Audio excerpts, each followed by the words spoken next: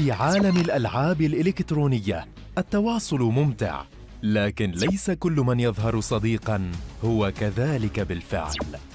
خطوة بخطوة يبدأ المجرم الإلكتروني بجمع معلوماتك. من هنا تبدأ الجرائم الإلكترونية، ابتزاز، تهديد، وخسائر تتجاوز اللعبة. لا تتردد في طلب المساعدة حين تشعر بالخطر. أثناء اللعب الإلكتروني تجنب التواصل مع الغرباء. احرص على سرية معلوماتك الشخصية. لا تضغط على روابط مشبوهة. بلغ عبر منصة البلاغات الإلكترونية كرايم التابعة لشرطة دبي. سلامتك الرقمية تبدأ بخطوة بسيطة. كن واعياً.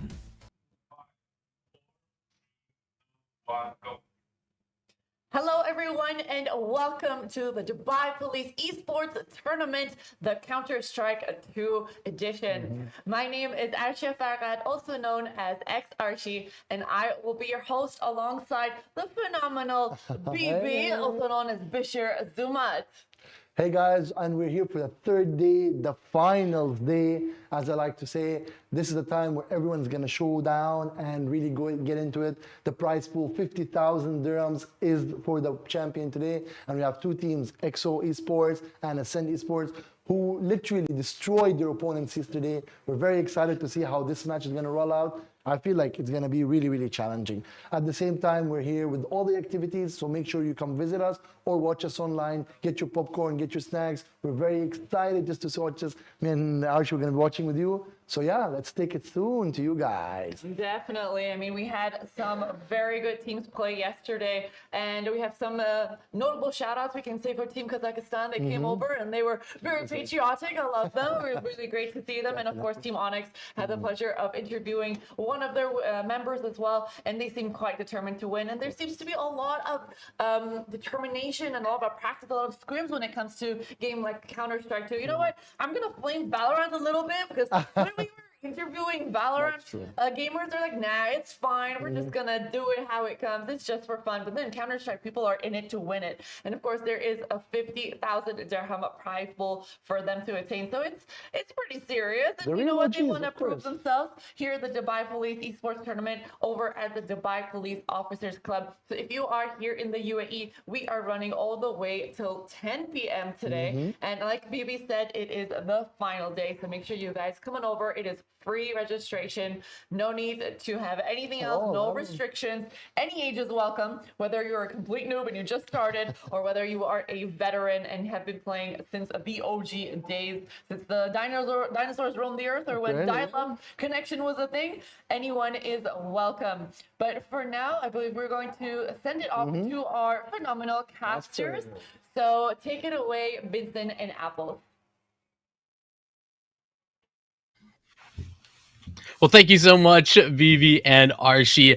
We are indeed back, and hey, apologies on the wait, but it is a wait that I hope is going to be well worth it because Apples, man, we jump into our first semifinal tonight, and I gotta keep it a buck. I'm pumped up to get this thing underway. Oh, absolutely. So am I. I mean, it's just now heating up. I mean, the competition yesterday was so strong. We saw a lot of really fun games happening. But also, we were able to watch a lot of teams that are going to be coming into the final. I think we saw Ascend Esports against Urban Squad. They had that 13-1 victory, and they were slowly able to make their way through that ELO delivery game yesterday. It was ended 13-11. So them coming into this one is going to be interesting. Just so everyone knows, since there was a delay, they got here to the venue just a bit late. They're starting to play on a deficit. EXO Esports already winning one map here, so we're going to be starting this best of 3 series 1-0. So Ascend, they kind of have to, I guess, ascend into winning the next 2 maps if they want to make it to the finals today, Vincent. Yeah, Delta Tough Deck, to be honest with you, over today struggled just getting into the venue. Some traffic difficulties is what I've understood that to be. But with that being said, EXO, they played played 2 Dust 2 maps yesterday, looked dominant in both of them, and maybe less dominant in another one. But Boros in the interview was saying that, we weren't necessarily as serious as we should have been. We kind of underestimated these guys, and we won't do that next time. So I'm expecting to see even more. But that Dust 2 that we did get to see from them previously, we won't get to see, as Apples was mentioning, because of the map advantage due to the delayed start. So Ascend get to move into Mirage first and foremost.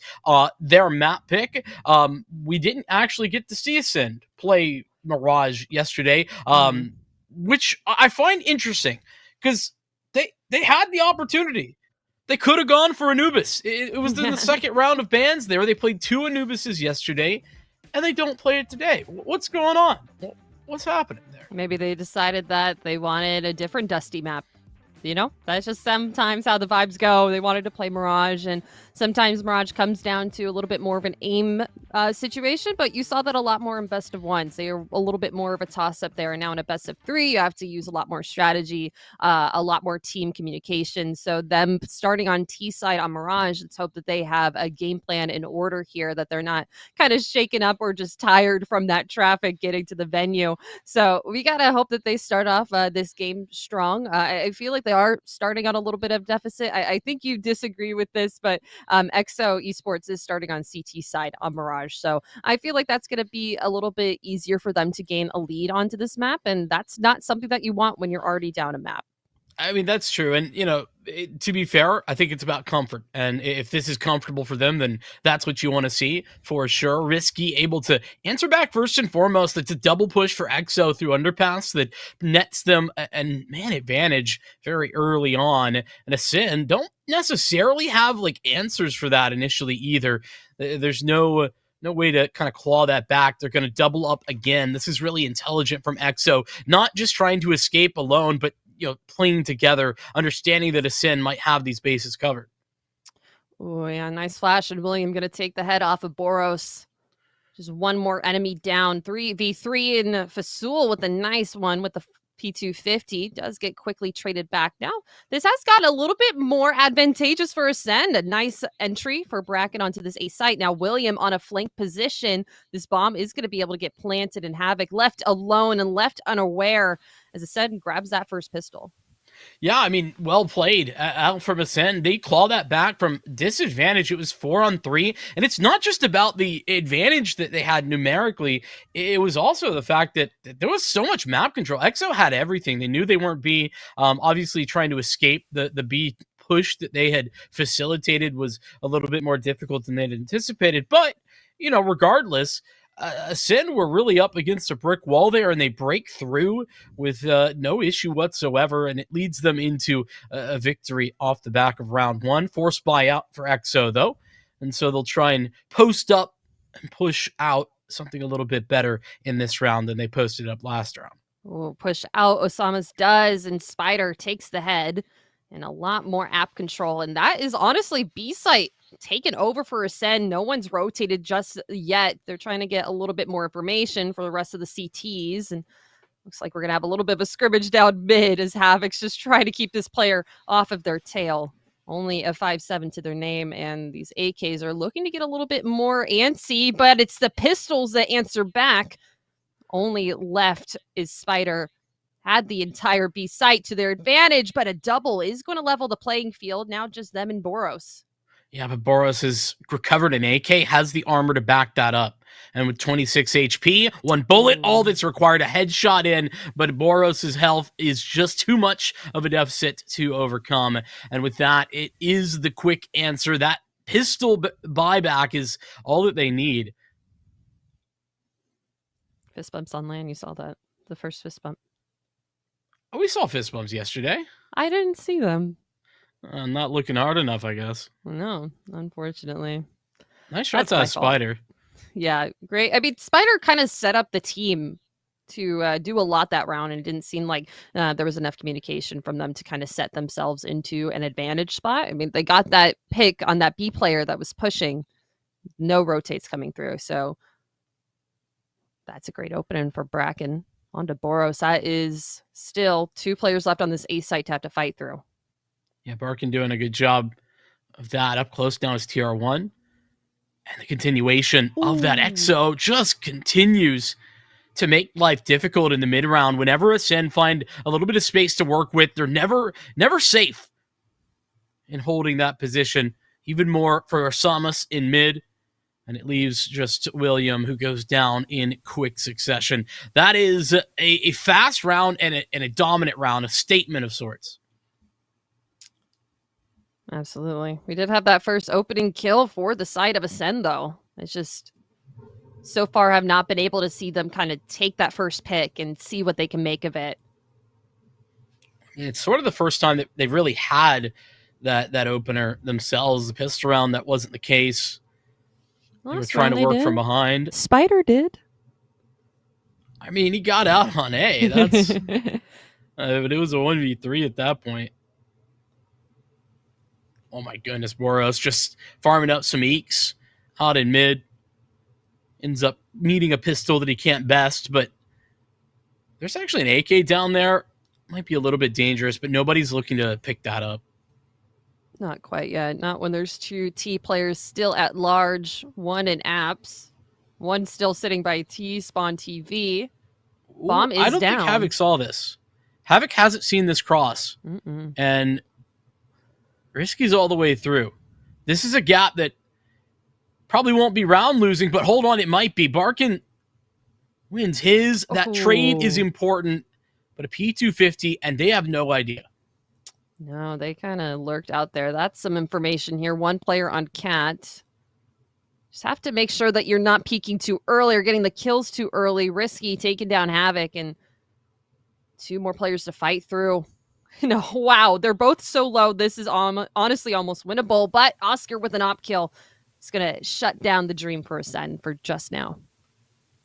Man, Ascendo making that look very winnable in a round that shouldn't have been. Once again, some gaps being created. EXO, they are very confident right now, but you're seeing it be not necessarily a problem, but maybe in the future could become one.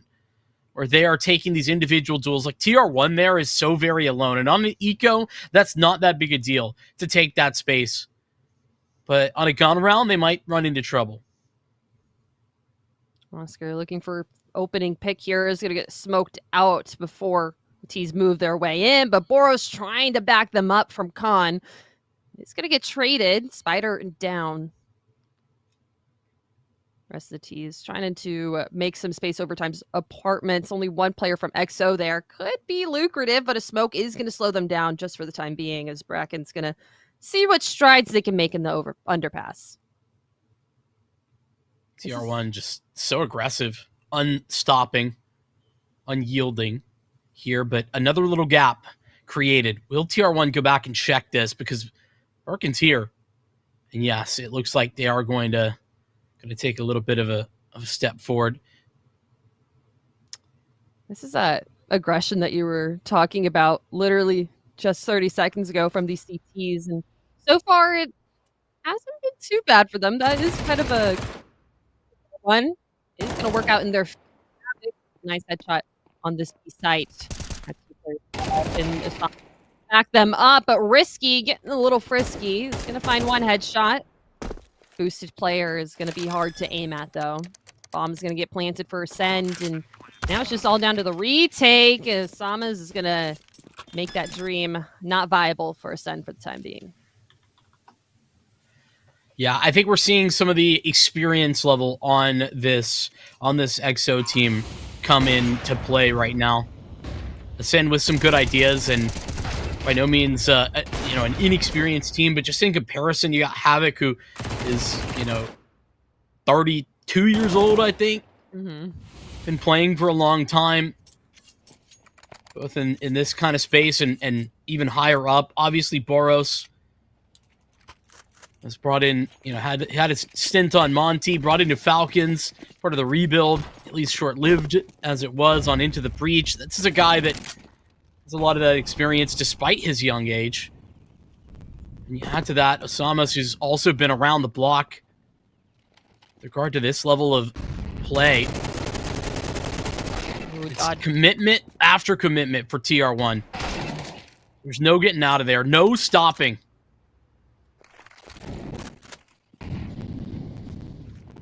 I mean, able to find one, quickly traded out, but still that's one life left for XO. A little bit spread thin.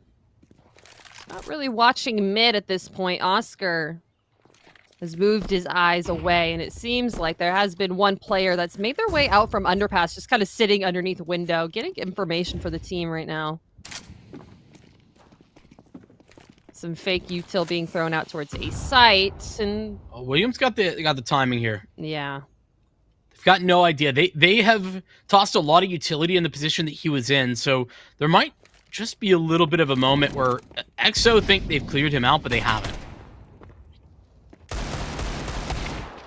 Oh, that was almost unfortunate for William, but the last bullet is going to land onto Boros. Oscar, though, answering back their own way on this B site. Bomb is going to try their best to get on. Now it's just all down to William, who was honestly had the entire timing, had a couple players fooled on XO.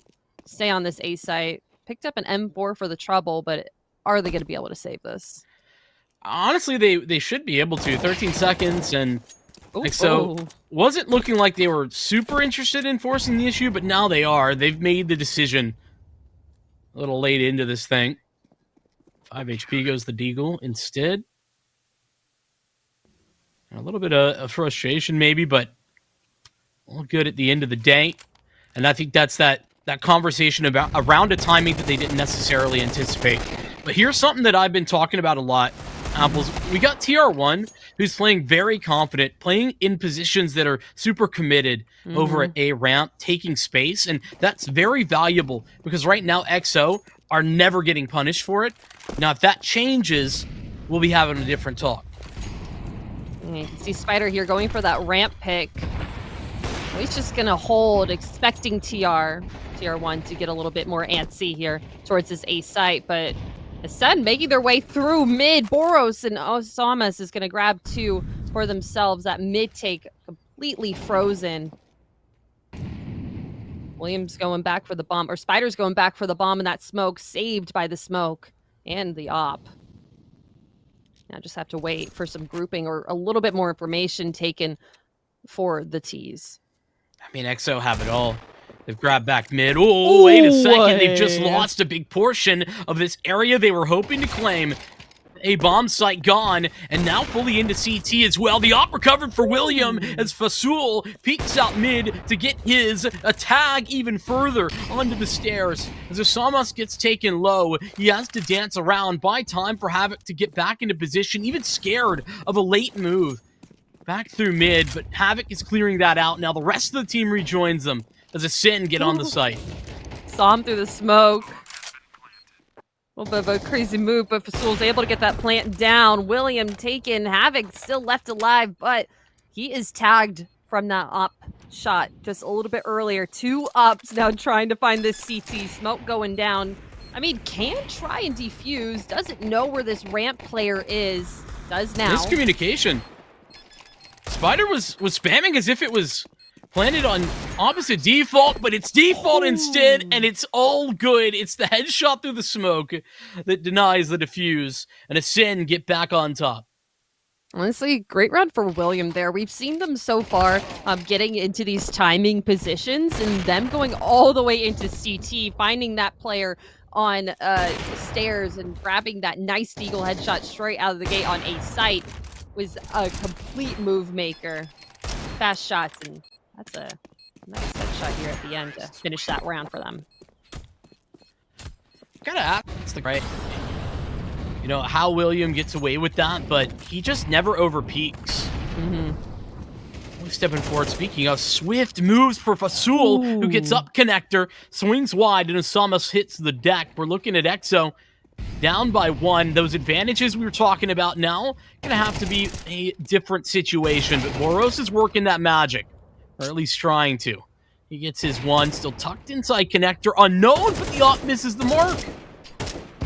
Oh, Racket almost missing the mark as well, but Fasul, do they know that he's able to go through window? Quickly traded. Now Havoc left alone trying to defend his bomb site. Nade is going to slow him down just a bit, but that headshot is good on William. Spider here left alone. His location unknown. Havoc Has to figure out. Oh, they didn't pop murder hole. That's unfortunate. That's not going to let them do that CT rotate. Oh, and unfortunately, Havoc is making the wrong call. It's a 50-50. Heads back towards B. Now knows that it's not there, but on 5 HP. It's just so difficult. The good news is Spider doesn't know that the vent hasn't been popped. So, at the very least, it's still a threat in his mind. Smoke's going to end that. Gonna have to not over peek here. Missed op shot, and that Glock is gonna take it down. Ascend grabbing their necks, but that is a mistake that they have to make sure that they don't do again. XO, unfortunate for them that round. I feel like maybe if they had that CT rotate available, it could have gone a little bit differently. Well, so not really a mistake, to be honest with you. XO not popping the vent specifically so that they can play contain in mid. It's so that they can get information without having a player in window committed to that fight. It's a specific decision that they're making, and yeah, unfortunate that it comes back and makes it so that there's not so many opportunities or options available, but one that they'll probably make again depending on their setup.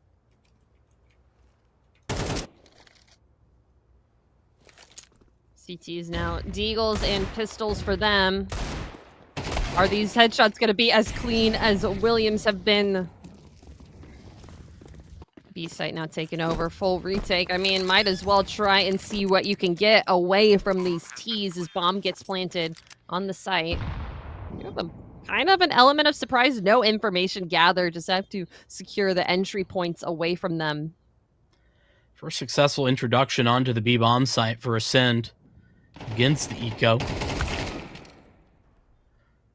Not quite the weapons you would have wanted. USP falls, and it's the upgraded pistols that go down pretty quickly as well. TR1, singular.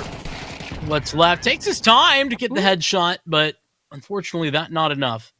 So Ascend rip off an early round victory, get fought back. It's against the pistols that they lose. And now they finally found some footing. Yeah, they also stopped walking a ramp, stopped giving TR1 any free kills at the beginning of the round on A. Quickly learn from their mistakes there.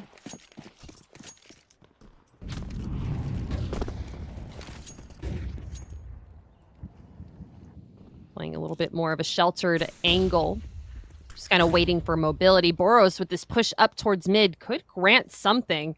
I don't think he was seen, but now he is. Bracken trying to land that op shot. Not going to connect, but he does on the second one. Now Bracken feeling a little bit more pressure to your mid.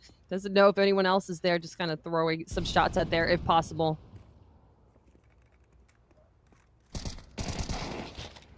You can notice Barkin calling in the support before he's going to get active once again.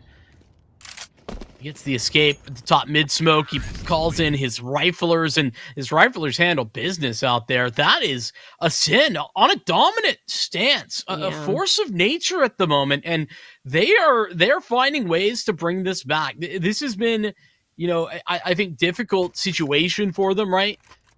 They, the ones struggling to get here on time, but not really their own fault. Just some car troubles. And so a lot of stress that creates. It feels like they've kind of found some footing in this matchup. Yeah, to be able to prove that you're here for a reason. Don't want to go without a fight. And XO forced back onto these pistols. A nice one from Osama to start it off. TR1 with a lot of information here. Not going to be able to act on it. But just as I say that, playing at a man advantage, but I wouldn't say weapon advantage. The AWP and AK is still in play for Ascend. This bomb still has to rotate to his site. Spider has to clear this out. TR1 not going to expect that. William is here on the site. And he doesn't ever get a visual, TR1, that Williams making that move. Opens up proceedings, allows Ascend the way forward onto a bomb site. Havoc gonna step away. Jungle occupied momentarily. Risky handles it in mid, and William coming in from the other side. It's a two-pronged attack. dealt with. And it's a tight but effective lead here, grabbed at the end of the half, too. Yeah, honestly, great for Ascend to grab this lead. Even if they lose this next round, still feels like a lead to me. Just with how dominant they've been, how without stop they've been. So it just feels like we're seeing a different team play these last 5 rounds. Not much confidence. Oh, sorry, go ahead. It's been all about mid control. EXO living and dying by their effectiveness here in mid. And it's Boros at the forefront. This is a position that he often has played in previous teams, been that more aggressive standard. And with him doing it once again, it's 2 with 1 for him, and Oscar providing the coverage. Very defensive smoke Havoc just throws there. I like that smoke. That's going to let him play around it. A little bit of information gathered. Now Boros here pushing underpass. Could be able to catch a couple of these players unaware. This is the value of making aggressive decisions in the mid round. They go stack up the B bomb site, now find it's empty, and now they can fully evacuate that area. Free shot, how many? Is he gonna get 2? The first, and there's the second for Boros. Almost felt like it was gonna be a knife one. So that's a 4K from Boros to win this round. Kind of a complete switch up there from the last couple rounds, but that was the aggressive push that we needed from Boros. He was able to fall back after these first 2, not get picked off, and take more decisions, take that information. That looked like damage prediction to you? This for me is interesting because Ascend had been so aggressive, not even aggressive, had just been so active towards underpass as well when they were fighting mid. The fact that they didn't have anybody there, that round was a little bit interesting, and Boros just takes perfect advantage of that fact. But as mentioned, EXO really committed to their game plan of the mid control, and when that worked, they looked wonderful. When it didn't, a little less so.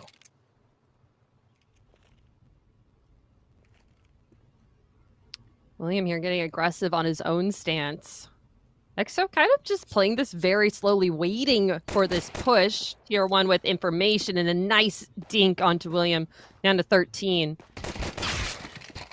Oh, but he answers back just in style along with Fasul. 2 players down for EXO.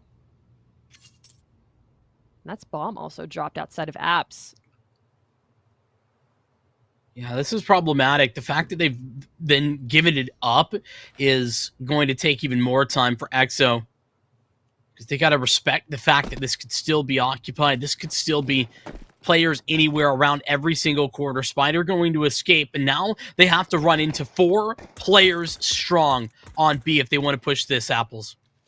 It's going to be quite difficult. They're kind of just sitting right now in app seeing, afraid of a lurk, it seems. The bomb is going to make their way out of the site. I think that's Osama sitting in apps, trying to still make some noise, but not making anything. Very slowly peeking out. Spider spotting the head, but not landing any shots quite yet. Keeping the 3-4 players around this site here, while Oscar and Osama is making their way up through window. That is 1 player close and gone. Fasul ending that B site, I guess, dance here, as now they are playing 2v3, 2 kills found, and the bomb could get planted. Not just could, it will. It's a certainty now. Oscar gonna have to do some fancy footwork, though. Finding his way through and into jungle. It's another frag for Oscar. They broke open the window. Now they have jungle, and it's a post plant. There's a kit in hand here for Spider. Smoke as well. Going to be dropped on the bomb. He's just going to stick it, holding this one down, but that lack of armor that he's tracked in through the smoke. And with Osamas getting that kill, that should spell victory. William searching for the bomb, but he doesn't even stick.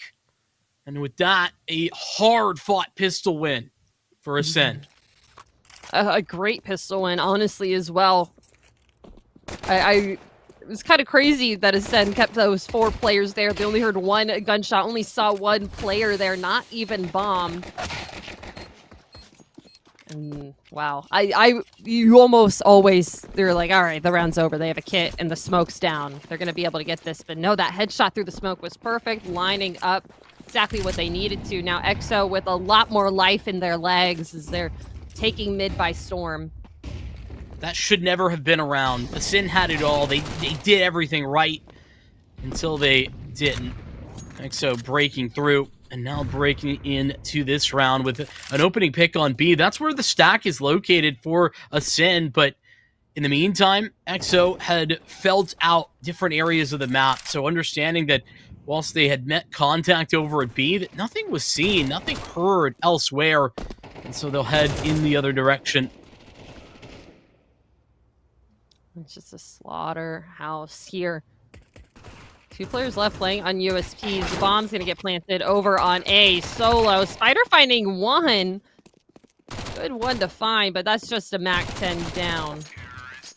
Oscar closing it out for EXO. And, well, that was definitely just a save from Ascend. I feel like that was a smart save for them. Able to go into this next one. Full of life and M4s and utility. And we're going to really see how they are going to be playing their CT side.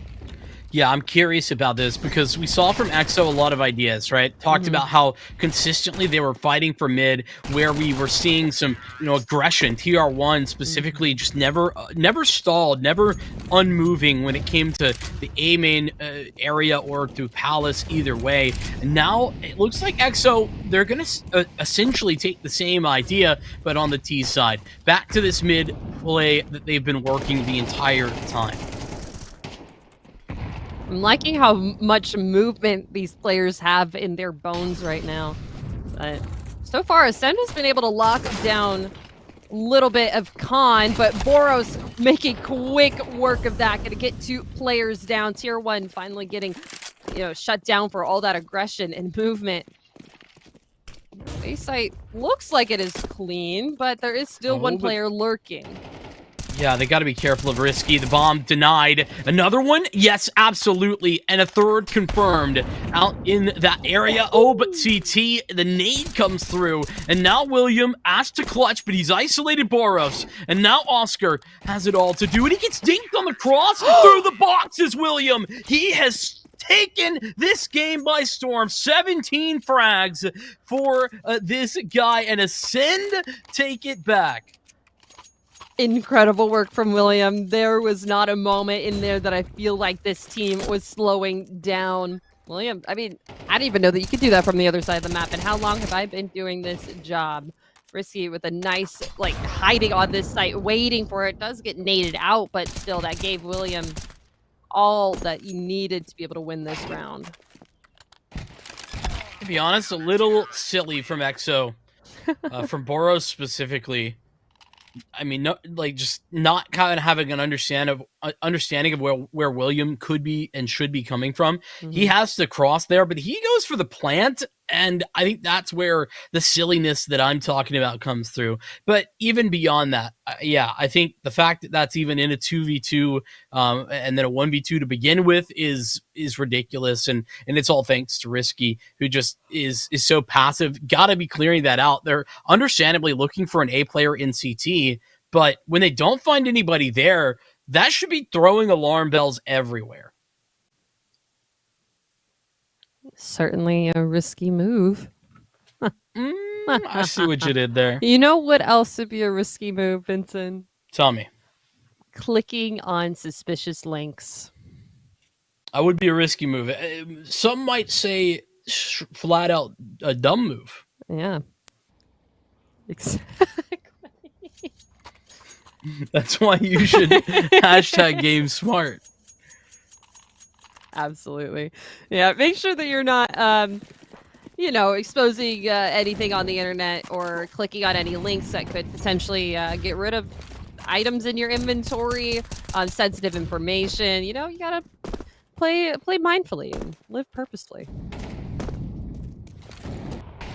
Purpose is the name of the game for EXO. They are moving with it as they try to poke and prod across the map, trying to open up proceedings. Unfortunately, they've met William for the millionth time, maybe this map, as he's been dominating.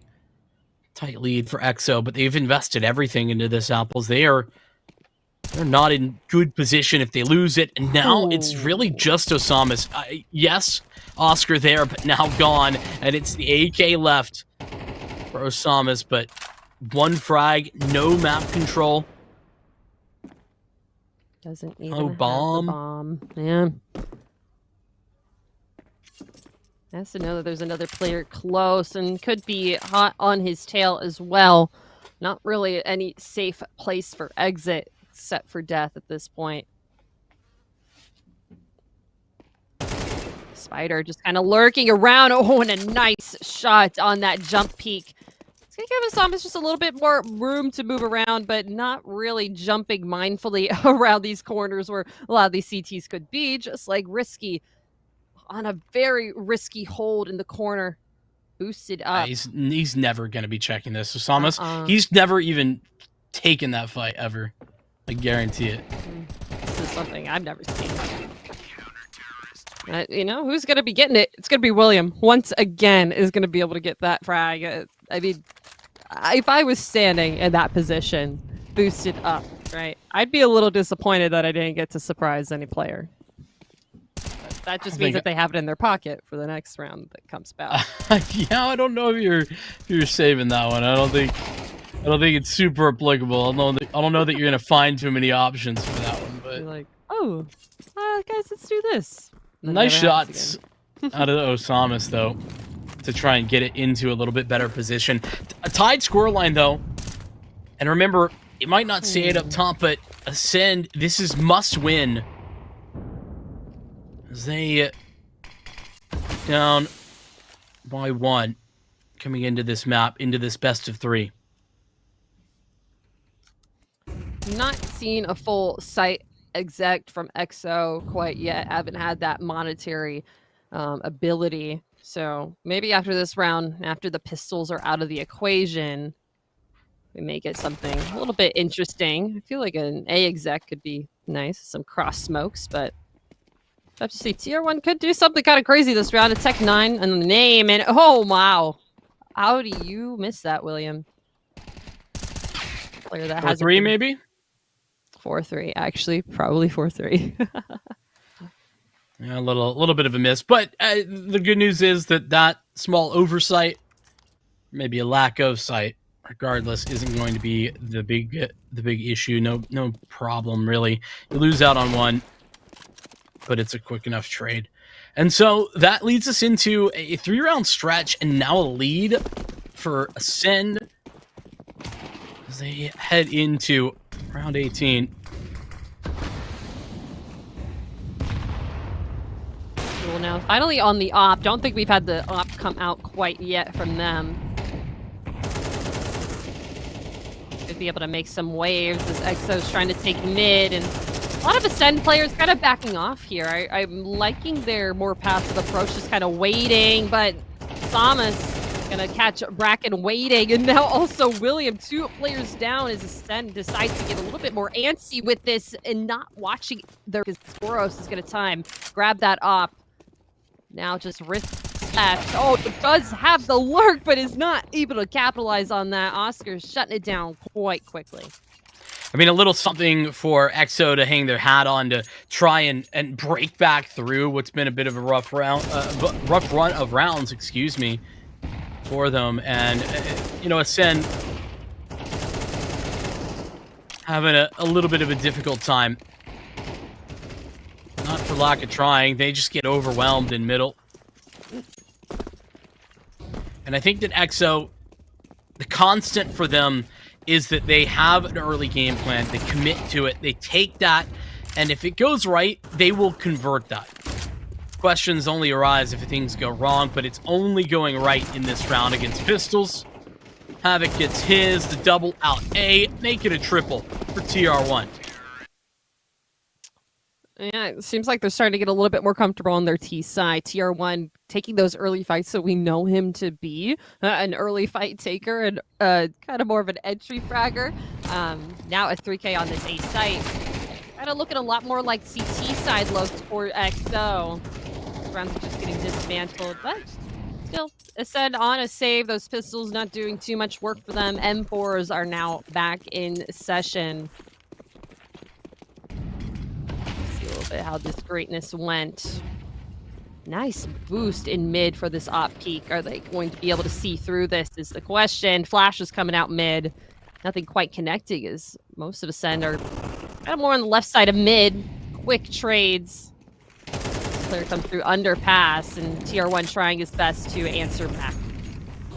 But they're going to push the issue. Risky gets exposed as that Molotov comes through. It's the long-range spray for Osamas, and with him taking that victory and the space that there is out on A, this should be an easy enough close. Havoc has all the pieces.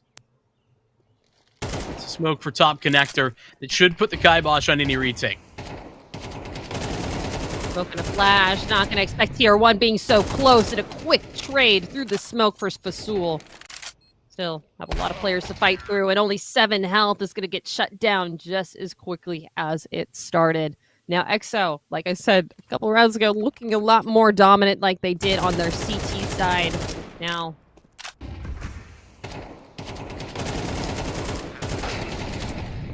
yeah, this is more EXO taking early contact, winning those duels, and setting them up well. I think that's also an important factor. It's not just like a, aim star necessarily situation, but I think EXO in general, once they set that up well, if they get the advantage, they're able to facilitate that into a victory. TR1 and Oscar not finding anything on the right side of the site. Now Havoc having to walk out onto this, not knowing how many TTs are here. They're going to clean it out just like that. Fasul left in market, a nice Deagle shot, but I don't know if that's going to be a round winning one. Has to find the heads of 4 other players before that is not a dream and is reality. I mean, just think about the way this round actually went, right? It's a pistol round, so you don't have high expectations, but that was a 4-man stack on A, essentially a full A hit without really too much of an execute behind it, and yet still no kills come from those pistols, no kills come from that setup. It's just Fasul on a bit of a fadeaway that finds some victories. All of this leads me to believe that EXO have the way forward. They know what they need to do, and it's Havoc this round to do it with 3 kills, but a full team effort, it would seem. As they get fast up mid once again, Ascend have no answer. And they don't even try to find one. They're just going to let him have it for the time being. Ooh, but you can't have a ramp. Bracken's going to slow that down just as quickly as that mid pick came. And now Risky following it up with a nice 2K. Samus and Oscar, they do have a lot of cat control, a lot of mid control knowledge of an A-site player. They're making their way over towards B. Samus setting their eyes towards the back site. To fight for Spider, though. Taking their time on this one. They have a whole minute left on the clock, just waiting for a little bit of an overextension from Ascend before they make their way. And a little bit of a touch through the smoke. It's going to make it a little bit more antsy. Grabbing the bomb now, and the decision has to be made with 50 seconds left. Yeah, the problem is there's no correct answers, no good options necessarily. A little poke and a prod one way, they go back the other, but in the A-bomb side, they found the gap, a little bit of an opening. They still got to deal with this player in jungle, but that's already done. Samus alone. William, who else but William, who's been a bright light in the center of Ascend, who brings them home for another.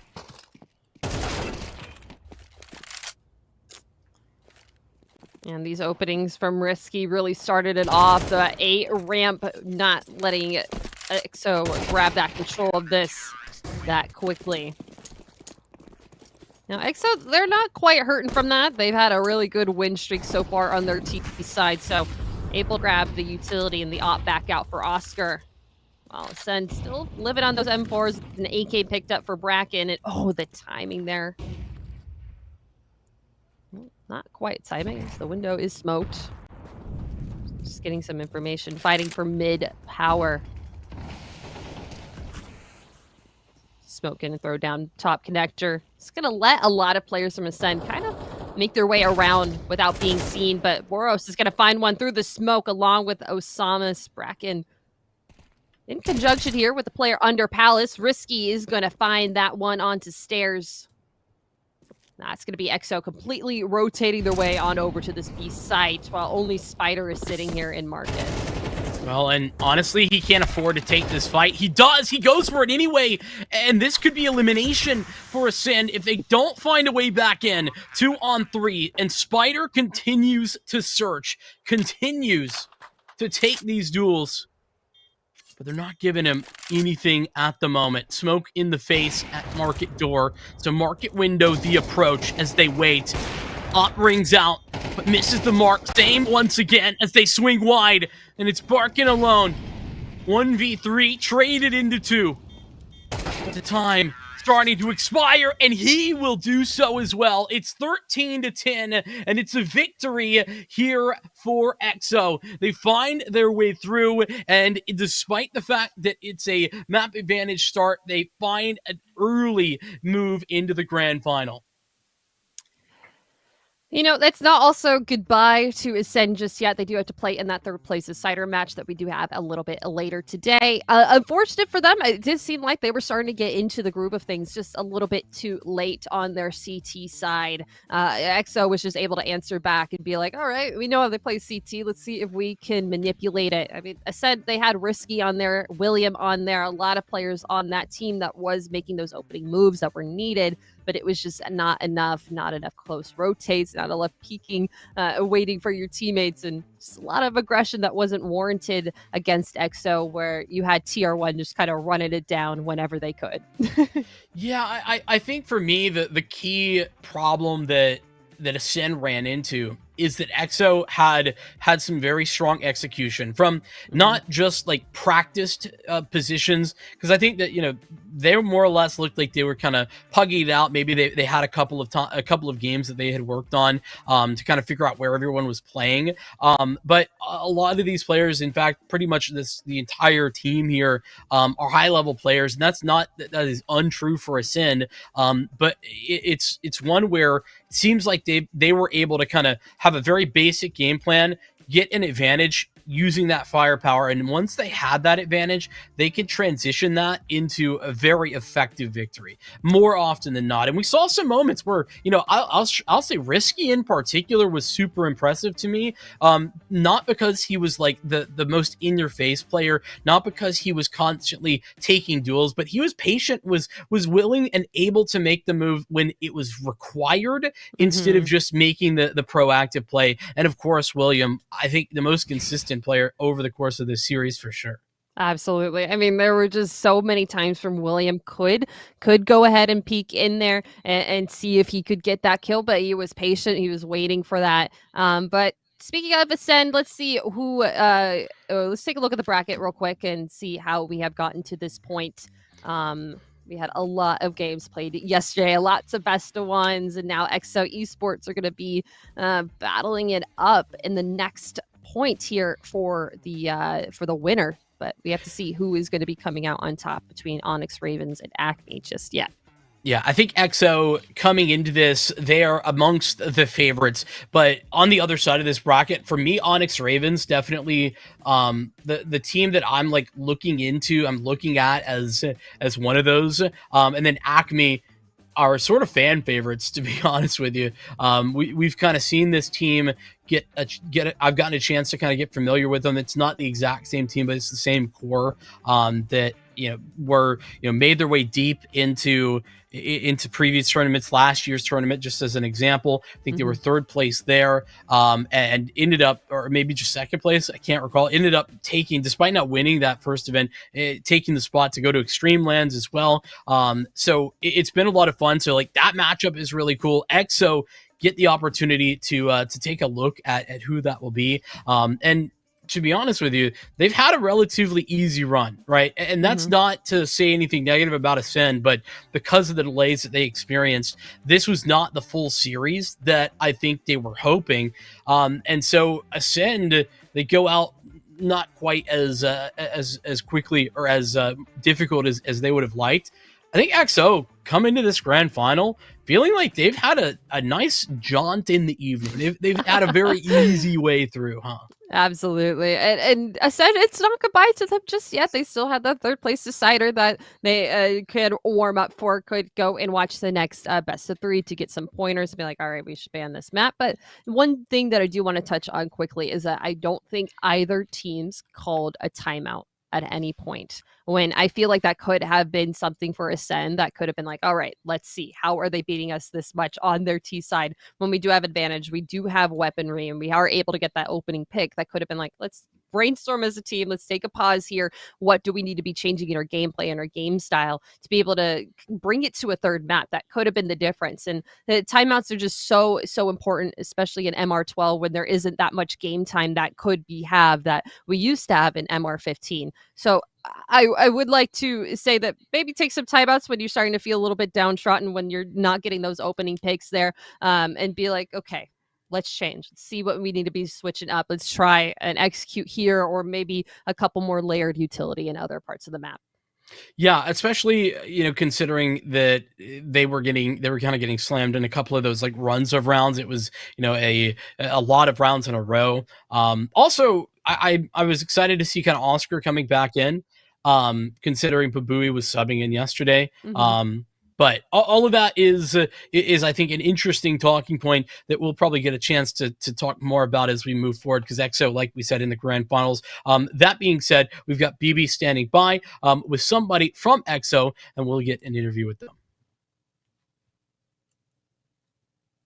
And we're here with the champions, EXO Esports. Congratulations, Boris. Thank you. Are you excited? You don't seem like you're excited. Yeah. I want to see the smile. I want to see the energy. Good job, man. Yeah, we are excited. That was a close game. 13-10.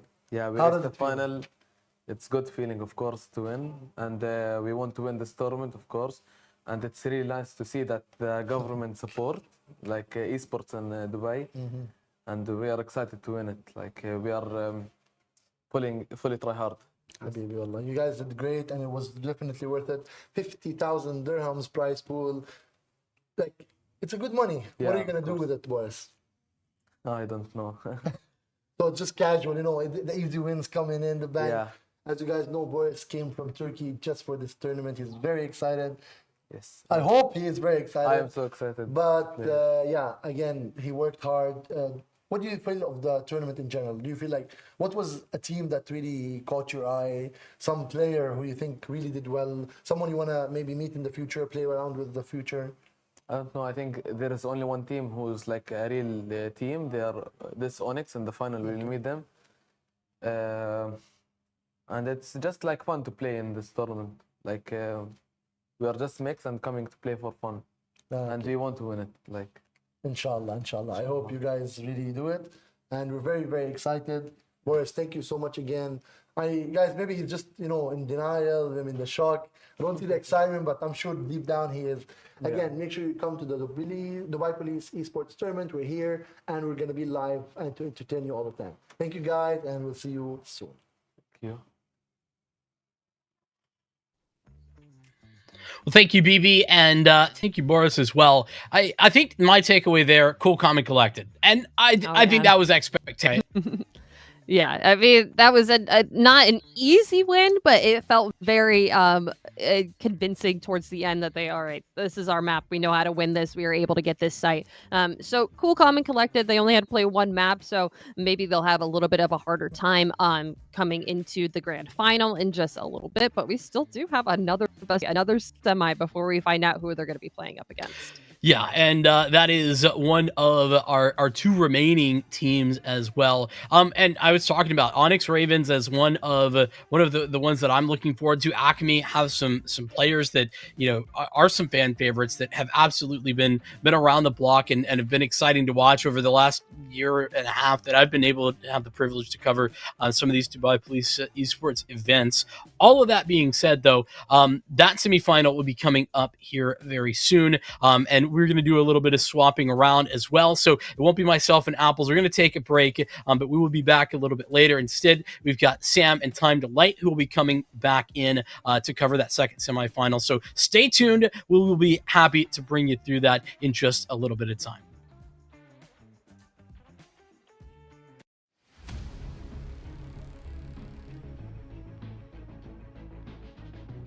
في عالم الألعاب الإلكترونية التواصل ممتع، لكن ليس كل من يظهر صديقاً هو كذلك بالفعل. خطوة بخطوة يبدأ المجرم الإلكتروني بجمع معلوماتك. من هنا تبدأ الجرائم الإلكترونية، ابتزاز، تهديد، وخسائر تتجاوز اللعبة. لا تتردد في طلب المساعدة حين تشعر بالخطر. أثناء اللعب الإلكتروني تجنب التواصل مع الغرباء. احرص على سرية معلوماتك الشخصية. لا تضغط على روابط مشبوهة. بلغ عبر منصة البلاغات الإلكترونية إي-كرايم التابعة لشرطة دبي. سلامتك الرقمية تبدأ بخطوة بسيطة. كن واعياً.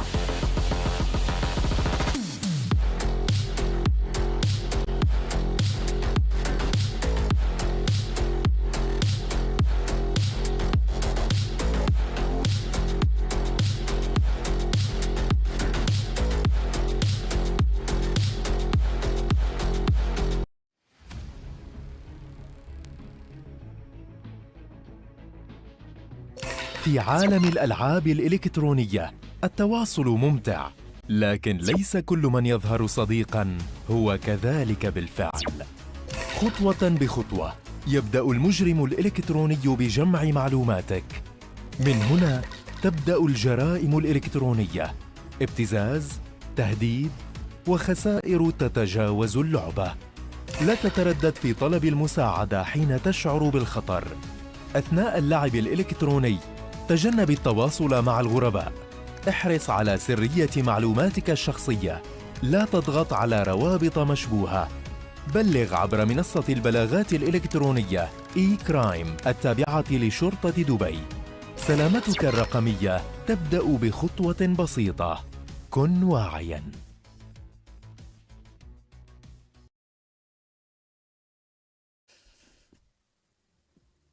One semifinal has come to a conclusion, still one, still very much to go. I'm time to light. That right there is Naori Mizuki, and we've got our second semifinal rearing and ready to kick underway. It's Acme who will finally get their day in the sunlight here on stream, taking on the Onyx Ravens, who are arguably now the favorite to take this one through. EXO did not close out that semifinal as cleanly as they would have liked. Yes, a map victory given to them due to some late arrivals did certainly help their case, but a victory is a victory nonetheless at the tail end of things, and both these teams are now faring for one of their own.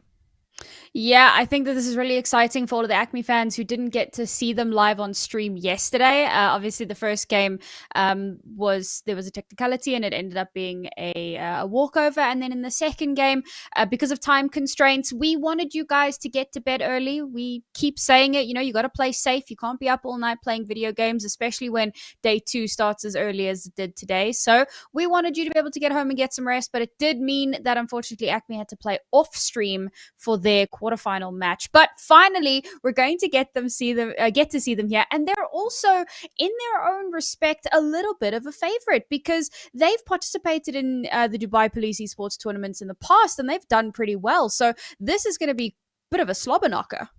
Yeah, we could take a look at our bracket here to show you how we've gotten to this point. And these two teams, it's a tale of two separate rosters. Acme, as a roster and as an organization, has a lot of history in this event specifically. The Onyx Ravens, as some individuals on the roster, have a lot of history in this event, and their roster as a whole has most of the history for the entire tournament outside of just this tournament. Now, granted, not as much as they would like. We talked about Boris earlier, major quarterfinalist, has the highest placement of any individual in this event at a major. Congratulations, top 8. But here, already reaching that top 2, would like a little bit more. But hey, they've got that game for later. That's something we'll cover later on. Here, we've got a best of 3 to determine their opponent. The Onyx Ravens and Acme have a best of 3 to play. For all of you players or people who wanted to see Acme before, you missed 2 games, we figured we'd give you at least 2 here on stream. Let's take a look over at our maps, figure out where we're headed for this best of 3. I gotta say, I'm curious here, Naori. No nuke. Was wondering if Onyx Ravens were going to try and stick that one through. Inferno banned in the tail end of things as well. Dust 2, Mirage, and Anubis. Seems like we're avoiding most of the non-desert maps. Yes, but also we're avoiding a lot of the technical maps as well. And you spoke about nuke, right? Acme take that off the board. They probably saw how Onyx performed yesterday and were like, you know what? Maybe not. And then you look at Dust 2 and Mirage, and those are fairly puggy maps, kind of in their own right. We get rid of Inferno. Now, that's also one of those puggy maps, but I know that our teams have really been enjoying playing Anubis, and I'll be honest, I've really been enjoying watching Anubis. So very happy to see that potentially come in towards the end. And thank you, Onyx Ravens, because you insta-banned Vertigo, and that now makes you my favorite team. I would say I'm on the contrary side of that in terms of favorite team, but just in terms of map. I have enjoyed watching the Onyx Ravens in this event, and obviously in previous events, and almost on their way to making the Asia RMR. Acme as individuals, I liked seeing them back in February. That was the last time Dubai Police Esports Tournament was held. February 2nd and 3rd, or 3rd and 4th. It was one of those 2 sets of days. But here, we've got our champions to crown, and our stage to set for the championship. Now, Dust 2 is a decent start for the Onyx Ravens. The one thing I will bring up between these two teams is the Onyx Ravens will and should have a better CT side than most of the rosters in this event. I'll say this probably a couple times in this game, probably a couple more times when we get to the grand finals, because the Onyx Ravens are my favorite to take it solely because of their CT prowess, because they're a more organized roster, because they have documented and recent history at higher levels. They should have that CT cohesion that will put together the other side compared to some of these other rosters. Dust 2 is a big example of where that can flourish. It's a T-sided map. Don't get me wrong. But when you have a team like Onyx Ravens on the other side, they can very quickly either spiral it into a CT-sided map or make it a lot more equal to where their T-side can just close out in a clean fashion. And I think that, to kind of piggyback on that point a little bit, that just makes that CT side so much more important. And I think that we're very likely to see some of those double AWP setups coming through, because it's one of the few maps where you, not just that you see it, but that it gets the most value, because there's so many long sight lines that you can take advantage of. So I think that there's a really good chance we'll see that come through. But of course, it's going to come down to, do you have the economy to let that float? We saw a few times over the course of yesterday where CT teams wanted to get a double AWP out, and maybe they did for one round, but after that, the economy was just never in a position to keep that going. And so you end up kind of losing out on that, and you can't pivot off of it as well as you'd like to. So for our CT-sided teams on this map, it's really a case of keeping it as competitive as humanly possible, so that when you swap sides, you've got a little bit more, room to wiggle with. And I think the fact that this is Onyx Ravens' map pick, that gives a huge advantage over to Acme in that they get to decide where they want to start. And it's always the old question, do you start on the strong side of the map and kind of lean into that? Or do you start on a side that you feel a lot more confident on? I remember there was a South African team, and they always chose to start on T, regardless of the map. And we actually asked them about it afterwards. We're like, why do you always choose to start on T? And they said, well, T is the hard side, right? So if we can get good at T, if we can scrim it and practice it and get that to be one of our best sides, half the battle is already won. So I'm always curious to see, where teams do in fact decide to kick off when we start the map.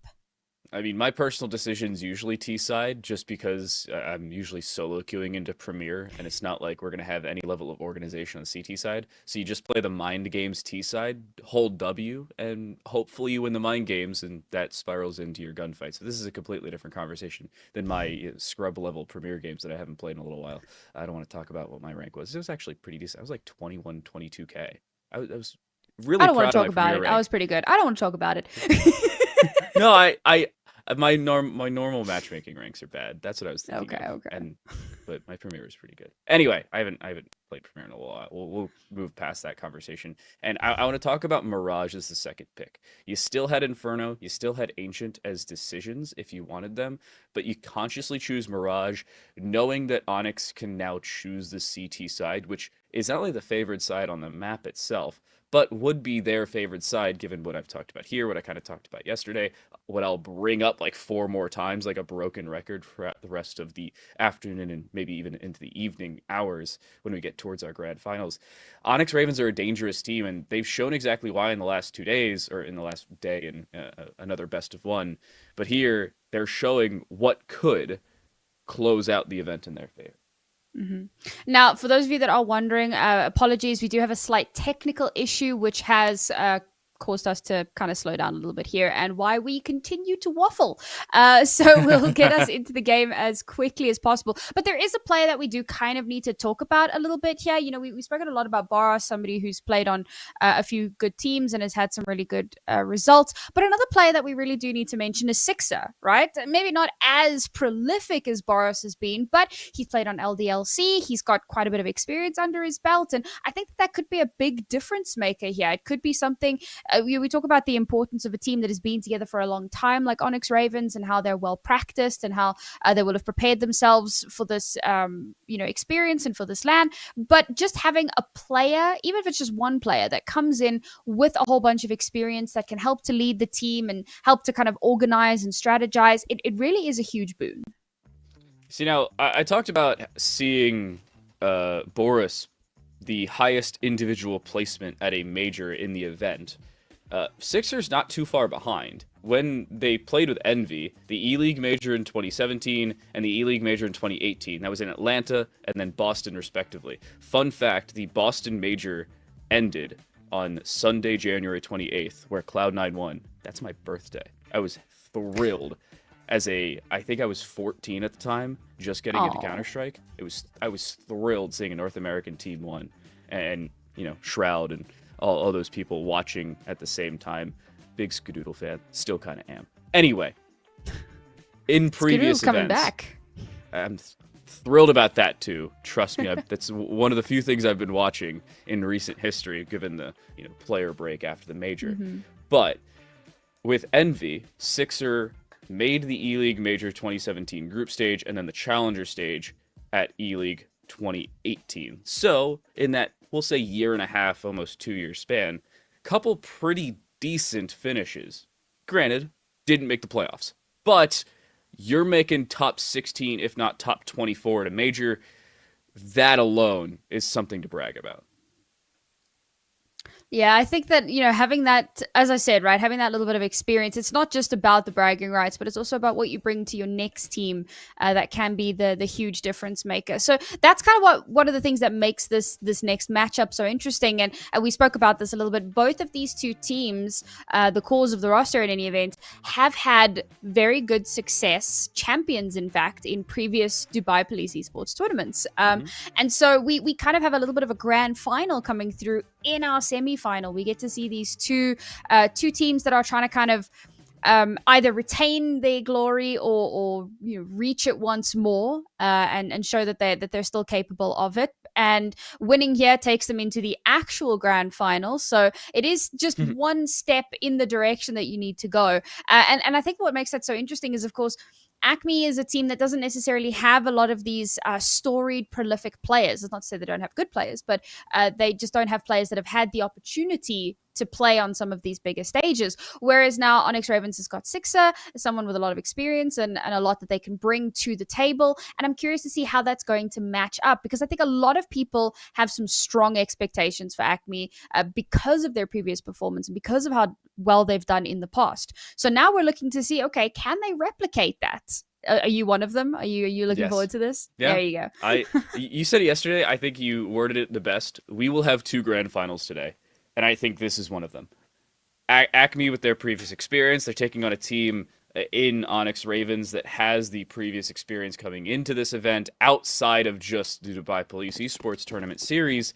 And honestly, with Sixer alone, you say, oh, that could take the cake. But individuals do not make up a full team. Sometimes you have an off day. That's the case all the time for many friends of mine or many solo queue teammates of mine. But sometimes those off days come at the worst time. Could come here, you never know. At least not for Carlito to kick things away. Opening pick from a nasty boost position on the catwalk. But in all that time, Acme has just walked up on B and they've missed the cross smoke. That's a problem. That's a kill for Sixer. Make it 2. Missed opportunities, make it a missed smoke, and now maybe the missed round. Arctic's King finds one of their own. R2B2 needs to R2 find 5. They found 3 with a P250 and have now swapped out to the Glock. Makes this a reasonable round. Makes it now a 1v1. Do they know T-Tyke has already walked up to Gandalf? Has no idea. Faking the plant, loses the round because of it. What a turn that could have turned disastrous. Onyx Ravens win the pistol, but by no means in a confident fashion. And they do deny the plant as well. Looked for a moment like it was going to happen. But T-Tyke, little bit of a rat, not going to lie. Beginning of the round, he makes it through double doors, tucks in behind the box. So it's Carlito that gets that first shot. And they don't know that he's there. And you can see what they're kind of playing for there. He can go on a little bit of a late rotate if he wants to. But, damn, they're going to the other side of the map. Cool. So then he moves out and he tucks into Gandalf. And he just rats out until the sound of the plant comes through. And, well, suicide, as we spoke about yesterday, happens again. Would you look at that? This time it worked in favor of the T side. At least something goes the way of Acme after that. R2B2 has the only 5 kills for his team. That's impressive. Unfortunately, it was not the ace, and the thus 1v5 ace clutch. That would have been a wild way to kick off the second semifinal. T-Tyke, great position, better flash from Carlito. And you've seen a second player here now. You should have a free second kill. Where's the timing? There's the kill. That should just about be the round, unless the heroics from R2B2 continue. Herculean effort required. I don't know if you can make it back to back. Oh, wait.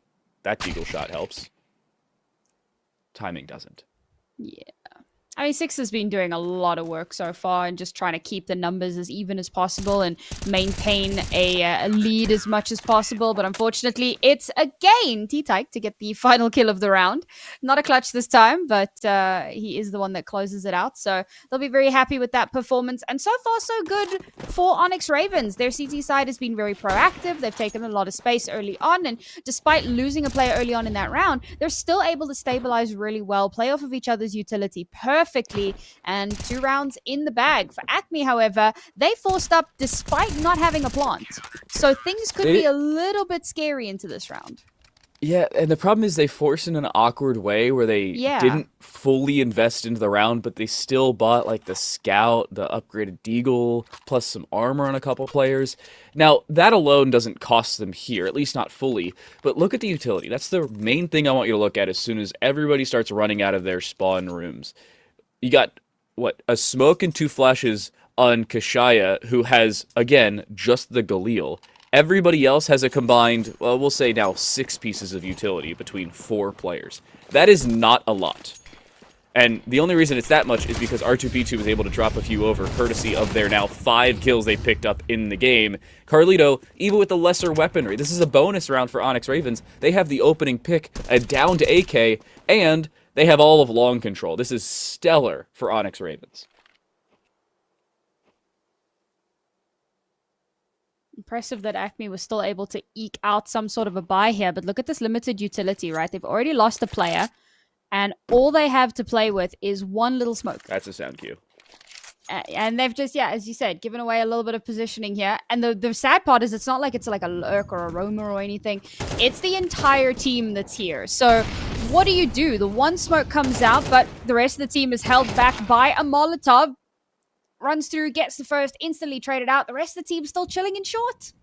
I mean, Awaxi, you find one there, that's an immediate disengage, regroup with the team, or wait for them to join you. You don't need to go 1-for-1 there when you're already a player down entering the fight. Arctic's King, here with the Scout, would love a headshot, can't immediately find it, but is still face-checking for more, maybe overzealous in their own right, and this rotation becomes a little awkward. Now, granted, Carlito does have the retrieved AK around long. That's a helpful position to hold down, but they don't have Catwalk. It seems like they're going to try and retake from CT and long on a bomb planted for Cat and around the backside of site. This is a very useful position for Acme to be in, but again, no utility for them. There are kits available for Onyx Ravens, at least 2 of the 3 members, but they only got down to 1 flash, and that's just now been used. There's a swing from Sixer, finds an R2B2 looking the wrong way, and the elevator position is what could lock this one through. A weird rotation. Where's ZR1 going? They'll be able to lock this one without a kit. There's the swing. That should be the round. Sixer's got to stick it, but without the kit, that could be the round. Where's the timing gone? Somehow the only player alive without a kit is the one to get on the bomb. Miscommunication, lack of situational awareness, and Acme after the tactical timeout are somehow on the board. That is a gift. Yeah, I mean, that's a really weird one for Onyx Ravens, right? Like, they had enough time to find the kit or to make sure that one of the kitted players gets on the defuse. But that's what I'm saying. They had 2 kits! Like, that's what I'm saying. Like, it doesn't make sense. The one player that doesn't have a kit is the one that gets onto it. There was time. And then the 2 players that are meant to be holding short, that are meant to be holding the diffusers back, just instantly, well, one of them dies, then the planter dies, and the third is somewhere and eventually gets the trade, but at that point it's too late. Weird miscommunications from Onyx. Questionmark.exe is the executable file that I'm running right now. ZR1 finds 2 through the smoke, and walking through, Ezram finds another. That's an AK dropped, and he'll spray for a third. Oh my goodness gracious, individuals popping off leaves Kashaya in a 1 versus 3, and I think they were just seen by Arctic's King. It comes down to the timing. There's a swing from the window. You hit 1 shot. That's not how the M4 is supposed to work. Let's try and reset on that one, but Kashaya, only a Galil, makes this again awkward because Acme doesn't have the weaponry they were looking for after losing all their members. Yes, in a 1 round, but losing all their members regardless. How's this fight go? Against him. I'm a little questioning that one, and I gotta say, maybe not an individual, but Sixer with their experience could have had what is now a 4-0 game instead of 3-1. And that's Sixer, by the way, if anybody's looking to point a finger. Yeah, that's him.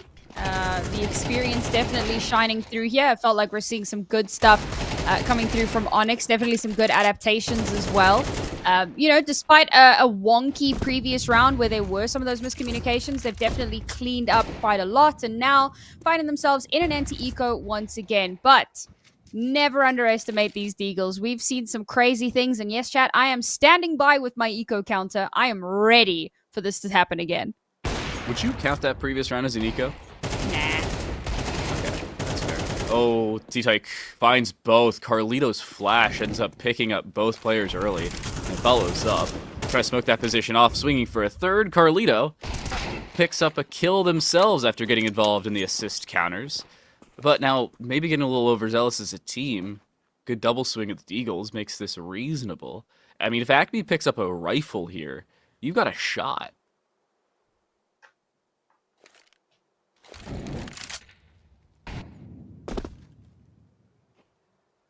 This is going to be a really important engagement. They can take down the anchor here. They have a pretty clear push, but nope. Great little pixel there. And, well, one player left. I don't see this happening. This is going to be the end of this one. So that's going to be 4 rounds for Onyx Ravens. It'd be nice if we could get a rifle saved, but not going to happen.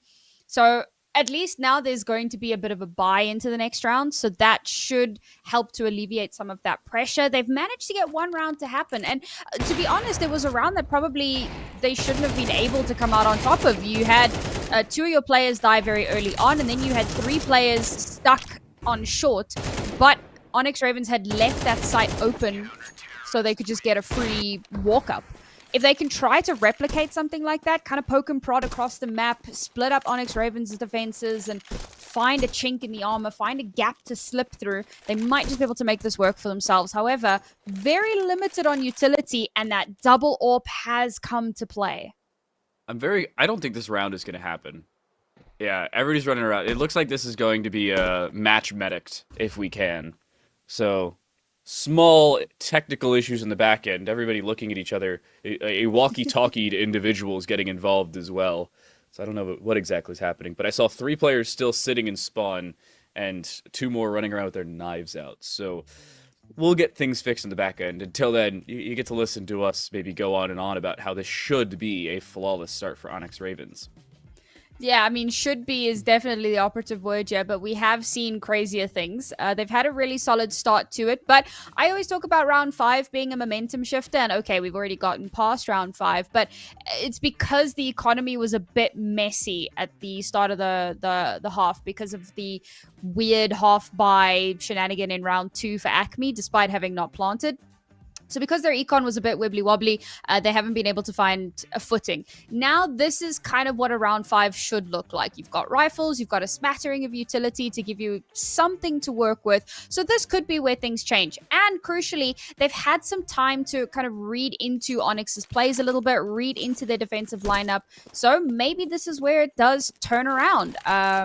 Doesn't look like there was a match medic. It looks like we've jumped straight back in. So, unfortunately, not going to be the round where Acme make it happen. I still don't think this is going to stick. They may just have to have the round end and then add a technical pause. No, apparently they were not allowed the timeout. So, we'll say that's interesting. I don't know what exactly happened on that front. But for the time being, this technical pause will stand. I don't think the pause beforehand will. So, there's a little bit of chaos.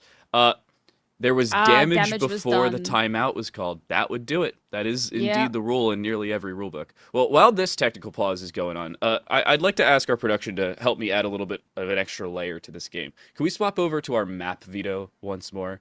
I would like to illustrate a point, if at all possible. I love it when you just throw production under the bus like that. I know. Jump scare. Okay, so the one thing I want you to look at. Onyx Ravens chose Dust 2. Now, in most events, and I believe in this one, considering I saw the map veto screen earlier, the opponents of the team who picked the map get to choose the side. So in this case, we're seeing Acme start T side. on a side they should feel more comfortable on, and the one in an event like this they should objectively do better with. And yet, losing Pistol, albeit they almost 1v5'd it, credit where it's due for R2B2, and they picked up one, we'll say scraggly round, if you have an adjective on top of that, I'd love it. But I mean, I don't know what else you can show for them. For Onyx Ravens, they've had as much confidence as I think a team can exude to start off Dust 2. And this could be where the match tone is set. If Acme does not turn this one around soon, and by soon I mean the next 2 or 3 rounds, I don't know how confident I am if we even get to an elongated second half. Oof. And just a quick update, folks, if you are just jumping in, yes, we do have a slight technical pause. So we're going to be jumping back into the game as soon as humanly possible. Please do just bear with us a little bit longer. We want to make sure that the players get to compete at the best possible level. You know, if you're got a problem with your mouse or your headset or your whatever, it's not great to try to compete like that. So give us a moment and we'll get back to that shortly. But in the meantime, right, I think that just to kind of tap onto your point a little bit about the fact that this was Onyx's map pick, so that meant that Acme got to choose their side and it should be their better side. We also have to remember that Onyx Ravens, we've kind of harped on about this, we probably will continue to do so, but realistically they are probably the most practiced and coordinated team that we have. Not to say that Acme are not, let's not twist words, but I think that it's clear to see that Onyx have put a lot of time into their strategies. You can see that they're working really well together. There's really good team play off of their utility. And so this is maybe this is kind of to be expected. I know that the fans won't be happy to hear that, but at least for myself, I felt like Onyx were probably going to look pretty good on this map. And bearing in mind it is their map pick. And you don't pick a map because you're only good at one side. You pick a map because you're confident on the entirety of that map. So to see them doing well on the CT side does make a lot of sense. And don't feel bad if we're talking all doom and gloom. This has only been the first 6 rounds, and it has entirely or mostly been one-sided. But thus far, I mean, just yesterday we saw a lot of 9-3, 10-2 halves that immediately flipped back in the second half. Whereas there could still be a comeback. This is not a written off game by any means. Acme strings a couple rounds together. Maybe their CT side has been practiced on Dust 2. A lot of a lack of information leads to possible assumptions that could be wrong. So it's helpful for us to go straight and say, oh yeah, Onyx Ravens played in like 3 separate RMR qualifiers in the last 2 months. This is a very reasonable game for them to win. They're the most practiced team. We've got a lot of background information on them. Whereas Acme, I mean, the extent of background information we have on Acme outside of the other Dubai Police Esports tournaments is the pronunciation of their names. That's the real difference maker of this event where we are. Acme could be the dark horse. They could come back in this map, in this series. They could be champions for all we know. But we've seen 6 rounds, and despite the fact it's 5-1, all 6 of those rounds have mostly looked the way of Onyx Ravens. Yeah, hopefully when we get back into it, look, things are going to be a bit rough because, again, the economy is going to be a bit wonky. Yes, there is quite a bit of loss streak bonus for them. It's not max, but it's decent. Close. So they might be able to, almost. So they might be able to string a little something together, but we're getting to kind of a do or die scenario here, right? We're halfway through the first half, 6 rounds in, and they've only managed to pick up 1 round, and 1 round is still, helpful. It's certainly it's greater than 0. Yeah, absolutely it is. So hopefully we can see them start to get a couple more rounds together before we kind of get into the side swap. But again, it's going to come down to realistically what I want to see if we're going into a round with like upgrade pistols, for example. Maybe they choose to go for a bit of a bigger save so that they can come back with a bigger buy in the next round. I don't know. I'm not in their heads. But if we do see that, I think realistically, best case scenario, maybe like a hero AK to try to assist with recovering guns from the enemy team, even if you don't win the round, right?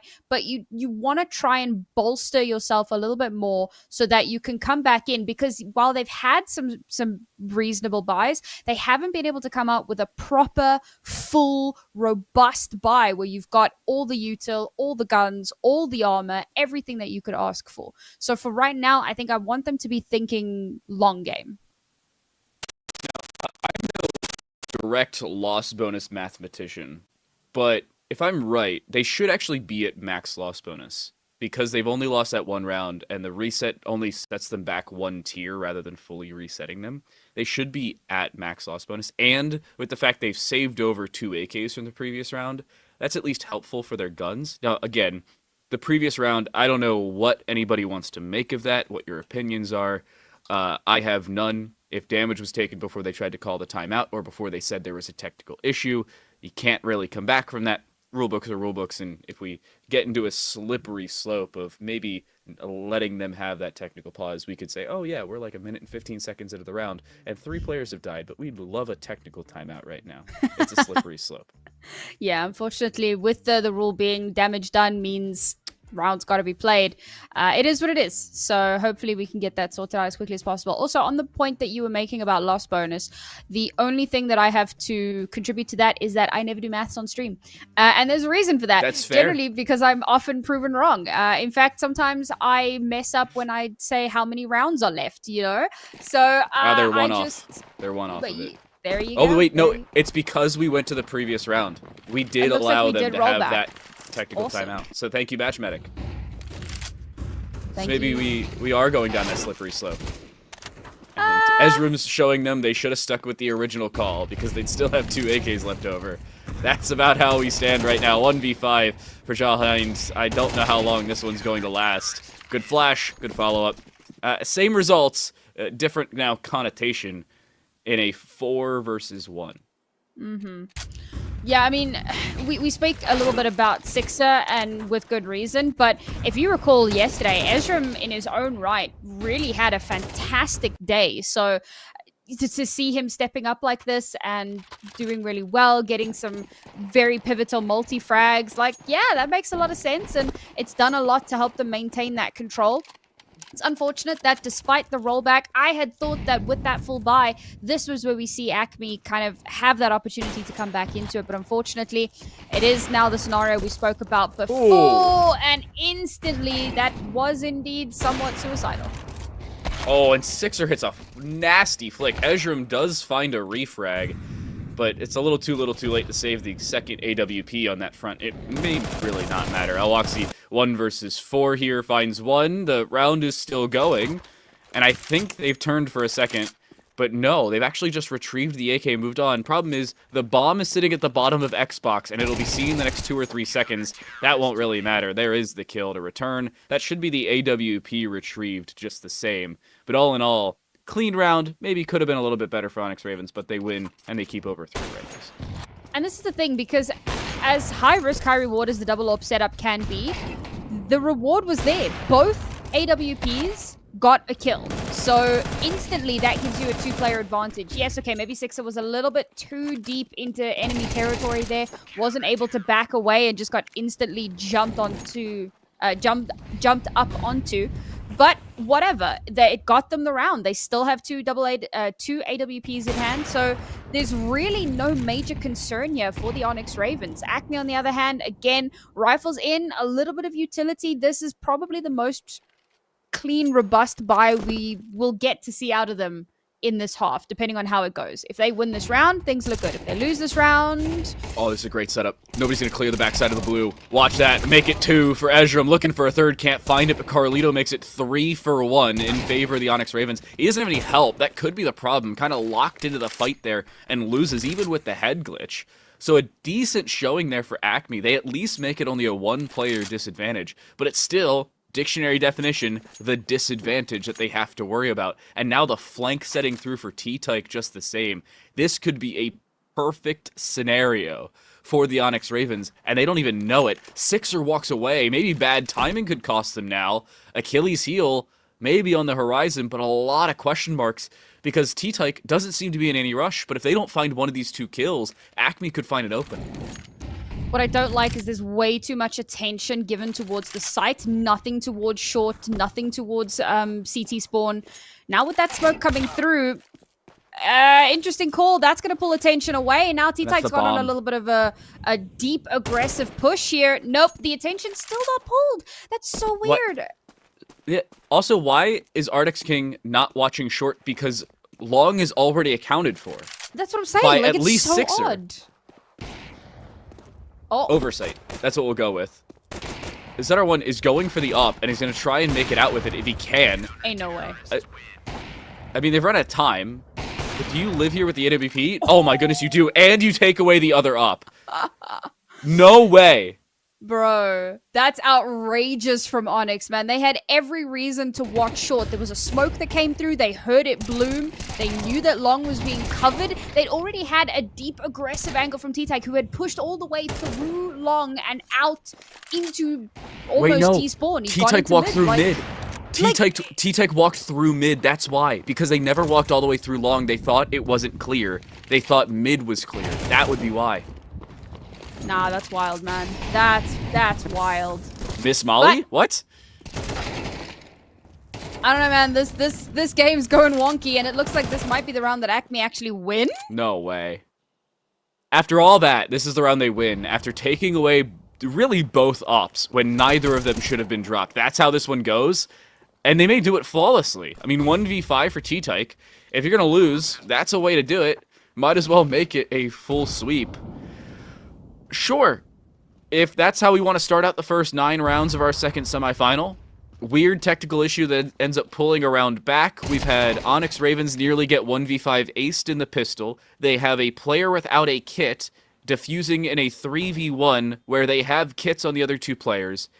And now they're going to lose their only other round to a flawless pickup for Acme, who in the previous round capitalized on Onyx Ravens' mistakes. And now T-Tyke isn't dying. That's a third kill now retrieved. Talking about introducing chaos, the only thing missing is the player named Chaos that we saw yesterday. That's an outrageous amount of damage for T-Tyke to do. Like, I don't know if hunting was the play there for Acme. But fair enough, they went for it, and they eventually did take him down. This was a crazy round, though, because it felt like Acme, like, they take a little bit of space, but they've left that lurker over towards Long, and they're allowing Onyx Ravens to get overconfident, to rush into them, and they just hold their angles. And this time around, they do win those ones. So well done to them. They do finally, and I did say it would be a round where they actually have money. I thought it was going to be a couple of rounds back, but they do it in this one. 7-2. We do still have 2 rounds left in this half. No, I lied. 3. See, this is why we don't do maths on stream. But if they can pull those rounds in, if they can keep this momentum going, they're in a really good position. The problem is there's still an AWP. There is also a scout. So there's a ton of long-range contestation here. I'd say the floor they need to hit. They need to hit 2 of these next 3 rounds. If they finish 8-4, they can be, we'll say, comfortable with how the round, or with how the half ended. They won't be happy about it, but they can be comfortable with how it started especially. They'd love to bring back a couple of these really quick rounds as well. Already picking up the opening duel, T-Tyke's gone, that damage possibility's removed, and you've got a Scout and an MP9 alongside that Op M4 combo. This is where Acme can really start to flourish if they identify the weak spots in the Onyx Ravens defense, which has been so cohesive in this entire event, and just try and push where the pressure is not relieved. That's not what I meant. Okay, I mean, that gives them a little bit to work with at the very least. And Carlito hasn't backed off. Oh my goodness. Oh man, if he'd gotten that, so much damage done. But that's going to be another round for Acme. Almost looked like Onyx Ravens could bring that back a little bit, make it a little bit more expensive, but completely denied, stopped in their tracks, and the momentum seems to be turning. A lot of what-ifs in that round for Onyx Ravens. I mean, after this first kill, watch this scout shot. I don't know if it's going to be shown because the replays only pick up on those kills. But the scout shot with the body, that's 70 damage. That's 2 shot to most MP9s, depending on the distance. And with the AWP there, it would have given them that false sense of security. So it would have been more than likely 2 kills. With that scout not finding a kill there, that's ironically helpful to the Acme team. But they're still able to pick up that round. They will still be able to pick up this round. That floor will be hit, barring a 1v5 miracle. Outline has been seen, but Sixer still wins the fight with the Deagle. Nasty shot with the Blaze, trying to set alight this Onyx team, if they can. Problem is, they've still got 3 or 4 more players to find, not face checking it properly. 1 versus 3. for Sixer. This would be the ace should they pick it up. Problem is, 2 of those rifles are still on the top side of Catwalk. More easier said than done to retrieve. I mean, the fact that he's managed to get this much done and very nearly got a third as well. We'll see if he can make it just that little bit more expensive, if he can. Although at this point, it's starting to become meaningless. I mean, you don't have the best loss bonus for Onyx Ravens. That's the real problem here. Even if you find some kills, the only benefit you're having is actual kill bonus rather than loss bonus. You don't get any benefit from trying to go for exits other than taking away guns from players who will be able to rebuy them anyway. It was a fairly inconsolate close to that round. But all in all, Onyx Ravens showed they could still be involved even with just Eagles. So they're forcing you to at least keep an eye on the eco counter, if at all. But here's a full buy on both sides. Minus Jalhind, who has a Tech 9. I'm certain they left a gun in spawn. There we go. That's an egg. Okay, last round and a half here. Acme really do kind of need this round. This is their T side. They need this to be as clean as possible. And instantly, no ways. Onyx swap up their pacing entirely. They wait for Acme, but now they get over aggressive. They've just entered 2 kills that they didn't need to. 2 versus 2 all of a sudden, and they do have a slight HP advantage. They have no idea that Sixer's just waiting down long. And now it's all down to Kashaya, who has like no HP and an AWP. Look at the rotation. Arctic King is sitting in the backside of T-spawn and a backstep. Arctic King was in lower tons. Do you know how quickly you have to make that rotation for a player to move maybe 20 meters in that time span? That is absolutely nuts. For them to A, pull that off, B, have the forethought to do it, and C, have the execution. But Acme, I mean, you lose the opening 2 picks, but you make it a reasonable 2v2. Unfortunately, you just kind of disconnect from one another. That's when you have to play as cohesive as possible. We just don't see it. They take 2 separate 1v1s. Technically, one of them was a 1v0 with the back turned. And you give away what could have been a great comeback to the half, and what would have been a 7-5 finish to what is now an 8-4. Still decent, but could have been better. Well, now it's going to come down to that pistol round, right? We've spoken about how important they are. 8-4, definitely recoverable. It's actually, this is the best halftime score that we've had for like the entire tournament, except the previous game. I think the previous game was like 6-6 that Vince and Apples cost. But for us, 8-4. 2 guns better than one. Pistol prowess, seemingly still on the cards for R2B2, has found what make it now 7 kills between our 2 pistol rounds. Almost had the ace clutch in our first, but Arctic King now looking for an ace clutch of their own. Already on 2. Bomb plant would be amazing here, and it looks like they're going to find it. Barring a jump swing here from Kashaya, but the USP in hand makes it reasonable from distance. Another shot onto R2B2, who is on low health even with the dualies, but do they know about Kashaya behind? Doesn't seem like that's the case, and even if they did, it's the shot from distance for R2B2. You said it, 2 guns, just superior than 1. And it's the numbers game that works out in the 3v1. Yeah, not in my games, but, you know, in this game, certainly. And, you know, R2B2, he's on the right side of history. He's not a stormtrooper. He can aim. So, you know, shots actually do connect. And that's such an important pistol round as well. Now for Onyx, getting that bomb plant is great. Means they've got that little bit of extra cash to work with. Amazing. They can actually get a nice buy, or maybe not a nice buy, but a fairly decent buy out of this. And it won't completely upset their economy for the next round. I say that. Okay, 3 Deagles, AK and a Galil. Yeah, you can make some stuff happen between that. I mean, you find 1 kill here, you're making it 3 rifles and 2 pistols against what is just technically 1 rifle, an AWP, and some SMGs. The AWP Onyx is Ravens, wild, though, I'll be real. I love the second round AWP, although I don't love it against this buy. That's the real problem point. Decent timing on that swing, and everybody swinging at basically the worst time for the Onyx Ravens. All the rifles fall in quick succession. That should just be about it. Barring miracles from some Deagles here. Maybe an ill-advised swing from ZR1. Almost a second there for Sixer. Even on 2 HP is still face-checking this, and that's why you don't do that. Ezram has had some heroics, was the real superior player for the squad in yesterday's matches, but doesn't get the shot to follow up here. Kashira, with that AWP, is able to shut it down. 2-round deficit is all we sit at. I don't love the second round op in any round against any buy ever. I think that kind of risk to go glass cannon like that is, generally I don't vibe with it. Okay, it did work out for Acme, not necessarily because of the AWP. The AWP only really did anything in the last few moments to get that final kill.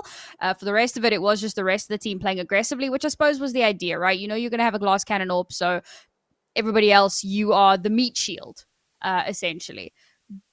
But in general, I don't think it's the greatest idea. And it's one of like 2 guns that they managed to take through from that round. So a bit expensive. Reinvest is going to be quite big, but it's done the job. It's gotten them to only a 2-round deficit, and they're now coming up against an anti-eco. So either way, they're going to be feeling pretty comfortable. I mean, this is a point where Acme are in prime position. They're basically a full gun round away from tying the game. And they're doing it from the CT side as well. They've nearly won as many rounds on the CT side as they have on their T side, but if one tap drops the op, and that's where this becomes a problem point. Op round 2, not disastrous, but now the round 3 decision to hold on to it, because you already bought it, makes it problematic, and there's a second kill. 1 shot's only the difference, and with a deagle you require a headshot. Op, it's just the waist up is the difference maker. And now it's a 4v3, and arguably, I'd say there's the weapon superiority for the Onyx Ravens, and ZR1's on 10 health with a Galil in hand.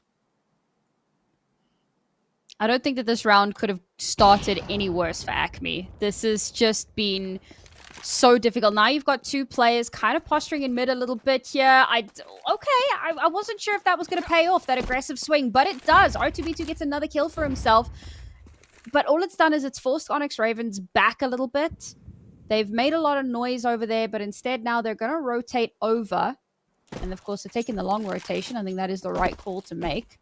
So they're going to head to a relatively open site, but do they know that ZR1 has such an advanced position here? They might have expected him to have rotated over with all of the noise that they were making. So if they're not on top of their game here, if they're not on guard, this could end so badly. I think they're going to clear it. It's going to be the second person that clears it. That first kill is helpful, but you only drop the deagle, and you completely expose your position.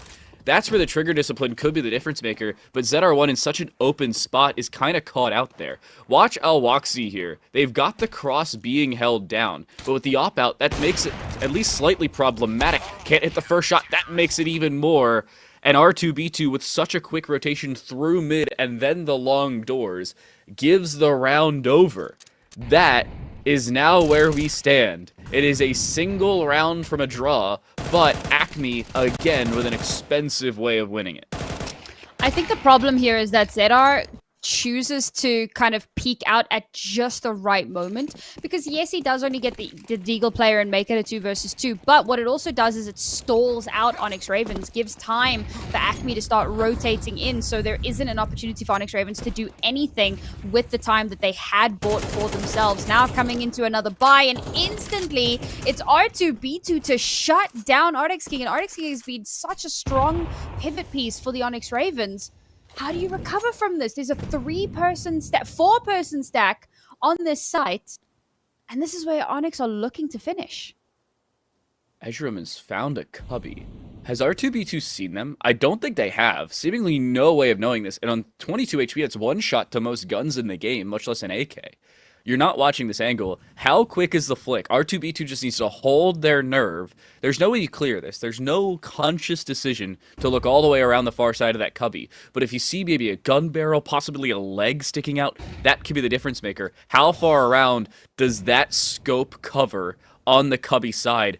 Not too far, it seems, but Ezram just has not moved a muscle. Double scoping could cost him, but now the timing could do just the same. There's the swing. The shot misses. It actually hits the leg of Ezram, but Sixer with an AWP of their own is sitting at the top of mid and holding for the ZR1 rotation. Where does Onyx Ravens go with this? Because the bomb needs to get there sooner rather than later, and the walk onto the site, it's fairly undefended. Alwaxi is in a 1 versus 2 and has just been headshot just the same. Great swing, good timing, and they've still got that mid-rotation. They had that mid-rotation. At least they've got the early warning system. Oh, beautiful shot there from T-Tyke. Now it's 2 versus 2. Retaking on this site can be so difficult, and with no utility to speak of, it's going to have to be a dry push into the site, and it's just not going to be allowed. A great hold there, and it's got to be said, I think almost all of that comes off of Ezram being able to get in past double doors into Covey and play with the patience of a saint. Because when you hear that scoping in and out, when you hear a couple of footsteps and you were talking about R2B2 holding his nerve, that was Ezram just sweating bullets, waiting for just the right moment, and he opens up that map like a can of tuna. Really well done. And, bro, okay, guys, please wait for the replays. I can't keep missing these opening kills. It's breaking my heart. Jahan seemingly didn't have all that much of a shot at that one, albeit op versus lesser weaponry is usually going to the op, especially early round long distance. But, I mean, this is looking better for Acme. Yes, not a round to win, but those early fights still boding mostly in their direction when it's full rifles. Not right now, obviously. It makes it still concerning for Onyx Ravens. I said this before, I'll say it again.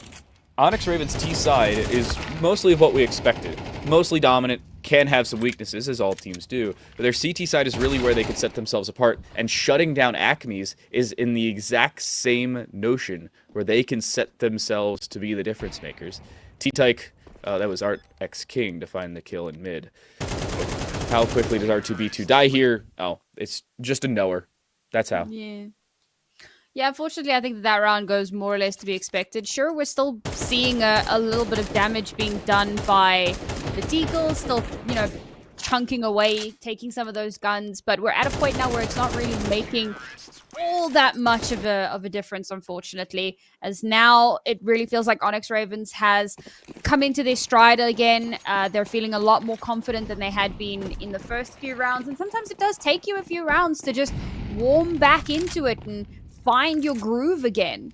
Now Acme on a force here at the mast, and an MP9 could get them some cash, but the hyper aggression from Onyx is, well, it's punished, but it's instantly traded. Now the site's free and clear. Bomb's going to get planted. Do Acme actually push for this? I'd say you might as well try and find an exit or two. Force it to be expensive. Onyx Ravens has not had the most comfortable of the last 2 or 3 rounds, but Sixer here finds at least one there at Xbox. Now that you found that second gun, yeah, that's the call for Acme. Just disengage. No reason to stick around longer than you have to, longer than you're welcomed. And looking at Alwaxi and R2B2 right now, they don't have the money for it. Losing an 11th round here, you're probably saving this next round because you don't have the loss bonus either.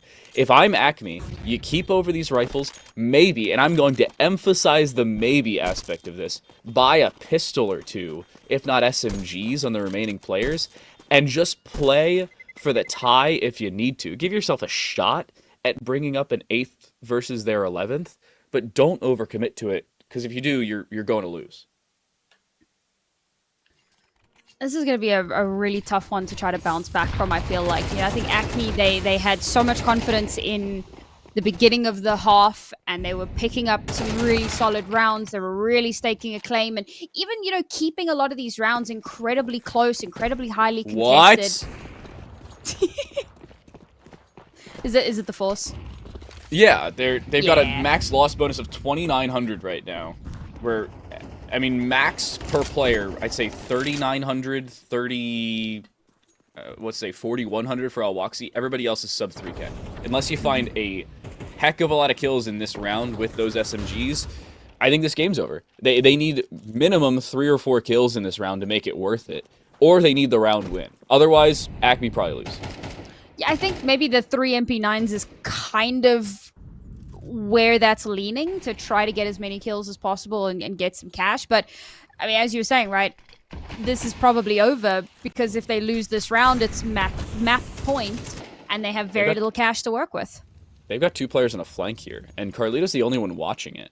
how quickly do those players try and go for it? Watch the bomb as well. It's just next to the pit exit, meaning somebody has to go get it. It's going to be either Carlito or it's going to be Arctic King, and it seems like it's going to be Carlito. This is perfect timing for Acme. Problem is, the only two guns they've sent on that flank are the two guns that are terrible at short range.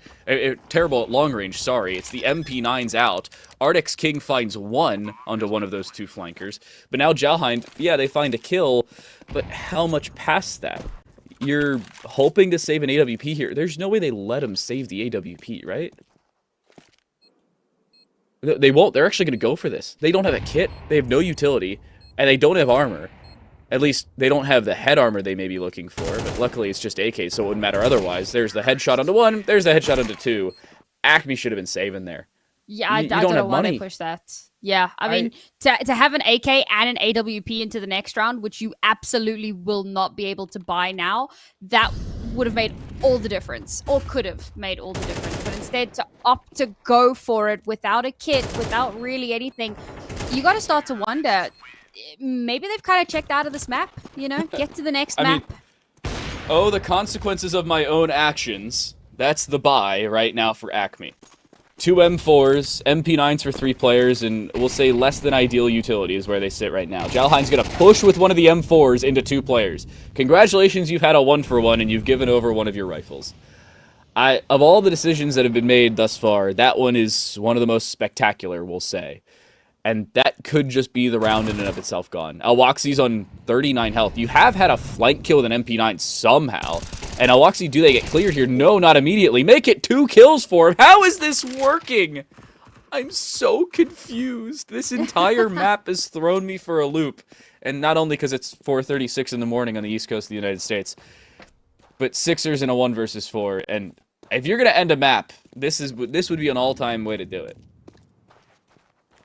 Yeah, it certainly feels like maybe Onyx Ravens got a little bit overconfident in this round. They were like, oh, yeah, you know, they forced the previous round. They got no money. We can just do whatever we want. Easy clap. And unfortunately, Acme play the map really well. They take a lot of space. They get kind of in behind them and just mow through. So kudos, I guess. We'll see. Two side notes. Does Sixer even have the bomb? Yes, Sixer has the bomb. That's the real problem point. Acme has swarmed the B site as if the bomb was dropped. But Sixer has utility, already has 2 kills, an AK, and, you know, previous major experience. That alone should make you concerned. But with the bomb in hand, now, not finding that kill and or not immediately getting onto the site, that's where the real concern is. Kashaya's already walking through. Great fake onto the bomb and going for the kill instead. But here comes Kashaya. Watch for that long rotation. Sixer seemingly has no idea. But the flash could keep him alive. No, it doesn't go off in time. Kashaya will keep them alive. Them now being Acme. They will have a stay of execution. Bro, that was way too close for comfort, I feel like. There we go. I mean, the fact that Sixer keeps that so close, you could actually see that experience coming through, right? In the whole way that it was planned out. Spots that first player, crosses over, taps the bomb, jumps up onto the boxes to kind of bait it out, but first throws the Molotov to make sure that nobody can push up short. Then he gets the kill onto the player in under, gets that bomb planted. The problem is he's aware that there's someone behind him, and as soon as that flash comes out, his position... I mean, it was already somewhat known, maybe not 100%, because the player was still kind of making their way up towards long. But as soon as that flash comes out, it's, you know, the most evident thing imaginable. So, unfortunate, very close, valiant attempt. And now Acme have money again. So now they can bring out that AWP again, and they actually are in with a chance.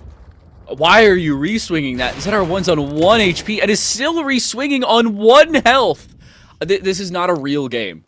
And Alwaxi's sitting in pit, but it's seemingly noted that they're in position. Reflash on the opposite direction, and a swing from R2B2 through a Molotov themselves with a shot through a smoke that they've since exploded with a nade. And it feels like I'm closed captions for what's happening on screen because I'm so confused. Carlito, a free kill into Kashaya, who had to look in 3 separate directions all at the same time. And look at the health. 26 for Arctic King, 66 for Carlito, but 19 and 35 for Alwaxi and R2B2 respectively. And the B side has fallen. They've given it over. What? Huh? I mean, if there was a way that you were going to lose the map, I don't think that this is how you thought it was going to happen. No way, you Ezram in the walked same through cheeky that. corner, bro. He did. That's his corner. He just lives there. Now, somehow, it's a one-person retake that has to happen without a kit versus 3 players. Yeah, okay, admittedly, he's got two a of them on flash. reasonably low HP. The flash does connect. First kill to come through, but he'll instantly be traded, and that will be Onyx Ravens taking that first map.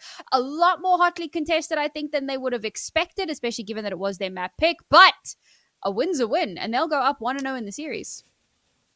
A map win is a map win. How you come by that map win does not matter in the stat report. Luckily, there are no replays in the numbers, because looking back at that one, there are so many rounds where I am grasping for answers, where there are none around me. I cannot believe that some of those decisions were not only made, but then converted into rounds 1. Acme pulling off the force buy in the what would have been penultimate round that ends up working.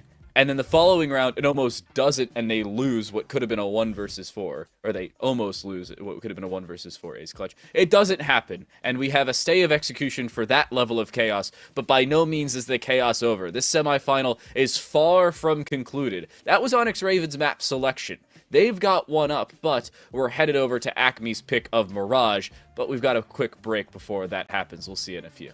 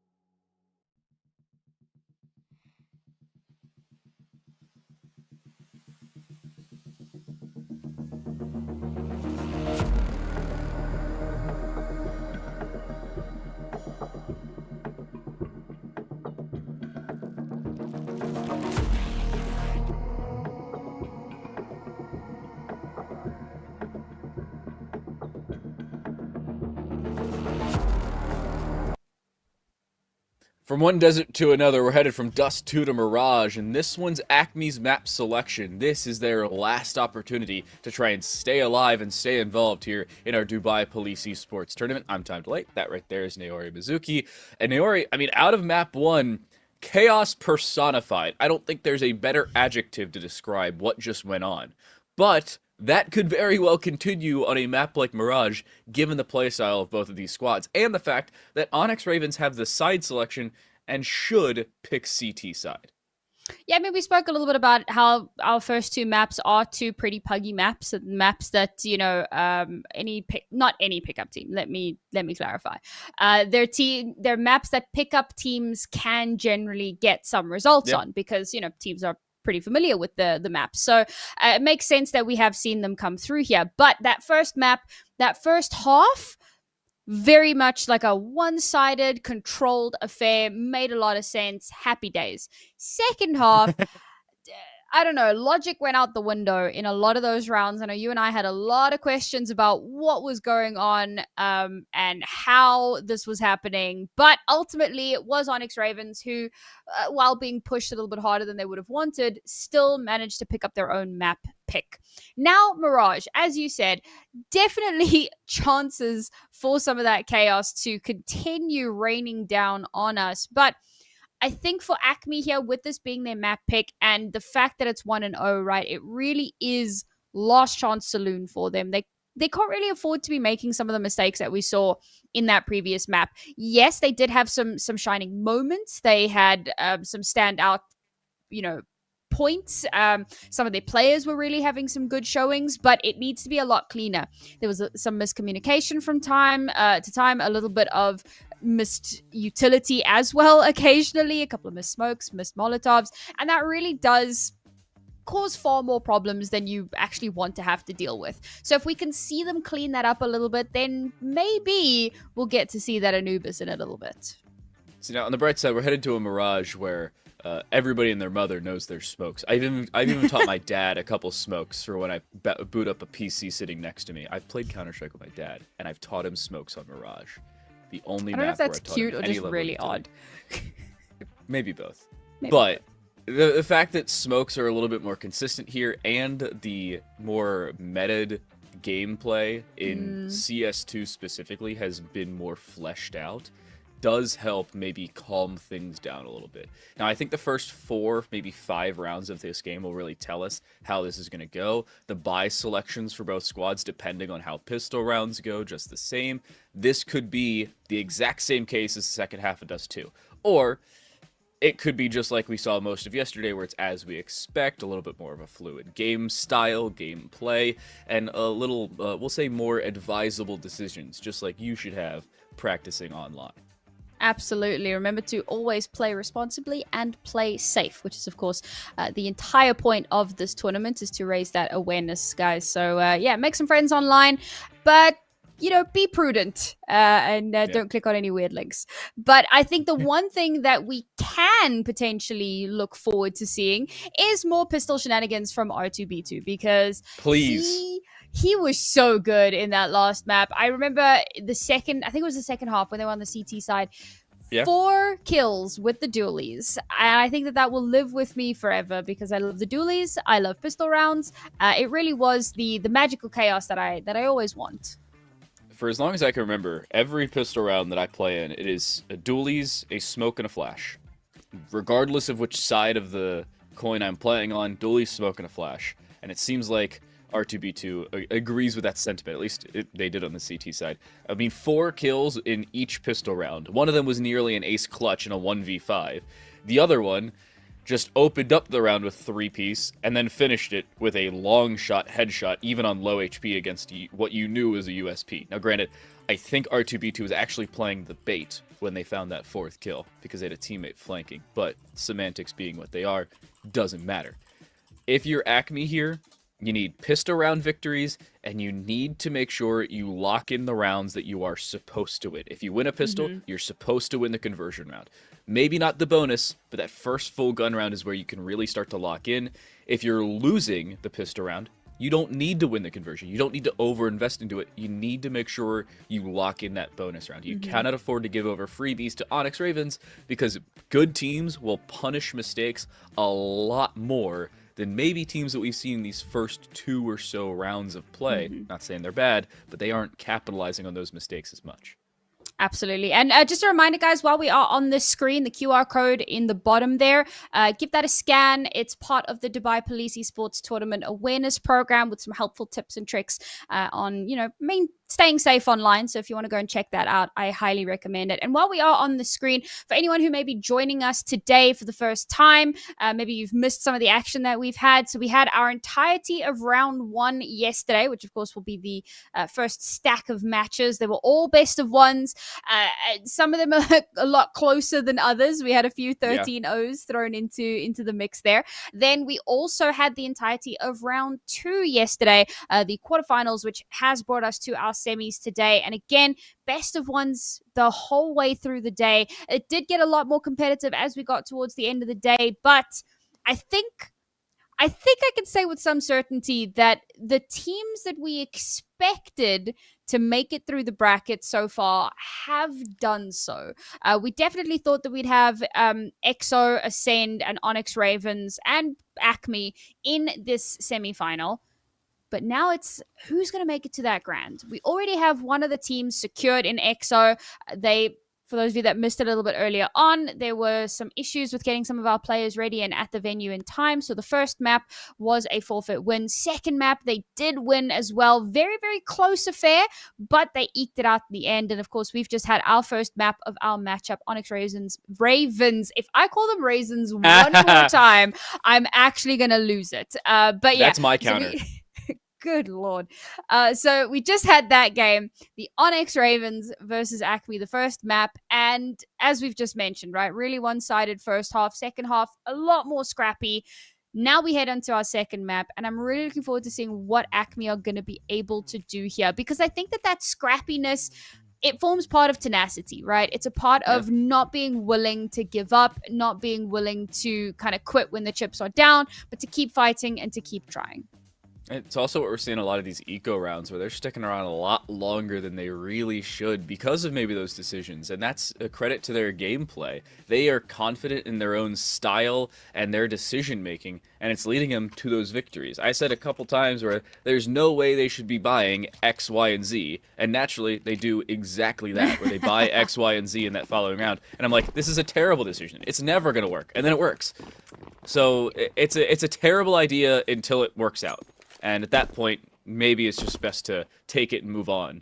That seemingly has been the case for Acme. I love this call for Onyx Ravens. This is a great call, unless it doesn't work out. Because with all that information, if you see even one player here, there's a smoke that just landed over towards that A side, but you've been baited out. Oh no, it's a bait that's working. No. The bomb is sitting inside the B apartments, and the walkthrough for Acme, the more disastrous part of this, they've walked in, they've gotten the entire bit of site control. They have no idea there's a flank coming through. They've at least found those 2 kills, but Onyx Ravens, now is about the time they realize we've been duped. 2-1, watch the minimap. There's going to be a mass exodus over towards the B side. That's exactly what happens. Everybody about faces and turns to run.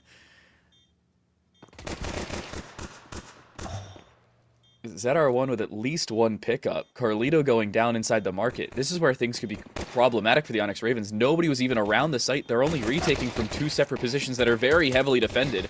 One of those players sitting inside the market has gone down, and a great retake around the far side of the site leaves ZR1 in a 1 versus 3. And the site is being controlled by Onyx Ravens, and you guessed it, they're using the player with the kit to defuse the bomb, which is a good thing, because if they didn't, they'd lose the round. They ran out of time for a lack of a kit defuse. I think that, so the full rotation wasn't the worst thing in the world. Sure, It allows that bomb plant to go through, but it does mean that you get to retake as 5, because the 2 players that were busy trying to sell the fake, well, they just got instantly deleted, 1-tapped off the server. So now you've got a 5 versus 3 retake, and at that point, I mean, it's so much easier to coordinate. It could have gone wrong, but it didn't. They managed to maintain, so not terrible. They'll be happy with being able to win out on that round, and they know they're coming to this one at a little bit of an anti-eco, and they'll take full advantage. That's a cheeky play. The smoke went up, but it was body blocked, and thus the volumetric effect didn't take full effect inside of the window. You had a little one-way that, again, doesn't exist according to Counter-Strike 2. One-way smokes do no longer exist. However, we just saw it, so fact being what it is, that's a clean play from Onyx Ravens. And with this M4 buy for 4 of their 5 players, it makes sure they're not giving away free guns or free opportunities to Acme. 2 Deagles and a 2v5, this is not a likely round for them to retrieve. You say not easy. I would go so far as to say damn near impossible. It's very little that they can get done. I will never say that with I Acme say damn near, right? So that's kind of my exit clause. The fact that I can say, but I didn't say it was impossible. I said it was damn near. And, well, it would appear that it was indeed impossible. They were stacked up, but unfortunately one player gets caught out. The second player can't really follow up on anything. And it's another clean round for our Onyx Ravens as they take the second and look towards the third. What makes it really funny is they body blocked that smoke, they got the couple of kills, and Acme was still face-checking it as if the smoke fully affected. It just didn't. They didn't see it. Because of how far away you are from that smoke, you can't really see inside the window if it's blocked. You can't see if there is a one-way on one of those corners. It makes things a lot more problematic than maybe otherwise. Here's something similar for Sixer. Nade to try and initiate. Only does a bit of damage to themselves and a bit more to ZR1. A Molotov could kill them on the backside of those barrels. Doesn't happen immediately, but there's still a nade in hand just the same. This by no means is a clean take of mid, and look at the HP left over. This is a 3v3, make it a 2v3, but Onyx Raven still has, I'm going to do some off-the-cuff math here. They have 4 times the health of Acme. I'm not going to try to fact check that. I can't it's be bothered. 49. It's 49 to 200. They have just over 4 times the health with 1 less player. Oh, look at you. You did good math. Well done. I will say that a lot of that is off the back of Acme just playing a bit more patient and allowing Onyx Ravens to get overly aggressive, which they tend to do from time to time. It's worked out quite nicely for them. They're going to get a free site. They don't know that, but as soon as they figure it out, bomb's going to get planted. They're going to have to play this very cleanly because, as you said, HP is a problem. They can't play as split as they would normally want to in this. No. Okay. Jeez, there was a moment there where I thought they were going to try and run all the way over to B. Go on. There's still a nade on Carlito. Oh, that's unfortunate. Finds the highest HP player with the MP9. That's a headshot that could end it. A single nade thrown to Ticket. That could be the difference maker. They know that both players are here, and they can't afford to sit inside the Molotov. There's the nade. It finds one, does a heck of a lot of damage onto Kashaya, and they follow up on it. Great play from Carlito. Ardex King a little bit of an assist as well. Onyx Ravens flawless to start things off, and they win the bonus. I said Acme need to win the rounds they're supposed to. They're 0 for 1 thus far. Yeah, so how this ends up is kind of what I was alluding to before they actually hit the retake. The fact that they're so low HP, they have to play a little bit closer together so that they can effectively trade if that's going to be the plan. But the problem is when you play that close together, Molotov, HE, a little bit of spam through the smoke, and no one survives because everyone was there. So unfortunate, but works out perfectly. Onyx Ravens now have the AWP in hand, but they're going for the rush directly onto the site, and nothing is connecting as Ardex King will just sweep through a clean 4K for himself. That's a go next angle. I'm sorry, I blinked. Could you tell me what happened? That's about how quickly things transpired in that round. Just, what? From the 143 mark to the, we'll say, get a little liberal with it, 137 mark. That was 6 seconds. That's how quickly 5 players just got evaporated on the site. Now, granted, they had no armor, very little utility, if any at all, and upgraded pistols at the best case. So that's a round they're supposed to lose, but how quickly they do so is really where things concern me. I said the first 4, 5, maybe 6 rounds are going to be what could determine things at this map. R2B2 trying to molly out the lower side here. Another molly lands behind the rotator, and they end up dropping Ardex King down below. No, they don't. I thought that was Ardex King down there. It's not. Carlito finds another. That was on the top side of the apartments. He's disengaging into an occupied site, but he's been seen. Awaxi now is noted, and they're bomb planting on A when they had B site control for some reason. And now Jailhind is going to walk into window to try and cut off the rotation from Catwalk. What is this round? Bro, I don't know how Sixer lived that long, I'll be honest. He's The been fact that he's seen. also- okay, does that change much? Okay, Jalhai knows where they are. He's going to hear the footsteps. He's going to have to hold this. It is a 2 versus 1. One player swings, gets killed. The second player dies! No, Oh, no. shot, brother! That should have been a trade! What a clutch from Jalhai. He plays that perfectly. Like, the fact that Onyx Ravens go for that really aggressive under control and Sixer has to do some of the fanciest footwork of his life, manages to live into this final moment, that should have been a trade. But Jailhind nails the transfer. I'll say it. Both of those teams played that one perfectly. Onyx Ravens, they rotated as a team. They went through Catwalk rather than CT, so they weren't risking Vent or CT control. They saw the player, continued to push as a squad. Jailhind, even after being seen, even after knowing both players are coming from the same position, rotates to the proper spot, holds down the angle, doesn't get baited by the original peak, and just sticks to their guns, or in this case, their singular gun with the AK-47. Sprays them both down. Good little spray transfer, albeit it was like 1.5 feet, but a spray transfer nonetheless. And they're able to land a round that could have cost them a 5-0 streak, and what would have been most of their money as well. This would not be as cohesive a buy for Acme otherwise. But Onyx Ravens, that could have been the shot. It's not, and they don't find the timing. Sixer was actually waiting for a nade from a teammate. He wasn't even expecting the post up for Awaxi. Round 5 momentum shifter. That's where that is. Oh, but that first Okay. shot is traded, and now suddenly they're all Okay. just chilling in mid, getting sprayed through smokes. They gave themselves such a good opportunity, but they stalled out just that little bit too long.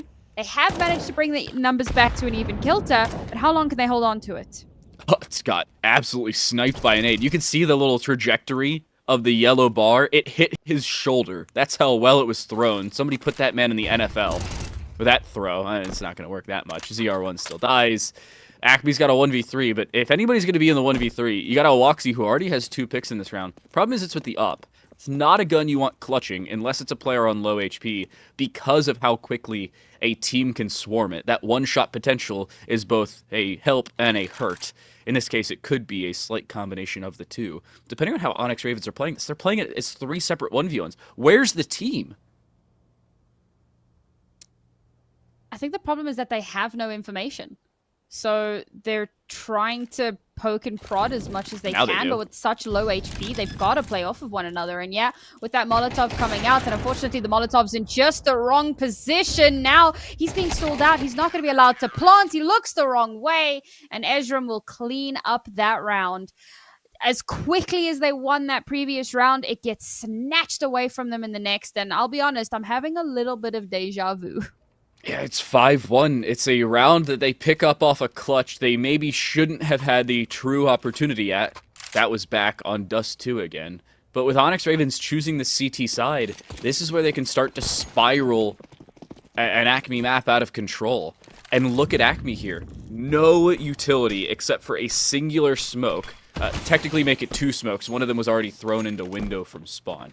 Awaxi's got the other one.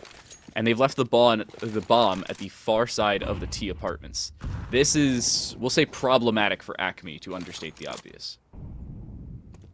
That smoke bloomed at just the right time for Sixer as well, man. He was about to die in window. Again. But he doesn't. Again, yeah. But this time around, he does actually manage to survive. Acme have actually taken a lot of space with very little utility, but doesn't matter. Arctic's King has also got an AWP. I said that Dust 2 Nice is one of nade. the maps where you see it the most often, but apparently we're going to see it here as well. And he, oh my lord, the ops are just singing right now. No other gun is allowed in the server. No other gun is allowed in opportunity. R2B2 is the last one left alive. Will he also die to an op? I mean, Find out Sixer's next in a time. good spot for it. I think he's holding all the way over to Catwalk. Maybe give it 3 seconds, he'll swing too far. Nah, Sixer walked over to the far side of default, so... No, he will! And it It's a is! full house of frags for AWPs. Sixer with 3 of them, Arctic's King with 2. And I think they've actually retrieved that second op as well. Oh yeah, more than likely. You can see they're feeling happy with that one. That round went beautifully. Everyone else on the team, everyone else on the team is like, "Hello, can we see another person?" But no, you will not be allowed to. 6-1 now for the Onyx Ravens. Acme need a bit of a miracle now. Tech 9 round. We saw how the last Tech 9 round went. What was it? 6 seconds, you said? Yeah. Although they're waiting a few Onyx extra King seconds is this in time. here, The other thing is they have utility this time. They seemingly are initiating a full push for it. They want to try a bomb plant. They want to try and fully send it with a shot at winning. That nade is disastrous. The AWP was just overkill at that point onto a 3 HP player. They've missed a lot of these shots. They've at least given 1 kill over. But Kashaya will get headshot by the op. That'll do it. Not as long between, or not as short of a time between the first and final kill, but still just about as dominant. Those are the rounds you're supposed to win. They do so in a clean fashion. This is getting pretty dire for Acme. Remember, this is their map pick. Sure, they're still going to have a shot at a CT side, but given the fact that we're at 7-1 now... That one's 8 seconds, by the way. Nice. Okay, Acme, come on. You've got to make something happen here. This has to be the round. Run a good boost. flash to come through, but look at all of the space taken. Wait, they're trying to run boost, but it's not going to matter. Look at the swing. T-Tyke is just walking through. They don't note him whatsoever. Nobody swung her on the far side of mid. T-Tyke finds 3. What a late flash from Arctic's King. And T-Tyke was aware of it. Arctic's King's like, wait, I've got a flash. Let me communicate it. T-Tyke doesn't over-aggress, waits for the flash to come through, finishes off the 3rd kill. That's the communication. That's really the difference between these two teams illustrated in that fight right there. 1v5 for Awaxi. Doesn't find it. 4K for T-Tyke. And 3 of them coming within 10 seconds of each other at the top of mid. Bro, the confidence is just out of this world right now for Onyx Ravens. And here's the thing, right? So they are going for the run boost. You can see that. But as soon as that flash comes through, instead of dismantling the pyramid and going, hang on, there could be something afoot here, they hold. And they wait. And they're just overrun by T-Tyke. So yeah, there's a lot of that comes down to the communication from Onyx Ravens, a big game changer, but also it felt like a bit of a misplay from Acme, and it looks like, again, Onyx Ravens just go for this mid-hold, this mid-aggression, and they maintain the control from start to finish. Sixer will not be stopped. He will take no prisoners. And now Jayhind, we've seen him clutch before, but it was a 1v2. Could he do it now against 4? You know, I just without the bomb? I want to think about how the Acme comms just went. Oh, that head's been seen. That should do it on this round. Oh, there's a spray. It's Ezram who finds the kill. So this is what I imagine the Acme comms were. Hey, Sixer is sitting in mid in the window. He's got an op. He's a really good opper. You know what we should really do? We should all individually face check him without a definitive idea of where he's sitting inside the window and give him free kills for absolutely no reason. We should totally do that. That's how the comms work. I mean, watch. Oh, I was gonna say watch that replay and tell me otherwise. But production rightfully shut me down on that one. Probably a good call from the back end. Yeah. I don't know, man. Things are starting to spiral out of control here. It really does feel like starting. We don't have a plan. I'm trying to be kind, okay? We gotta be good caster, bad caster, all right? That's true. I've already taken the frowny face side of the Lego movie. That's a great reference if anybody understands that one. Okay, Acme have got a couple of kills. They've got the bomb planted. They have control of the site. They're trying to avoid that AWP as much as possible. Brought it down to 3 versus 3. Oh, I really thought Sixer was going to get taken down there, but he does win out that duel. So now this retake is a lot more doable. There was potential for a flank there, but they realized time was not on their side. So he's going to have to turn around, come back into position. Ezram just swings. And now there's only one player left to defend. Oh, and they should have this as well. All 3 players of the kit. They tap the bomb, force out a swing. They've got more than enough time to stick this one through. That's a perfect call. You could have somebody try and ninja the bomb inside the smoke, but what you do if you try and stick it there is you give away a free shot at one of the 2 players who could be looking at the 2 points of ingress. You don't know if they're Palace, you don't know if they're A main. So what you do, tap the bomb, and then everybody watches where they could be coming from. Worst case scenario, you lose one, you get an immediate trade. But if you try and stick it, especially in the middle of that smoke, you lose vision, you could lose the bomb diffuser, and you may not have that immediate trade. That's kind of what we saw back on Dust 2, when they weren't diffusing with the correct person. But here, they don't make that same mistake. Really good learning opportunity for Onyx Ravens. All right, Sixer not going to overstay his welcome here. Ardex King, he'll open things up. But this is the last round and a half for anyone who has lost track of the time. I know I certainly had. Sixer, you madman. You're not allowed to do that. But now the B site, there's a lot of space here. They could get that bomb planted. Carlito? Only 3 players left alive, however. And there's a potential for like a reverse flank. Carlito's just sitting inside the apartments and is seemingly in no rush to turn around, making sure the apartments are clear, making sure they've got help before they swing. I love this call. There's no rush whatsoever. You still have kits, you still got utility on yourself, plus 2 of your teammates, but losing Sixer there makes it a little bit more problematic, and you don't have an immediate refrag opportunity because of how far back Ardex King had to hide to hold the market door. There's the swing that costs them. 10-2 is the halftime score. This is a scoreline we've seen on many different occasions here in Aori. However, it's a completely different connotation because this one occurred on the CT side of a more than likely T-sided map. Yeah, I think that, you know, things are still definitely in a rough spot, no matter how you look at it. But I feel like this is kind of... No, actually, no, because on the previous map, it was Acme's T side where they started to get rounds. So now moving on to the CT side, yeah, this is where things are going to be... You know, I want to say starting, but I said starting like 4 rounds ago. We are well in the dire straits here, guys. This is not looking good. Oh, no. And it's just looking worse and worse. To make it worse, R2B2 is their pistol round merchant. Yep. And he's the first one gone. They've also found a headshot to put ZR1 to 1 HP. If disaster has struck, then lightning strikes like 9 times. That's about how things have gone for Acme. And they don't know that Vence is very much occupied. That's the freest kill Sixer will ever have. If not ZR1 on 1 HP, make it a 3-piece in the pistol round for Sixer. And I mean, before that pistol round started, I was immediately thinking to myself, this is a win the round or probably lose the map for Acme. And you could see exactly why. Look at the money for a second round. This is not good. And particularly because they're on that CT side, it's that much worse because you have so much more that you need to spend. So unfortunately for them, they're going to have to force into this round. Not that they have anything to force with, which is what makes it more devastating. But they've got to bring something into this round because losing this puts us on map and series point. But unfortunately, they're still going to have no money next round. It is the worst possible situation, and Acme now need to pull up something phenomenal. This needs to be the cleanest round of their lives, because if it's not, then they're out of the tournament. Just activate Awaxi. That's what you got to do. MP9 Merchant.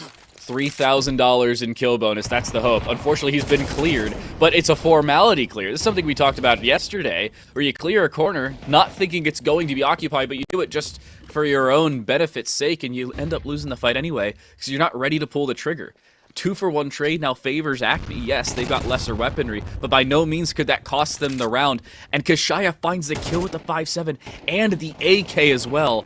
This is going from bad to worse for Onyx Ravens. They've at least picked up 1 of those 3 kills they've needed, but nothing more than that. Not the cleanest of rounds, but they've won it, and they've saved over 2 AKs here in Aori. This becomes plausible out of round 2 of the half. You know, I said they needed something magical. Did I believe it was going to happen? No!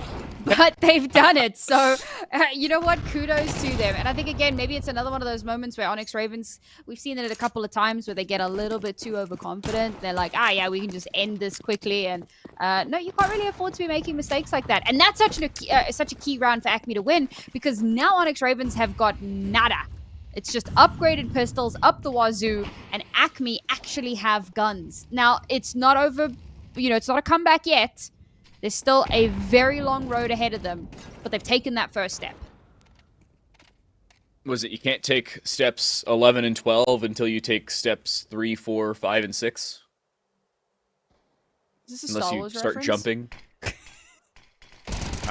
Maybe like a closet Star Wars reference. Totally unintentional, yet I'll take it anyway. You know, Star Wars knows how to That's what I'll count. go 4, 5, 6, 1, 2, 3. That's how we count. Yeah. The prequels being what they are. Yeah. This is probably the round that Acme need to just kind of let themselves settle into a circadian rhythm. Win the fights you're supposed to. Don't give away stupid gunfights. And at the end of the day, win the round in a clean fashion, keep your money in your back pocket. What? 4x3 moment. How is Sixer not seeing here? Please knife him. Please knife him. He's gonna do it too. Maybe fight a second. No! No way you missed the shots. What could have been is not what will be. Onyx Ravens by no means get match point, but they find a knife, and I think that's arguably better. That's so crazy. The funniest part for me as well is that he wasn't able to pick up the actual rifle. I think that if he's got the rifle in hand when that second player peeks from window, maybe he actually wins that. He did have the rifle. Oh, but he had the deagle out. He couldn't swap. Oh, that's rough. He just didn't swap. Interesting. Oh, okay. That's rough. Well, I thought it buddy. fell out of his grasp. I thought he just didn't pick it up. That's crazy. Anyway, that's I think he has auto pickup on, just not auto swap. Another anti-eco, and it's gonna go exactly how we expected it to. R2B2 really coming alive. Not to say that he wasn't alive in the first half, but like we've really seen him pop off in the last couple of rounds. So really cool to see. Slowly becoming one of my favorite. What is happening? How's he done this? How has Sixer just walked through? I'm thinking, oh yeah, this guy's got a deagle walking through A main, or walking through the most part of A, waiting for a teammate to retreat back with him. No, that's a T player with a deagle who finds another backstab. Same player, by the way. And now T-Tyke's going to do the exact same thing. Is he? But misses their opportunity. I thought they were. Swap into the deagle. Please do the exact same thing, just in a completely different fashion. Swing a second time, Lord. make it third time's a charm. No. Significantly less successful. You tried, buddy. R/ there was an attempt. Oh man, I'm certainly enjoying this game. You know how we spoke about the chaos and how we might actually see that again on Mirage? Well, let chaos reign, I suppose. Acme now managing to pick up another round. They're up to 5. They've managed to string 3 rounds together, but this is where Onyx come out with a bye. So now we have to put our concentrating caps on, because even the slightest misstep could spell disaster. Molotov somehow doesn't extend into the feet, but R2B2 opping and walking through apartments. Problem is, there's already a player on the far side of kitchen. They don't know about it. T-Tyke already walked through. There was absolutely no information given over. And Kashaya is kind of isolated here. All the way on the far side of the catwalk. Exit T-Tyke, a 2-tap, and basically the round gone. Yeah, they've got utility, but it's 2 smokes and 2 flashes on 3 players. And a 5v3. If you go for this, I don't blame you, but I would not be surprised if this is indeed the save. Sixer finds one from underpass, no less, and that should be just about it. So Acme will have to go 7 consecutive rounds on the CT Mirage just to keep themselves alive and send it to OT, much less win the map, much less win map 3. Mm-hmm. I mean, it was way too... Yeah, it was way too early in this potential comeback to be getting that confident and that brazen with an AWP. Sorry, man. It was just... I get what you're going for. You want to catch them off guard. You want to kind of throw them off balance a little bit. They're not expecting you to do that, surely. But they were expecting something. They played very patient. They waited to see what was going to happen. And the player that was kind of holding that angle a little bit further back towards stairs doesn't even need to activate because T-Tyke has gone completely unnoticed. So he can take the AWP player offline. Arctic King gets a free AWP, so now they don't actually have to invest into that. This is where things potentially become... Yep, there you go. Arctic King with the AWP. Like, that's what I was waiting for. Hey, there is a trade. So the AWP has been removed from Arctic King's hands, but they've given up the A site in the process. They overcommitted to mid. And look at Alwaxi, a staring contest with the sun, and they've gone up to one of the heavens above. That could very well be it. Sixers walking through CT and takes out ZR1. 1v4 required, not going to happen. Would have been an ace clutch if it came through for R2B2. No shot at that one. A throwback maybe to Dust 2 in the first pistol round. Just not gonna come through. Our second grand finalist has indeed been crowned. Onyx Ravens, arguably the favorite for the event, if not their now opponents, EXO Esports, are 2 teams we expected to make it to the grand finals do indeed get there. Yeah, I mean, this is really exciting. You can see how happy they are about how this has gone. They're feeling really good. And I think that they are looking forward to that grand final, as you and I are as well. But of course, that's going to be a little bit later today. So we look forward to that. And in the meantime, obviously, we're going to have an interview in just a few minutes, guys. So please don't run away. As soon as that is ready, we'll throw that over to the stage. But in the meantime, we're going to talk a little bit about Sixer. I know we spoke about him at length at the beginning, so we've just got to kind of tie that in a bow. The first map, he wasn't necessarily quiet, but maybe not the kind of star that we expected. On the second map, however, really came into his own, AWP in hand, and even when it wasn't the AWP, even with a rifle, he was getting multi-frags, he was getting really high impact frags. He really did make a huge difference on that second map, and maybe if on the first map he'd been as much of a star as we thought, maybe it wouldn't have been quite as close, because this map was not close.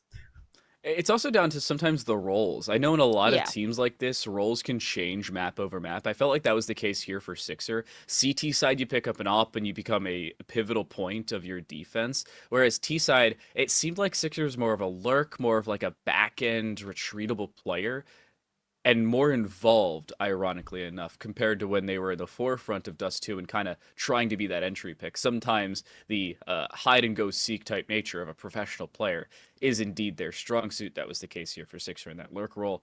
I gotta say, it was a breath of fresh air seeing Onyx close out a game in a clean fashion the way they should. I mean, no slight to Acme there, but they're playing up against a team that is objectively more experienced than they are. And that was how that was supposed to go. Credit where it's due. Acme made map 1 extremely difficult. They showed signs of life in map 2, but Onyx Ravens will take their rightful spot in the grand finals. But Ascend will take on Acme. Acme's day is not over by any means. Mm-hmm. Yeah, I definitely misspoke because we had this like single elimination bracket for the majority of the tournament, and at one point in the map I was like, oh, they'll be out of the tournament. They're not entirely out of the tournament. Of course, there is the third place decider match, which is also a pretty important one, so that will be happening a little bit later. We'll have our interview and then we'll have a break, and then we'll have the third place map, and of course you'll have Vincent and Apples back, so look forward to that one. And so it'll only be much later in the day when we do get to have that grand final, which means that you've got time to get excited for it. And I know that I certainly am. This bracket has been very cool to watch. I think that a lot of the results have been pretty expected. I will say, as much as the teams that I expected to win in the semifinals did end up winning, I think that I expected it to be a lot less one-sided in, 2 and O's. I thought that it would have been really cool to, have a bit more of contestation, maybe go all the way to that 3-map series, but unfortunately not to be the case this time around. Hey, what I find really funny is both semifinals were very similar. One map that was barely a point of note, and the other map that was an extremely close finish at the tail end. Albeit, different maps were the point of contention. It was Dust 2 for us. It was Mirage in our previous semifinal. Here, Mirage, not so close. We'll understate the obvious. But all in all, the team that is supposed to win, coming into it, the team we expect to take away that semifinals victory, does indeed. On both sides as well. XO Esports maybe got a little bit of help from their opponents showing up, we'll say a tad bit late. But it was probably going to end that way anyway. Just a little bit of a close technical map 2 is what forced it there.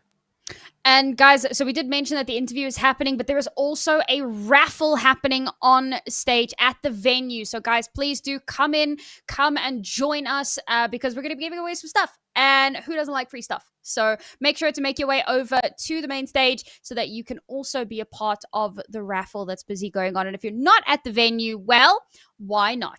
You should be there. Shame on you, she says from South Africa. Yeah, I was about to say, can they set up a Zoom link for all of us who may or may not be commentators in North America that would love to be there, but it's not feasible for them to do so? I'm totally bringing this up as a hypothetical and not trying to make it personal by any means. I just like to be involved. That's all. I like to be involved. We do like to be involved. All right. Well, I think production. I think I heard you say that the interview was ready, or have I lost my mind there? No, not yet. Okay, sorry guys. You gotta wait a couple more minutes for that one. We are getting ready for it. I think we're all just making sure that we get everybody in for the raffle and get everybody excited and bring in the crowd so that everybody gets to see all the cool stuff going on. So I know that they've been giving away some really cool stuff, like some merch and so on. So if you want to get involved in that, please do. And I'll take this moment to just remind everyone: Dubai Police Esports Invitational Esports Tournament. Kind of butchered that a little bit. Stick with me. But it's all about raising awareness for security and being safe online. And if you guys want to go check out the little QR link that side below, you can go and find some great tips and tricks on how to stay safe online. And please remember to follow the Dubai Police HQ on social media. I believe the links are all down below in the panels, so that you can stay up to date, find out when the next tournament is going to be, and obviously, stay safe online. It's really important. Hopefully soon. That's my question. When are we going to have the next one? This one hasn't even ended, and I'm already wondering when the next one is. I was thinking the same thing in February. I didn't think the answer was going to be mid-December. That's for sure. But it's nice to have these during what is usually like an esports / broadcasting off season. We just, oh yeah, hey, we've got a tournament running like the weekend before Christmas. Yeah, we'll run that. I'm thrilled to be here. It's awesome, especially, I mean, I'm at home for the holidays.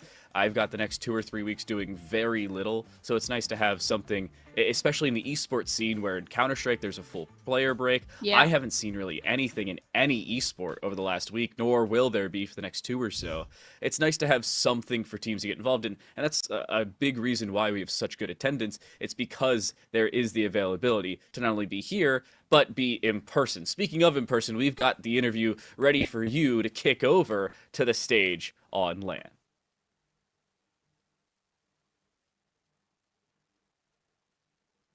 Thank you so much to our phenomenal casters. I am here live at the studio with the winners for Team Onyx. I have Ijram and we have Sixers here as well. So you guys just won in the semi-finals here at the Dubai Police Esports Tournament. Did you expect to get this far? We expected to get this far. We're expecting to win. We're doing our best to win, and we hope we get lucky. You know what? When I asked that question, sorry to interrupt, Sixer just gave me a smirk. He's like, of course, what do you mean? What kind of question is this? Of course we're gonna win. Is that what was going through your head? For sure. Okay, I like it. I like the confidence. There's no doubt whatsoever. So let's talk a bit about your gameplay here, because we're just watching meticulously here backstage. On the first map in Dust 2, we saw you getting the rounds after rounds and doing so great. And then suddenly, something was starting to happen. Were you guys trying to throw for the sake of entertainment? What was going wrong there? Was there miscommunication on your part? Give us some intel. It was definitely some miscommunication on our part. We won we had the lead, and then we started doing individual plays, and that probably hit us in the back. So yeah. So I think you guys were playing with your food a little bit, Sixers. Could you admit to that? Not really. I would say we didn't have warm up, so we are not like in best shape. We are like a little more. They are underdogs, so they play like they play us like they don't care, and we were like miscommunication. We lost some sight. They pushed everywhere, but yeah, they played well. We played bad the first map. On the second map, we definitely played bad. They definitely play bad. I mean, I don't want to put you on here to say you played bad. It's true. It's true. Well, a little bit of rounds were a little bit thrown. Maybe could have done better there, but ultimately you won in the second map as well in Mirage, which seems to be the comfort pick of most teams out there. How do you rate your gameplay in the second game? Was there any mishaps or anything you think you would have done better? I think we played pretty well in the second map. But again, miscommunication happened in every map, especially on the first round on the T side after the pistol round. We lost to a force buy, which nobody wants to lose to a force buy. But we managed to get back in the game and close it out. You definitely did, and we had everyone cheering for you here backstage. But for now, let's conclude the interview with one more thing, which was that knife kill from Sixers there. What was going through your head at that time? I think you feel like you were drunk with power. You were letting him go for a long time. He did not see you at all. What was going through your head at that time? Honestly, nothing. I just wanted like a little more money. Some teammate of me was like saying knife. Maybe I could have get two, but It is what it is. He has some bad manners sometimes in game, but Oh, I mean, you're Counter-Strike players. Do we expect anything less? No, we don't. Everyone knows back home. Everyone knows back home. But you know what? That's part of the spirit of playing games like this and bringing people together. And like you guys said, you just got together and there's still so much that you have to prove and there's so much room that you have to improve. So I'm very excited to see you guys play in the finals today. So best of luck to the both of you, and hopefully we see you holding that first place trophy. And for now, that will be all with Team Onyx. We'll be giving it back to our multi-talented casters. Take it away, guys.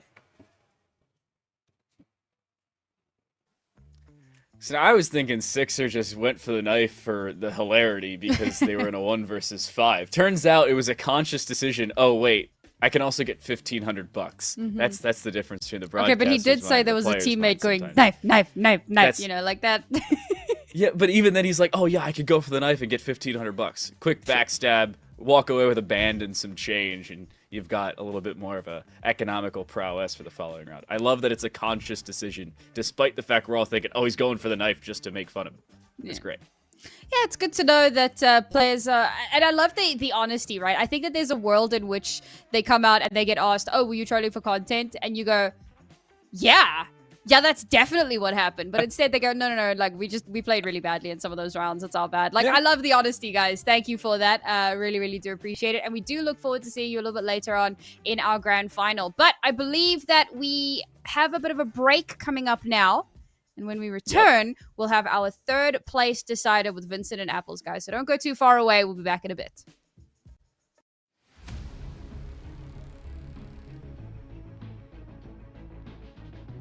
في عالم الألعاب الإلكترونية التواصل ممتع، لكن ليس كل من يظهر صديقاً هو كذلك بالفعل.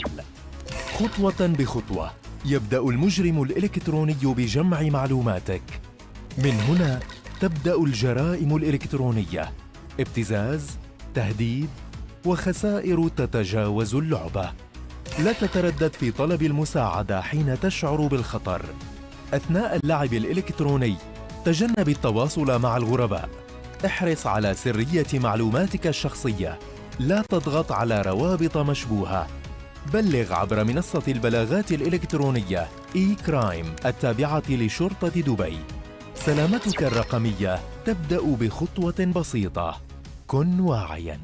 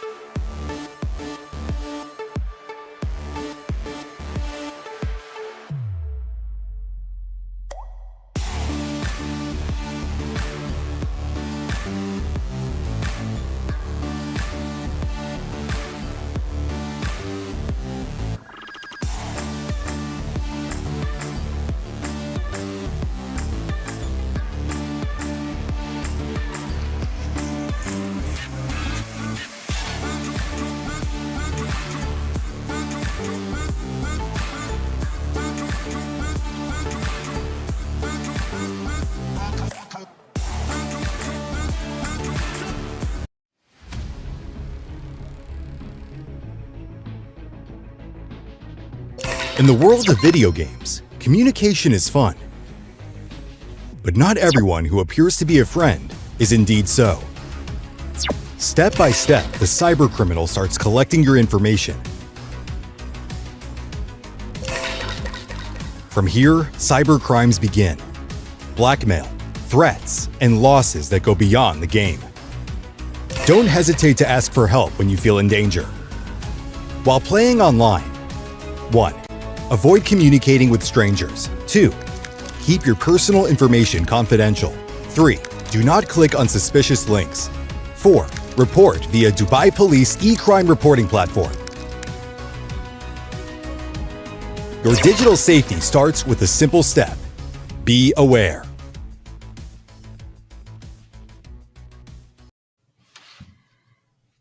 Well, hello and welcome back to the Dubai Police Esports Tournament.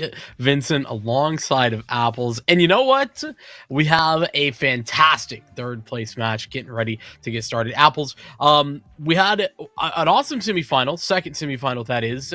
We have our two grand finalists and now a money match. Ascend Esports and Acme taking on one another for 10,000 dirham up on the line. Yes, absolutely. It's going to be a bit of a banger, I would have to say. These two teams have to show up to see who is going to be walking away with nothing or who's going to be walking away with something. But let's see just how we got to this match so far. Let's take a look at this bracket. We just saw this incredible 2-0 from Onyx Ravens against Acme.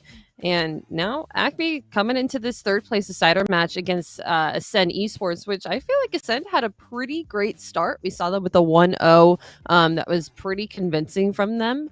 A 13-1. Acme, they've had a little bit more of a trouble coming through this bracket. Their first match being 13-4, their second one being 13-9. And well, you just saw that best of 3 that just happened to them. So it's going to be a good one. I feel like this is going to be an all-out brawl, if I have to say. I think both these teams have proven themselves more than worthy to be here, but it just depends on who's going to be the better of them.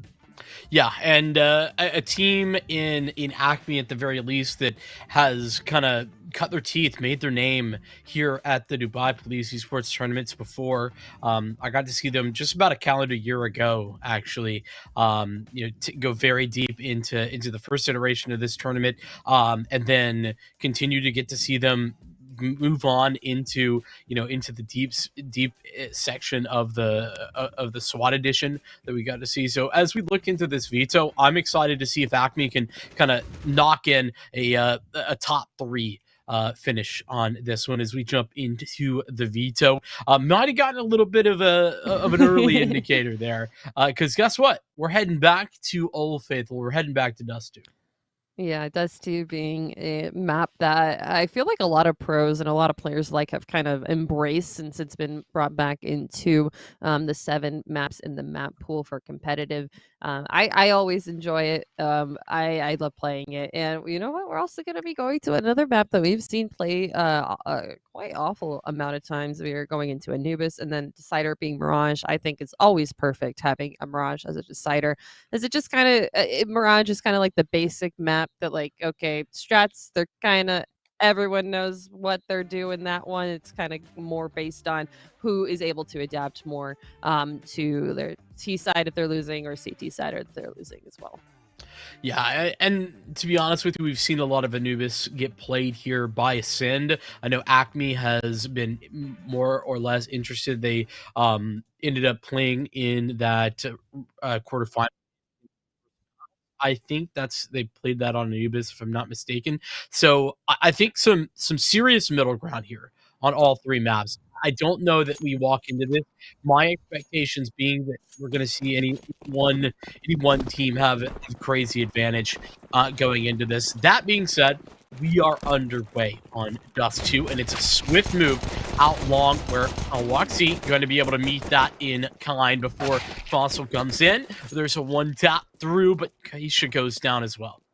Oh yeah, William is still alive. We've seen this player from Ascend kind of being a real, I guess, foot in the neck of a lot of these players. But oh my gosh, what a nice shot! But instantly shut down by William with the trade. Now just R2B2 left to see what they can get out of this round. Ooh, headshot it, but not there. Jumping out in through elevator, and now Bracken, high ground, is going to try and see if he can find that head, and he does. Great first round coming out for Ascend. Impressive, and just some speed, a little pace added on to this pistol round. You have just not even I think one flashbang to kind of send them out. No, that's the CT's flashbang as well. So a bit of a duel of utility and single smoke to get them across. Nice shot out of Jahin, but unfortunately there's just not enough of a response. R2B2 stuck in the 1v2, and Jahin just can't even get out of spawn, can't get across this force buy, or rather the pistol buy, not quite getting started off well for Acme. How cool is hearing this and giving that information to the team, like, okay, in these key to play a little bit slower and let the rest of my team make their way up cat, but Fasul is going to put pressure onto those tons as well. 2 kills down, and now R2B2 left with a deagle in mid is being set up with his teammate ZR1. Now R2B2 gonna start activating, taking up an AK, the first kill found, but still has to fight through Spider. Oh, those headshots are just nice, man. Those are some good ones starting out here. CTs are showing a little signs of life here and there, but just not enough to put a whole round together. Just yeah, in that losing effort for Acme in the semifinal game, RTB2 was getting activated late into that Morocco, and to find some of that effectiveness, and I think that's definitely going to be one to talk about. RTB2, that is, as we get into the deeper side of this one. With all of that being said, a 2-round lead, a nice start for Ascend. Is that I also think it's important to note that, you know, when they rocked up this morning to play their semifinal game, there was a lot going on as for Ascend. They were the ones who came in not just a little late, but maybe a little shaken up with the difficulties they had getting into the venue today, and beyond that, they also had not a lot of time to get warmed up. So I do have to say, I do have to wonder rather if Ascend feeling a lot more comfortable right now, because I would certainly be feeling a little more comfortable now than I was earlier. Absolutely, and could just be now they're ready to go out for blood. They're like, all right, we had a little bit of troubles earlier, but we're going to see. We need to keep ourselves in this money. The way that they were playing on day one definitely should attribute to this. Cool, with a nice peek and take. Jail down. Kind of left unaware in those tunnels, but R2B2 having a really nice boost out here in long. I don't think that's going to be something that's going to be instantly cleared, but 2 players out long for Acme. The Sun making their way up. Cat.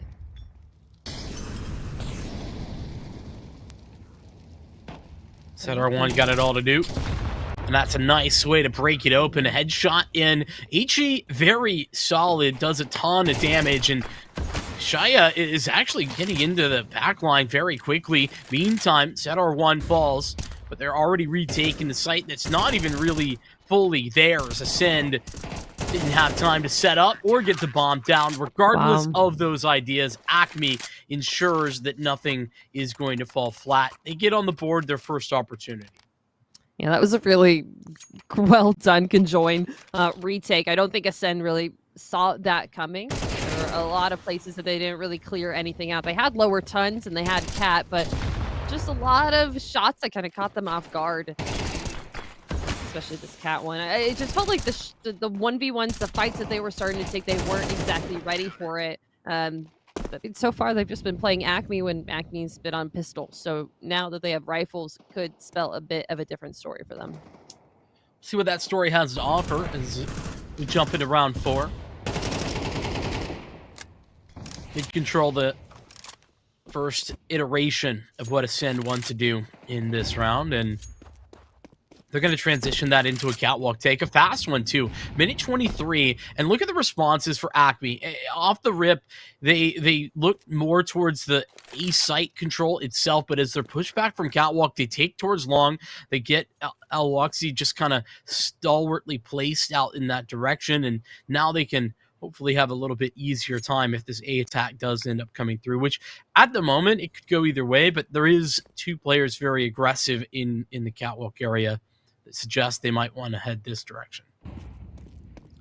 Seems like they're kind of just paused at the moment, trying to see if they can grab any rotates around or information from some players. Kashaya with a couple shots towards ramp is going to give them just a little bit, and Spider Bracken going to answer back, kind of dismantling this A-site defense, leaving only the long player from Acme left alone to kind of stand next to it. Fasul waiting for this mid-rotate, going to see what they can catch up. Dinked all the way down, does get traded. That's Shaheen down. They are one. Gonna get caught unaware, and just all down to Al-Waxi, the one player in long. And this could be doable, but just like that, it's the player. It's been William that has been there for Ascend in almost all of their series, all of their best of ones. You see it, able to get a lot of clutch rounds. Yeah, I mean, he's been consistent, I think, across every game that you and I have gotten the privilege of watching. And this is just a nice progression for Ascend up onto the A-bomb site, where they don't necessarily rush things. They take their time, take a moment to resettle themselves. And not only that, I think gotta give some credit to Fasul, who was under a lot of pressure, had two players coming at him, two different angles, and ends up working his way out despite getting dinked initially. Like, all of these little things for Ascend currently working in their favor. Ooh.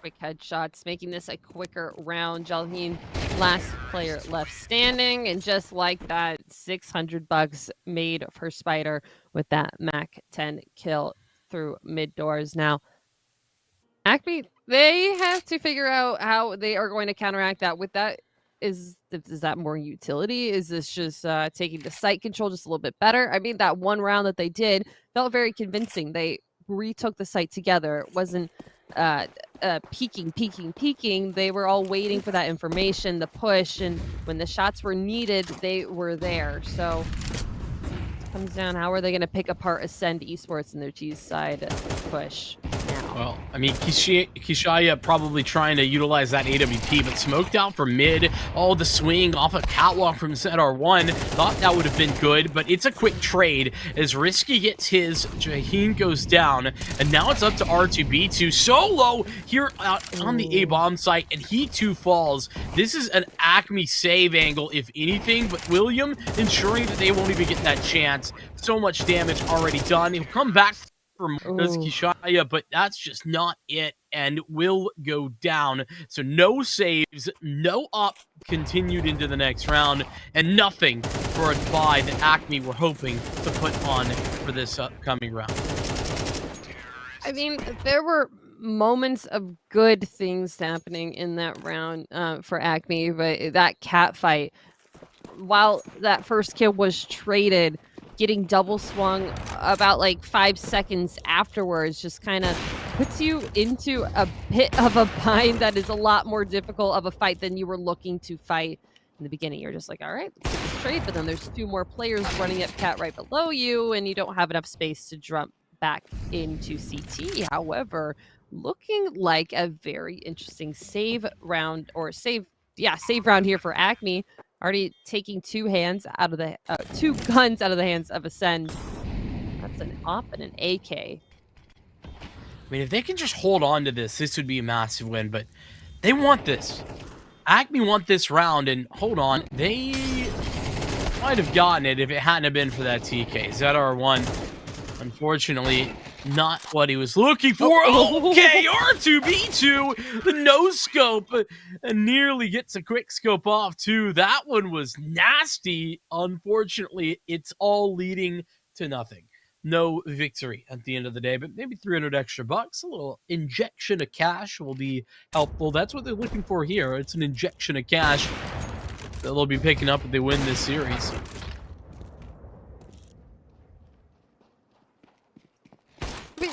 This was quite interesting from Acme. There are a few, like I said, moments of brilliance coming out from some of these players where they're hitting some shots that they probably should not be getting away with. And we normally have only really seen that on funny gun pistol rounds for them so far. Gotta see if they can make it work with a full util with the op in the hands of Kashaya now.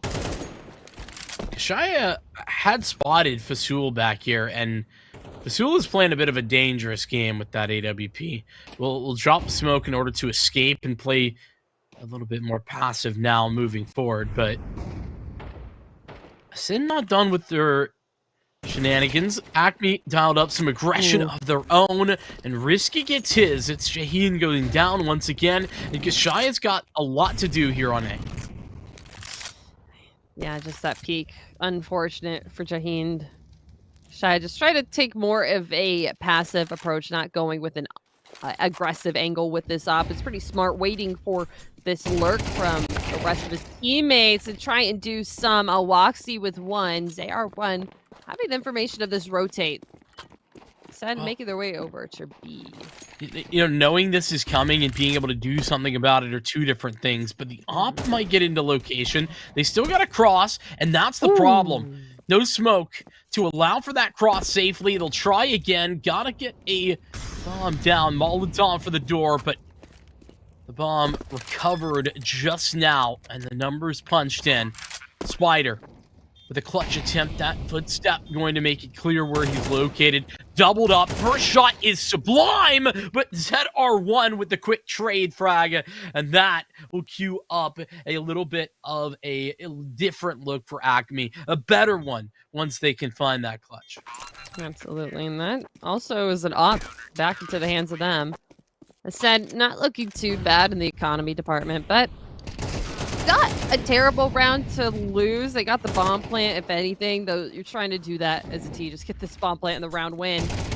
But I really liked how Acme looked here. It felt like their pacing, or not pacing, their spacing was a little bit better. They were able to get the trades quickly, making that a 1v2 at the end and kind of setting them up for greatness now going into the second round. I mean, Shaya hitting the must hit shots, right? Defending the A bomb site, and then, you know, on the cross, making sure that's a quick shot was required. Now Shaya once again sort of front and center.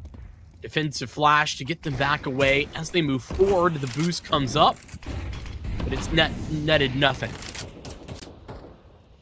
We got three smokes here towards the mid doors, and two players kind of lurking in it. Bracken with a nice peek, and then another through the smoke, and then a third headshot onto Cat. Three players taken down at the hand of Bracken, and almost a fourth, but Alwaxi ready for that Cat rotate. Solely defending this A bomb site, trying to hold this down. ZR1 see a little signs of life towards that mid. Spider trying to get some space for his team. This is unfortunate for Alwaxi. Had to really play respectful of the long presence, knew about the Cat player there, but then gave it all up. But that's incredible. He's gonna force William back in these big moments and really aggressive up on top of the box. Heard but seen too late by Alwaxi. William, the closer as per usual, it seems, picks up the double to close out that round. Yeah, we'll talk about the closer, but let's talk about these openers. It just seemed like everything fell into place for Bracken to have an incredible three-piece at the beginning of this round. Did open it up onto this ace side. Alwaxi is going to have a little bit of some nice moments, but just again and again, Ascend able to get those opening picks, act on it, and make their way into winning the rounds. Acme, well, they're there. They're able to get the couple headshots. It's just nothing that is going to close it for the CTs just yet. And it's an AWP that's been tossed around. William taking it in one of these previous rounds, and now it's Spider. Both of them winning their duel up in mid. Damage done as Fasul steps into the fire, but this flames not a big issue for Ascend overall.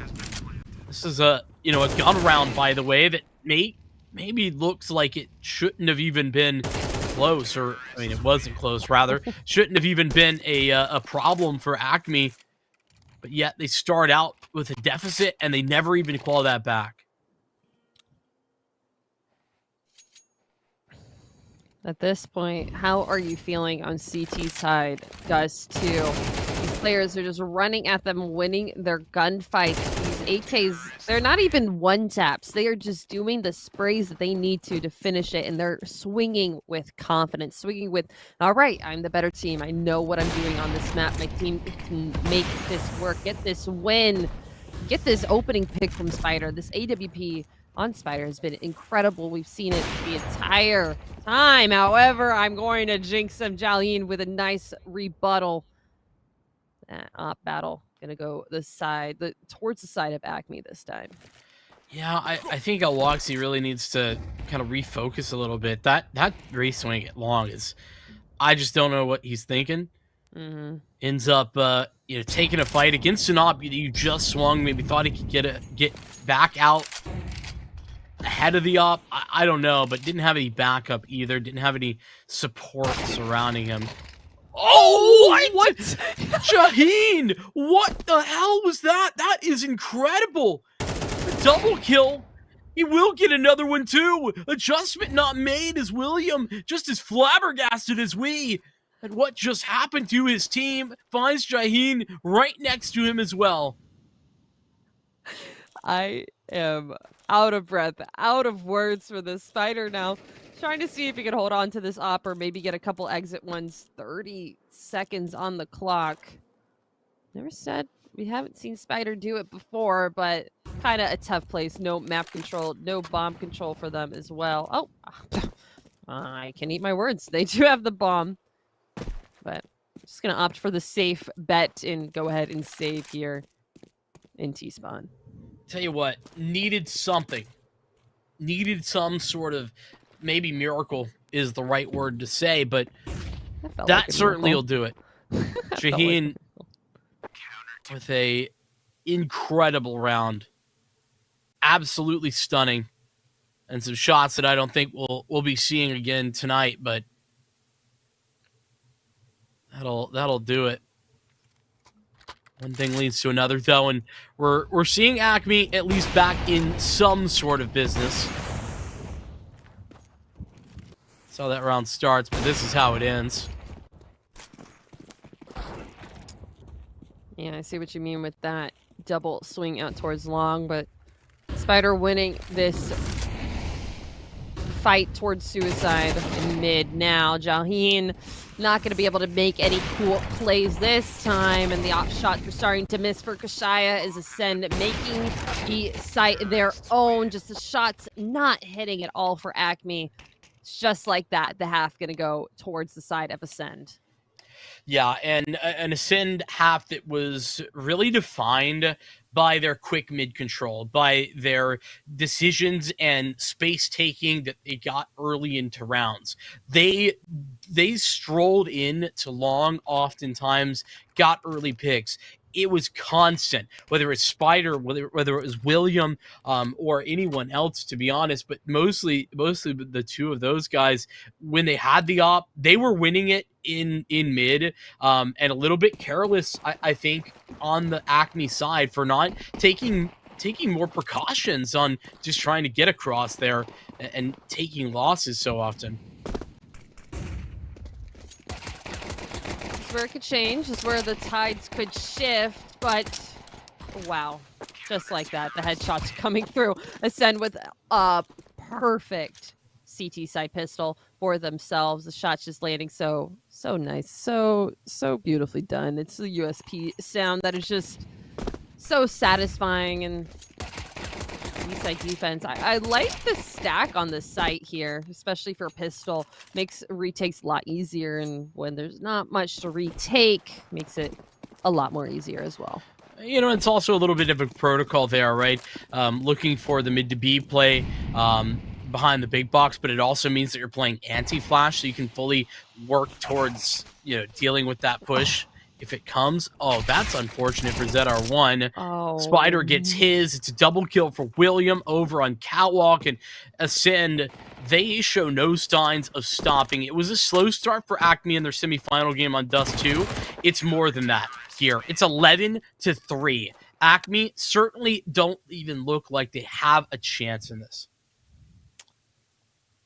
They just have not been able to find their footing at any point in this. I mean, there was that one incredible round on CT side with the collab, but just like you said then, it felt like it was a miracle that was happening, that they got that round win.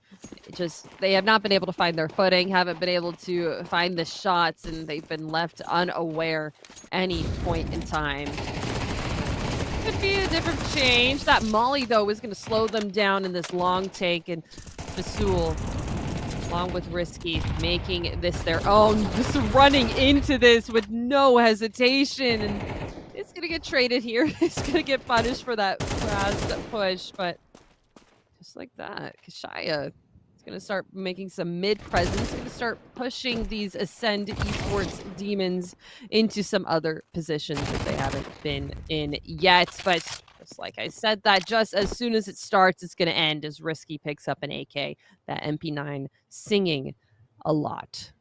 Yeah, I think Risky kind of showing off his play style here. We talked about the patience that he shows in these scenarios. He's great at getting into unknown positions and taking the right moment to strike out and find those victories. Yeah, Kashaya, what do you have? Bomb down out in the open.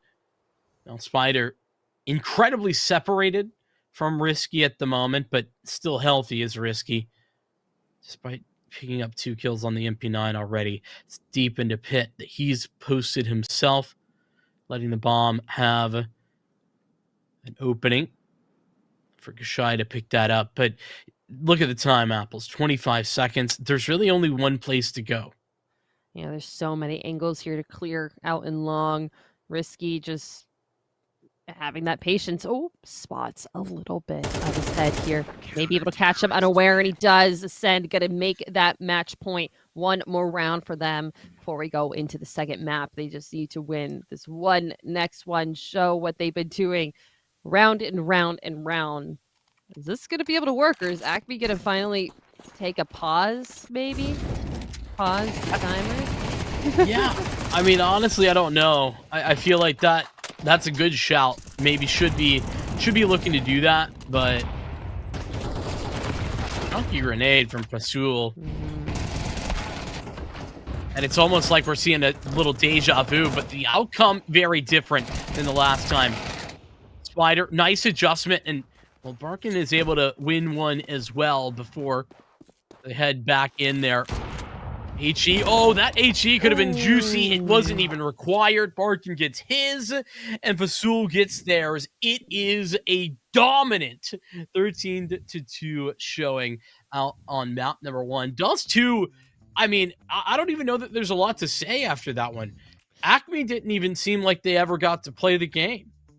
No, it was either, okay, we have AKs this round, or okay, we have to force into some scouts, some deagles, some tech 9s. But even then, I didn't feel like we saw anything new or different. They were running into long the last couple of rounds, but even then, they weren't taking a pause, thinking about, all right, how are we going to maybe do something a little bit creative that Ascend won't be able to stare down the barrel into the incredible kills that they've been able to get. It just felt like it was always on their time. Ascend was always setting that pacing, always running it down. Fasul at the end, kind of running into long doors, just like trying to style on them after an HE grenade. It was just all out brawl, but I don't think Acme was ever able to get their claws into anything there. No, not in the slightest. And it's concerning, that's for sure, when you got Anubis coming up next. Ascend, we've seen them be strong on Anubis. Now, I want to say that's also true for Acme. You know, they had a very good victory. It was 13-9 that I'm talking about in the quarterfinals, but it was the same case, 13-11 against Elo Delivery that Ascend were able to pull off. With Anubis up next, I have concerns.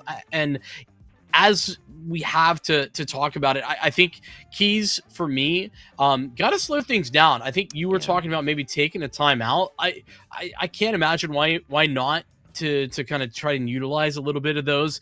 I think Acme could have leaned on those for sure. What about you? I definitely agree. I feel like Acme, they did have some moments of brilliance where they were able to get some nice shots, especially when they were on CT side. We saw the collat. We saw some really good playing on ramp and getting some headshots. But yeah, just taking a break, taking a timeout, just talking as a team, talking over, because sometimes communications during rounds isn't enough. And that 15-second break is not enough to be able to make that next gameplay. But you know what would be a good break? Would be a break coming up. We will be back in just a little bit for the second map of this best of three. So do not go anywhere.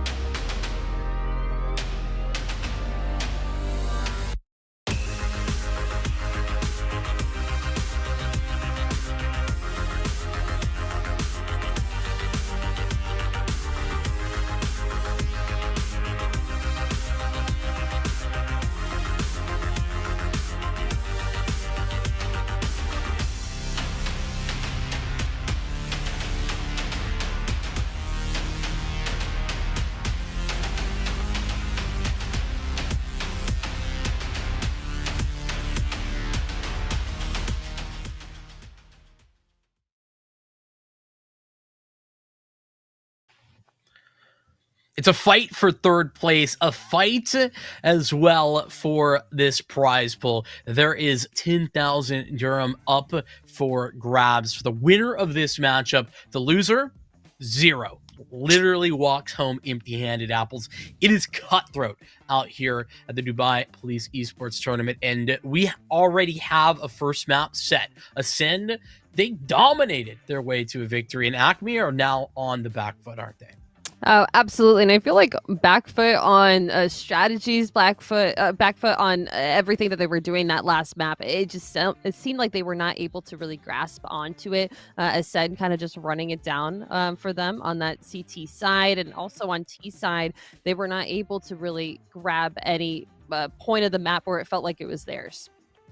Yeah, a difficult situation, I think, for Acme to kind of run into. In general, like there wasn't a lot of ideas or options that they were kind of like tossing out there. And I think by the end of it, maybe a little bit of frustration setting in, just getting into this mindset where things weren't going well. But as we look towards Anubis, I have some faith that we're going to see Acme bounce back. I know, I've gotten the opportunity to see, the core of this team play quite often, and I know that they have that bounce back in them. The question is,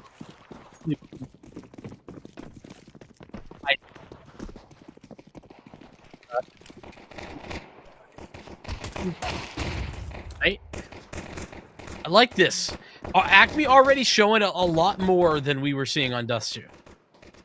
Yeah, I feel like that flashbang was a little bit too slow, and now this B site theirs, they attributed a lot of manpower to that mid take, and Ascend got the better of it, decided not to fight that, and just took what was open, what could be theirs, and that's going to be B site. ZR1 Jalheen left unaware at the last 2 seconds, and hello. Hi. Hello. You caught me focused in right there. You know what I mean? Yeah, a pistol round that is secured. And beyond that, I think important to keep in mind that yes, mid ideas were good, but I think that Acme, when that first phase didn't go as planned, not even badly, it didn't go badly. They just didn't get the fight they were looking for. We're a little slow to make the adjustment back over to B. Ascend, quick moving, and they're not changing it now, Apples. We head back to the A bomb site where they are going to find nobody home, at least on the site proper, but up in heaven, they'll be dancing their way through. A Loxy, nice shot, USP, and it's not the prettiest of sprays, but Risky will get her done. Oh, get her done is going to be Kashaya with this Deagle. Quickly through the smoke, ZR1 going to try and take these fights as well. Trying to stay alive, trying to keep this pressure on, waiting for something to activate, something to connect, but what's connecting is going to be Spiders, Galil into the heads of the CTs, and just like that, the round is over just as quickly as it started. That round take really well. I mean, we did have a little bit of a labored fight here for that Mac 10 right at the start. Made me a little bit excited for Acme. We saw a little bit of signals of bright stars happening with that Deagle play, but not connecting. But that's okay. Acme now with their utility, with the weaponry that they're looking forward to this next round. Good show from Signs look at of this. Greatness. Up ahead of the smokes, and a great adjustment out of Risky. Barkin, I thought would get this trade, and might still do so. It's an MP9 up close, the adjustment required, but R2B2 plays hard to get out of bullets, but can go back over to the M4. Eventually, he'll get that and get out with it too. Wow, A-Site taking over for Soul. AK entering into it, but R2B2 making their way onto site. This M4 picked up from mid. That plant getting denied is huge. Kashaya able to grab 2, but it's Fasul there. This AK has been on fire for them for the last couple rounds, and they have no signs of stopping. These trades have been instant, and these site clears have been perfect. Yeah, I keep going back to what we was talking about, where this morning coming into these games, Ascend, a lot went wrong for them just kind of getting into position, starting down a map in their semifinal series. All of that really starts to drain your mental. Feels like they've been unleashed now, and they won't stop. Shia, great shot on the Deagle. Will even be able to make sure to get away with their life, but the B site is taken, and it won't be stopped. A little bit of a couple spams here. Only pistols on this site. AK is picked up for the E-Box player, but they have to activate here pretty soon. Ooh, finds a player. The shot's not there, but the shots are for Kashaya. 2 Eagle kills so far, and Basul left alone. B main, and I don't even think it's planted for them too closely. Is able to find one head. Kashaya left alone. A 3K, and now a 4th needed for this round win, but it's not gonna happen. The bomb ticks down. Kashaya finds the kill, but not the round finish. A near ace for Kashaya on the Deagle. Gets away with an AK to add to that, but unfortunately a round victory, just a little too far, a little too much to ask of them. But all of that being said, I think you can be happy with the outcome of this one. You do a lot of damage, take a lot of guns out, and I don't think the economy, I'll have to check on the money here for a sin, but I don't think it's like super crazy. You know, these rounds have been pretty close, despite the dominance in the early stages that Ascend have put together. And yeah, I mean, they get everything else they could have won, but I mean, Bracken not got a full contingent of utility out. So those deaths certainly helping Acme. Yeah, Kashaya, money from the last round, able to afford them an op into this one. Already proving worth it. William going down in mid. That lot of presence taken away from Acme. Ascend looks like they're setting their sights over towards this A. A little bit of presence shown over towards B in this E-Box spot, but Acme pretty smartly not overextending, but only having one player here on the site. Granted, they do have R2B2 in mid for a fast rotate, but just all depends on how ZR1 decides to play this one. The rotate's being called out. Molly miss, and 2 shots found for ZR1. Risky is going to trade that out, but it's not equal quite yet. Oh my goodness. Risky getting a little bit more damage done. Now R2B2's position known. Spam incoming, and eventually they will connect on that. The flank's coming fast though. Kashaya is the one creating that. Excuse me, that's a Woxie coming through on the flank, and Kashaya from camera side. Woxie full blinded. And the creep out comes through, but unknown to him. Risky. Unseen, and the swing comes in. Kashaya has the line. It's a well-paced retake there from Acme. While the damage was pretty high on the player in camera, Kashaya not moving into that site until knowing that it was perfectly clear, knowing where that last player was, and AR1 perfect 2K to start this round. You know, I think for ZR1 that the problem there isn't just the miss Molotov, or I should say, I guess the beauty of that. It isn't that the miss Molotov is really that big a deal. It's that they feel as if they can kind of look away from it. It's not something they should worry about. And that's when ZR1 kind of swings behind it. A little bit of a confidence building round. This is something that Acme kind of need. Need that confidence to go through into the next one. Spider, though, could stand to do a lot of damage depending on how they peek with this Eagle, but ZR1 gonna take it away.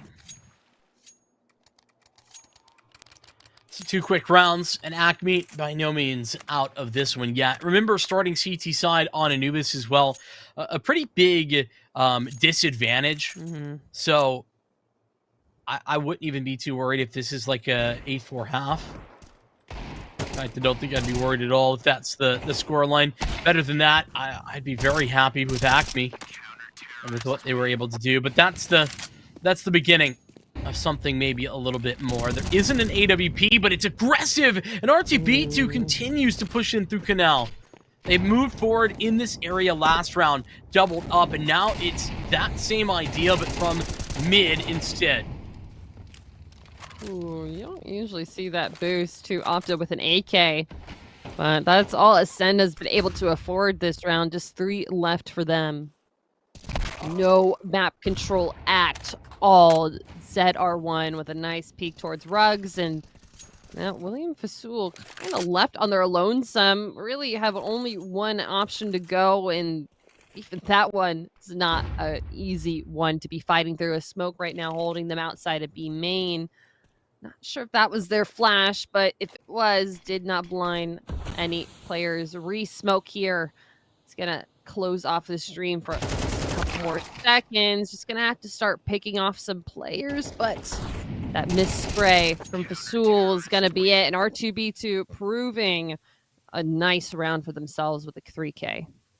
Yeah, R2B2 is a guy that we were talking about as, you know, one to watch, one to have a conversation about, and showing off why. Look at that. I guess you don't get to see it, unfortunately, but R2B2 swings into an angle where he's being held for. Like, that is a...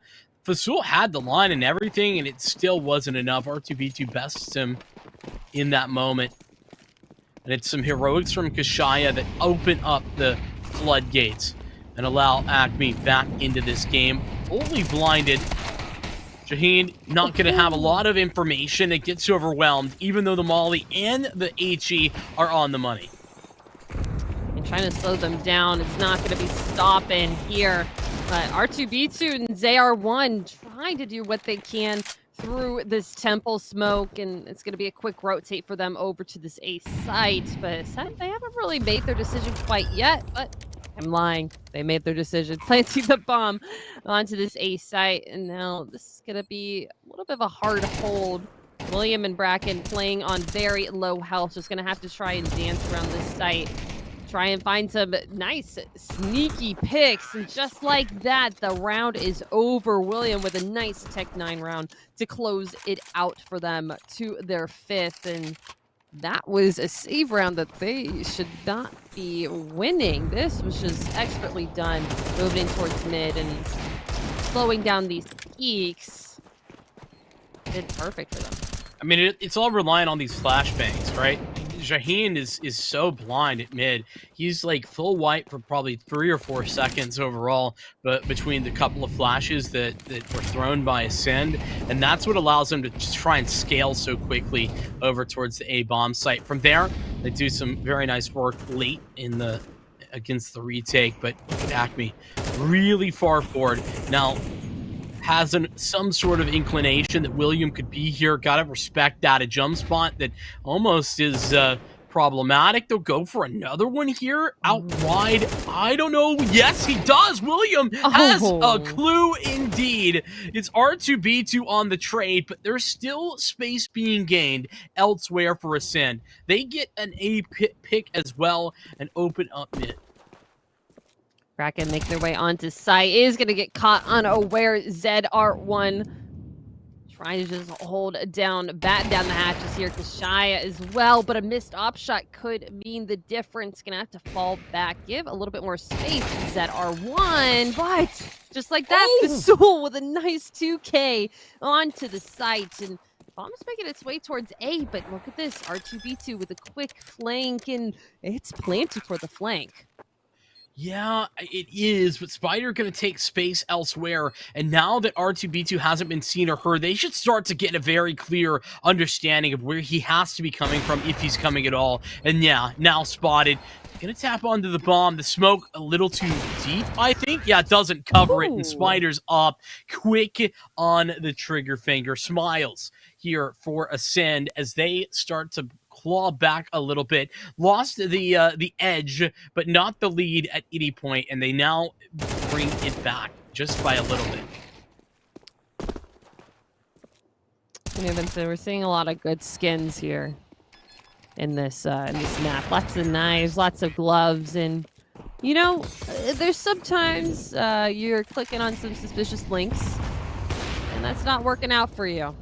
Why are you doing that? Well, Stop you it. shouldn't be doing that. You should protect what's yours. Make sure that you're learning a lot about cybersecurity, making sure that you're doing smart things on the internet, because sometimes it's a scary place and not very nice people are on there. They want to take your things.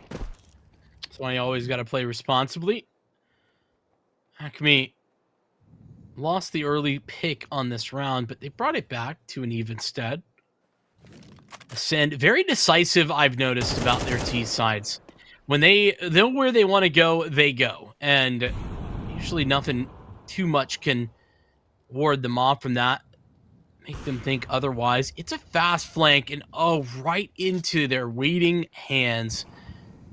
It is that decisive move that I think Acme are playing on right now, and that Ascend are taking advantage of. Oh yeah, not even giving them an inch to find, but just like that, Risky with a nice little bit more of a bigger peek to find the kill onto ZR1. Quick trade as R2B2 is trying to do the saving force here over on Broken on A site. The bomb doesn't even need to get planted, and that round is going towards the T's. You know, it was just as I started saying about how decisive Ascend have been. When they when they make a decision about where to go, they go, and they usually don't hesitate. A lot of hesitation in this round, but not because Ascend are unsure. It's because they're waiting to bait out a reaction from Acme, and they do that beautifully. Unfortunately, Acme kind of fall right into that trap after Ascend for the entire half have been so decisive and specific whenever they take these decisions. This is interesting. Two players passing in the middle of the night, and that's going to be a lurk onto site. Kashild left unaware, assuming that maybe that player would have been found, right? But R2B2 with this 5-7 in mid, doing something, doing a lot of work for his team. Able to grab a couple guns out of the players of Ascend's hands, but still have an upwards battle to be able to shut down the site. William, once again, just proving consistently. I want to say as well that timing is ridiculous, coming through the smoke at the same time. The fact that nobody bumps into each other, nobody hears one another is absurd, but that'll happen. That's not a big deal. But when Fasul is pulling things off like he did a few rounds ago, where the op is on one in Temple side and camera, there's a rifle, and he gets both of those. Those are where Acme are in trouble. Where they are doing the right things and still losing, that's when I get worried. It's Spider again, who is dominant in these opening duels. Last time we saw Ascend on Anubis, he's done it again. Holding for more, not getting too aggressive with that op, but now going to set his sights. It's going to be risky over towards this A main, and that's going to be a double push. That's going to be pretty fruitful, but just like that, Spider is here, knows where this last player is, and not going to let him move without a fight, but it's going to be Bracken closing that out for the half. 9-3 for the side of Ascend, and that's not a difficult one to come back. It's not a difficult one to win with, but it is a hard one to come back from for the side of Acme, I would say. I don't know. I think that 9-3, as much as it's not the target, right? it's definitely doable. With all of that being said, you're gonna have to have a little bit more from some of these individuals, and I hate to be the guy to point it out, but it's kind of my job. Shaheen really struggling in this one, is currently on the goose egg, which it's a tough one. It's a tough one because we know what he's capable of, and it's certainly more than what we're seeing right now, but we're going to have to see that more very quickly in the second half, because 9-3 doesn't give you space to make mistakes. Yeah, kind of a hard look to have when you are in third place of Cider Match. You were able to fight your way all the way up here through the bracket, and now this is where you're supposed to prove. This is where you're at, that you are deserving of having this third round, this third place, to be in the money. And so far, it's just been Ascend that has been talking. Acme not being able to answer back with anything. And just like you said, just a couple individuals that have been popping off, but also a couple that have not. And the time is sometime. It's got to be now. This pistol means a lot to Acme.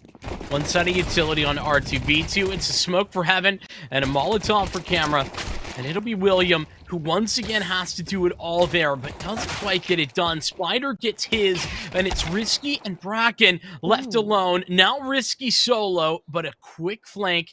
Kit in hand as well, and oh my goodness, he's read this perfectly. Risky stops moving towards A, starts the walk, the slow crawl back to B. He's gonna be an E-box so fast. Does Shaheen even look for him? I don't even know, but he's gonna plant away from him just in case that he does. He's starting to walk up. The Glock finds the headshot, and Shaheen is gonna get a 4K for the first round on T side. That is a nice sign of life for them. I mean, from 0-10 to a quad kill, round winning 1v1, I would say that is definitely the step up we're looking for. I definitely agree. I mean, it said that we're able to read it, we're able to get that, but this was just Shaheen's round to win. Oh, that's not a great start. It's gonna be the mid smoke. Gonna be missed there. Actually, gonna have to play off of that and around and utilize a different smoke. It's just utility that you don't want to be wasting. However, they're gonna be running all the way in through mid right now. Oh, good awareness. Little body block there. Didn't, realize something was happening. Shia making it look easy. Okay. That was maybe one of the quickest rounds we've seen yet. Yeah. Yeah, it was. It was an interesting spam through the smoke. Sometimes you just see an elbow, an arm, a foot, something over towards Heaven. There's a lot of good smoke reads from Acme this round. They're like, I think someone may be in there. And, headshots with the Galil when the other team has no armor. Always satisfying. Yeah, I mean, actually, to be fair, that wasn't no armor whatsoever. That was an investment, just didn't have the head armor. It's a swing together, two off the back of a flashbang for a Sin come out to play in B main. Don't get too much off the back of that. Shaheen will dunk one as the HE finishes off Fasul. 2-on-4. If you look at the HP, Acme, this is not a guarantee. That being said, it should be enough with Shaheen coming in from the flank. Sen hearing this bomb getting planted. Now have to rotate in. William, nice headshot with the Deagle. Not going to go for the weapon. Opting for the Deagle play here. Trying to push through this camera smoke, but it's going to be ZR1 in mid, stopping these rotates, and now just all down to William. Could they make it to double digits? But I think the time has already passed at this point, and so have the headshots for ZR1. Nicely done.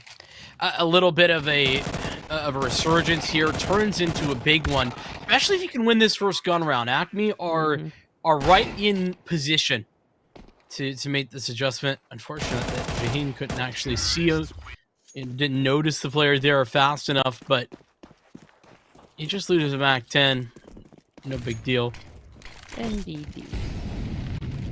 Aggressive approach for Spider here is pushed through, is able to see one player expecting a boost. Oh my gosh, quick scope, 2Ks, and now gonna fall back, see if he can find the third, and he does. Oh my gosh. That mid take completely shut down, and Acme down 3 players at the hands of Spider's up. Dude, Spider is so freaking consistent right now. 17-9, and William just pushes through. He's got no respect for anybody all the way through B and into the mid flank. It's all up to one man. Aloxi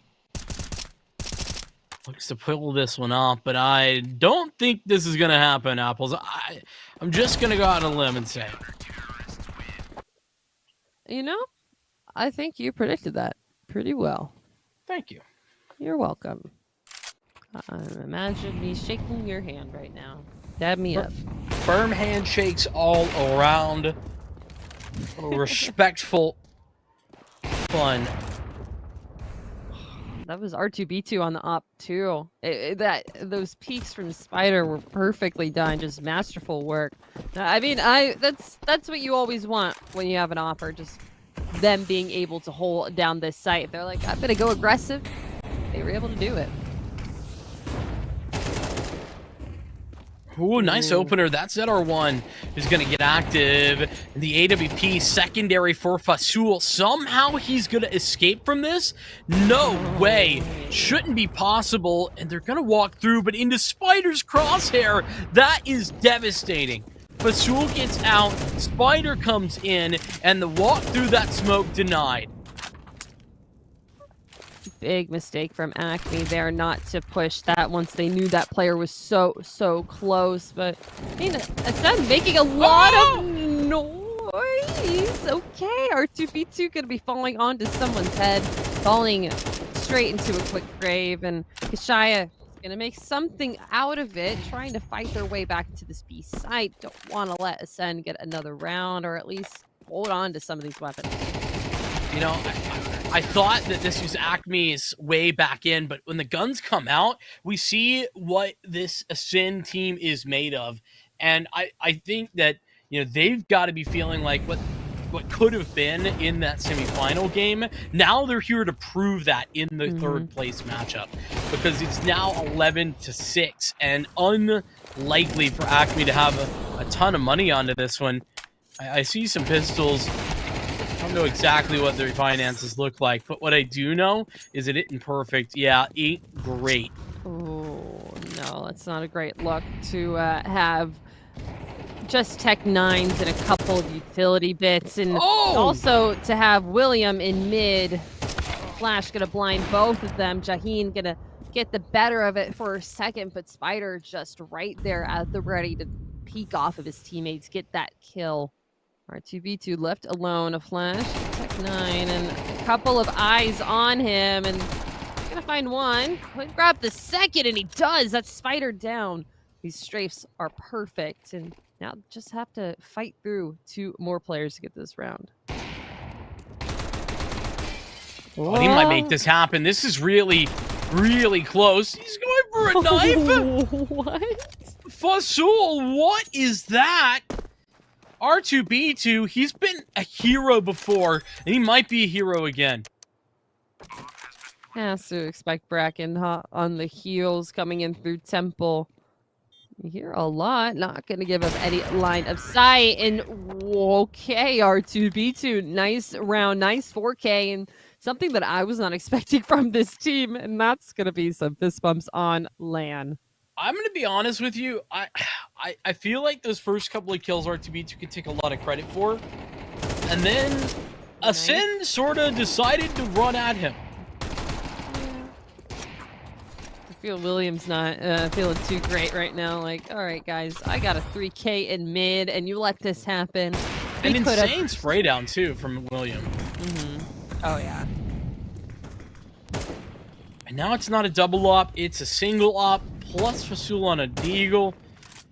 Yeah, I feel like Ascend really took their foot off the gas there, and it's not like it's 12 rounds, it's 11. 11-7, not even on match point yet, and that'll help out. Shaheen catches Spider through a smoke.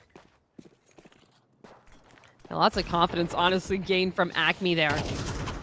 Lots of players getting down just from a Tech 9, but Ascend, they're not going down without a fight, and that's the 12th round found for them. Lots of 1v1s given to Acme, or given to Ascend, and honestly, just good mechanical skill. That jump over for camera to grab the gun after Fasul's able to grab that deagle kill, just masterfully done.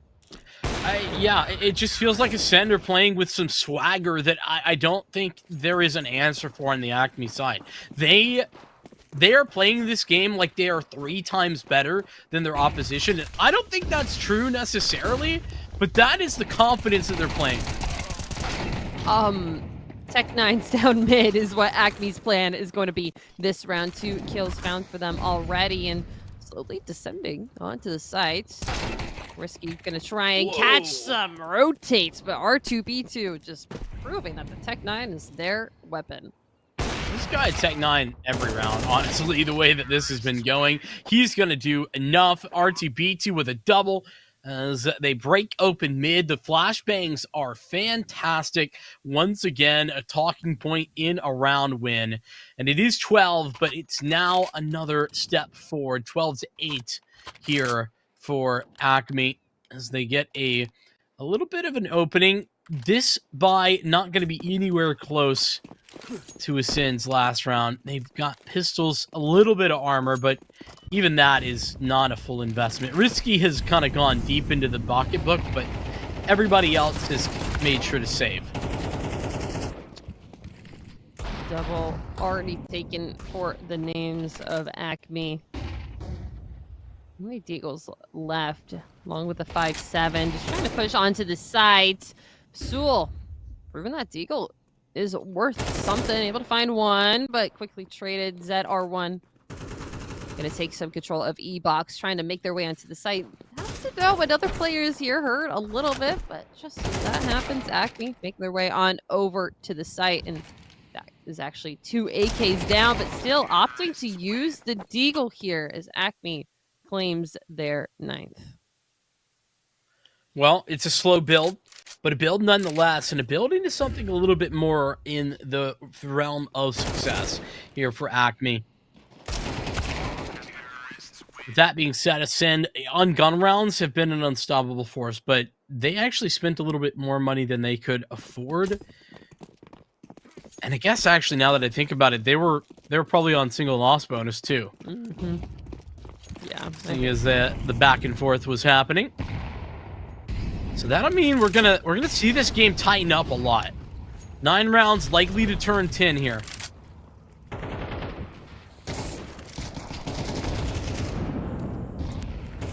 Five, 7 peak, not going to do anything for Spider at this moment, as Acme is just going to take full control of mid and all the way to the A site. Shaheen is all the way through, but William used this Deagle. Risky following it up, but that full push over towards A proven useful.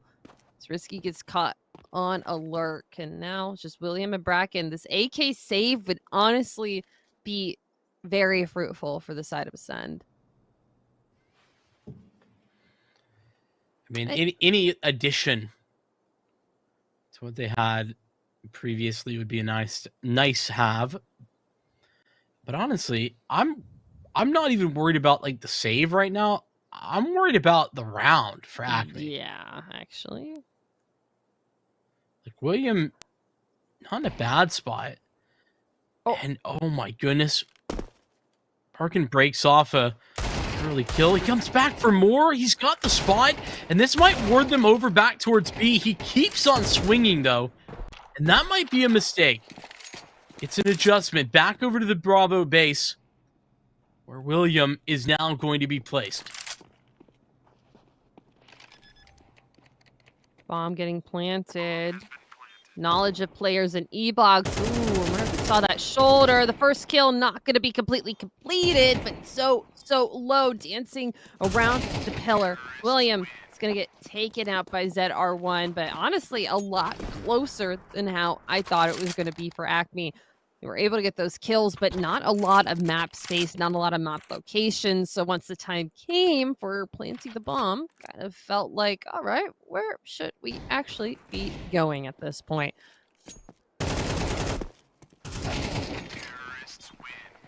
Did a lot of damage to their economy here. So Ascend with their pistols, and now finally back onto a full buy. No op there for Spider, but let's see what they can do with an M4 and Miss Molly from Acme. Not a great start to the round. I'd say this is a pretty nice position to work from. There's going to be a flashbang, I would believe, to set up Jaheen into this position. No, he's just going to play off the fade. He's got a teammate close by, but escape? Oh, not quite made. And they're going to get the 1-for-1 over towards A. This is a little bit dicey because now Fasul gets back into place. He slipped the gap. Oh, but the damage is not enough to complete that kill. R2B2 gets his through the mid lurk. Just moving so quickly, moving when it's not completely needed, but Bracken trying his best to make something out of this round, or could be the ending one, could make them the third place winners. That nade of the smoke gonna give him a little bit of an eye onto the site, but so many bullets out of the gun. Kashai is gonna be the one to finish that kill. Now we're going all 24, Vincent. This comeback could be real for Acme right now. What do you mean by could be? It is real. This has happened already. It's just a question of whether it pushes into overtime. But Acme can already stand tall, understanding that they were down big time in this after a 9-3 half, and they've brought it back. Now, granted, they're going to need overtime for a victory, but it's looking more likely than ever. It's not the greatest of weaponry. Oh, but that is not the start you're looking for. ZR1 goes down, and now it's an AK upgrade. Early aggression has worked for Ascend in the past. Recently, Acme has been able to answer back with a lot of it, but I don't think they've really done too much on this B site. Been really aggressive outside, so that's a lot of map space control for Ascend.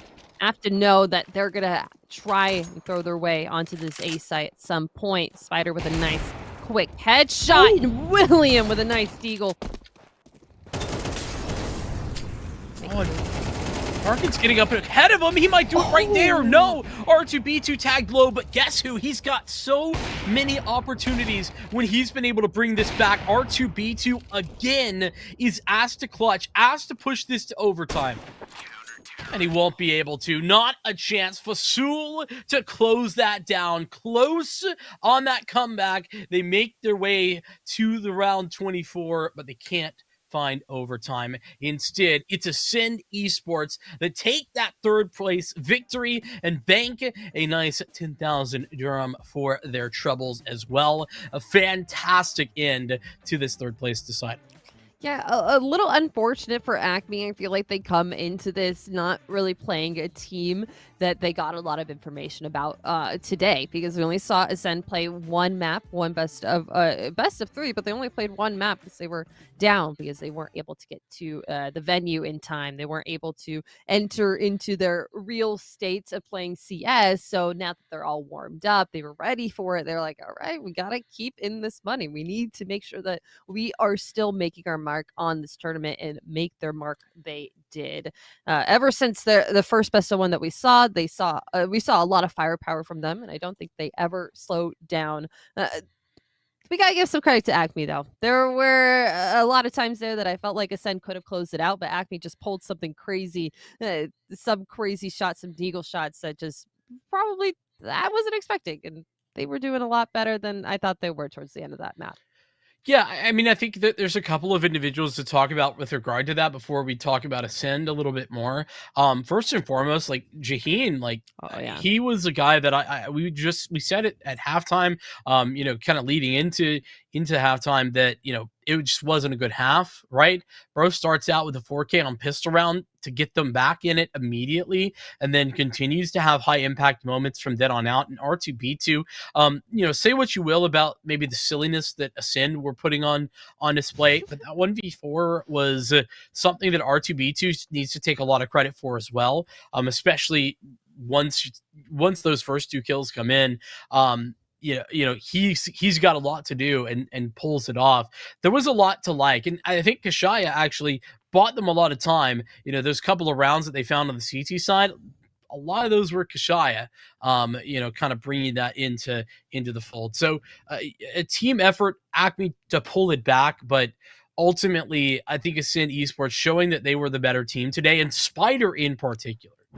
Spider. There were so many incredible op rounds from Spider, especially on their CT side, just making mid their own. But they were also working a lot with Bracken on that A site as well. They were working in tandem. There were a lot of aggressive peaks that wouldn't have worked if Bracken wasn't right there behind them or William wasn't right there behind them. Just really well spaced out from the team.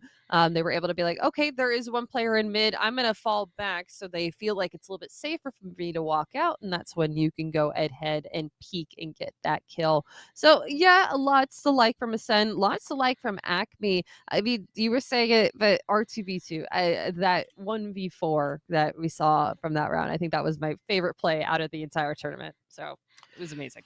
I got a different perspective, man. That Spider triple kill in mid with the op was was quite impressive. That one had my eyes pop, and I couldn't believe what I was seeing. Even beyond that, though, I think that for me, Ascend kind of dominated in such a way that it kind of makes you think, right? Like the confidence that they were playing with was really impressive. And maybe we can pull up the bracket actually and talk about kind of the lead up where this leaves us for today, because this was the third place decider as said, and I think we've ended up kind of at the top of this into the grand finals. We've had some incredible games already, but this tees up, if we take a peek at that bracket, these grand finals to be quite impressive. Oh, absolutely. I mean, Ascend, they had a great starting movement there, but just going down to XO, they're 2-0. We've talked about it so many times. They were just not completely warmed up. They weren't ready to go. We were able to see that here in third place, but Onyx Ravens as well, there with a 2-0 over Acme. This is going to be a little interesting because I would beg to say that EXO didn't play a full best of 3. They didn't have to really test their skills against any of the players here that have made it to these semifinals. So maybe they're going into this next one expecting a little bit more of an easier game. But I don't know. I feel like Onyx Ravens here, they had a very easy start as well. They had the cousins. You were here during the broadcast yesterday. It was quite a fun match to watch, but they also had a nice 1-0 over Kazakh Power as well. So this is going to be quite an interesting grand final, Vincent.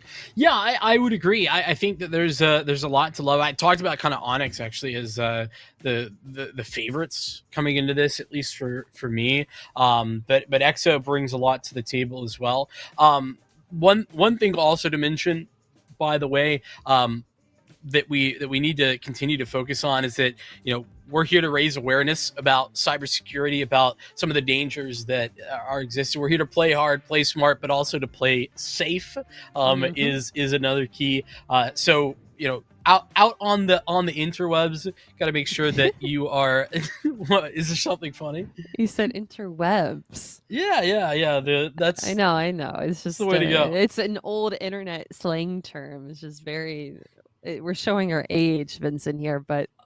I'm an old man at heart, but that doesn't mean that I can't stay safe and that I can't keep up on the times.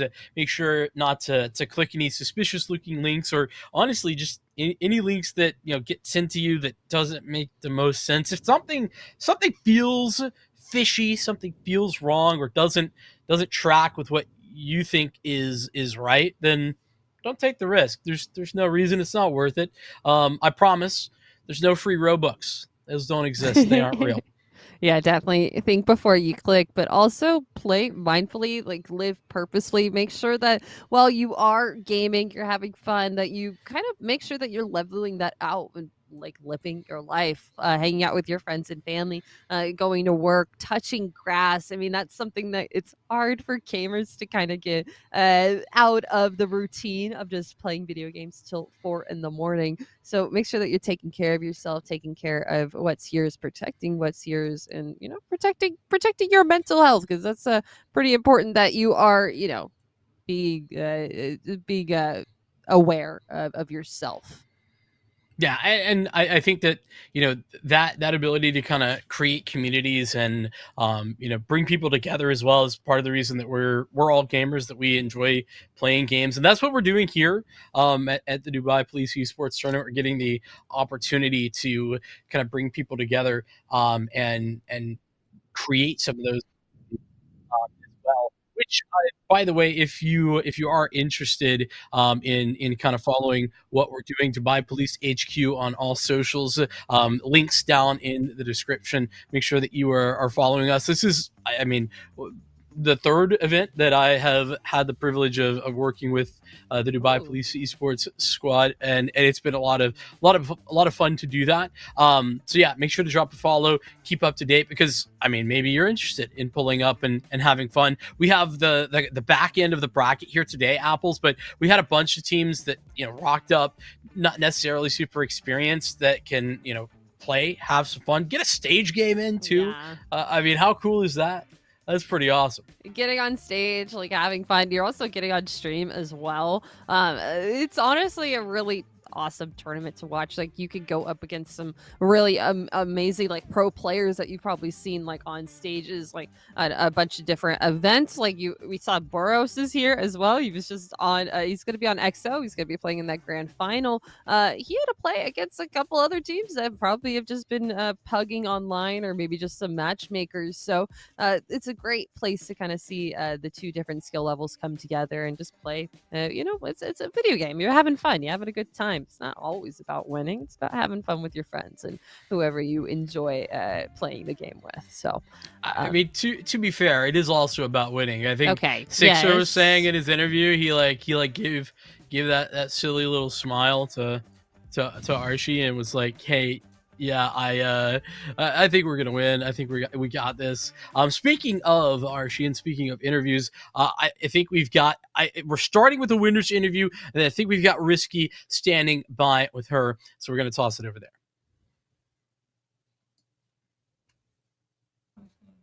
Thank you so much to our casters. I am here with the winning team's Team Ascent. I have a Risky here, who happens to be El Capitan, the captain of the team. So you guys placed third place. Tell me, how does it feel? Are you guys happy about it?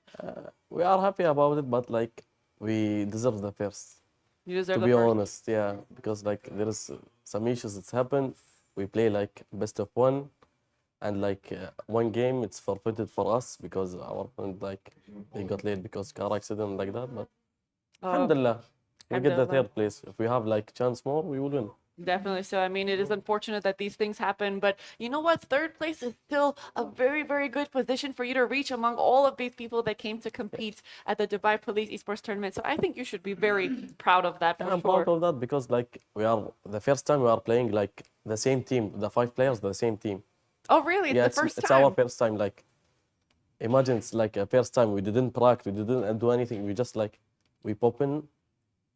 and Yeah. We do what we do. Well, you know what? If this is actually your first time playing together, then this is just the beginning for you guys. This is just where you guys start. Later on, in the next edition of the Dubai Police Esports Tournament, I'm going to see you transcend. You're going to be hitting that first place prize if you're just hitting third with your first time playing. So, you know what? You should be proud. I know the circumstances may not have been ideal, but you definitely reached the potential that you have right now. And next time, we can see the full-on team ascend, inshallah.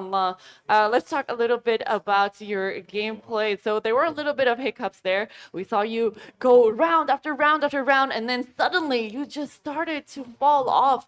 What was happening there?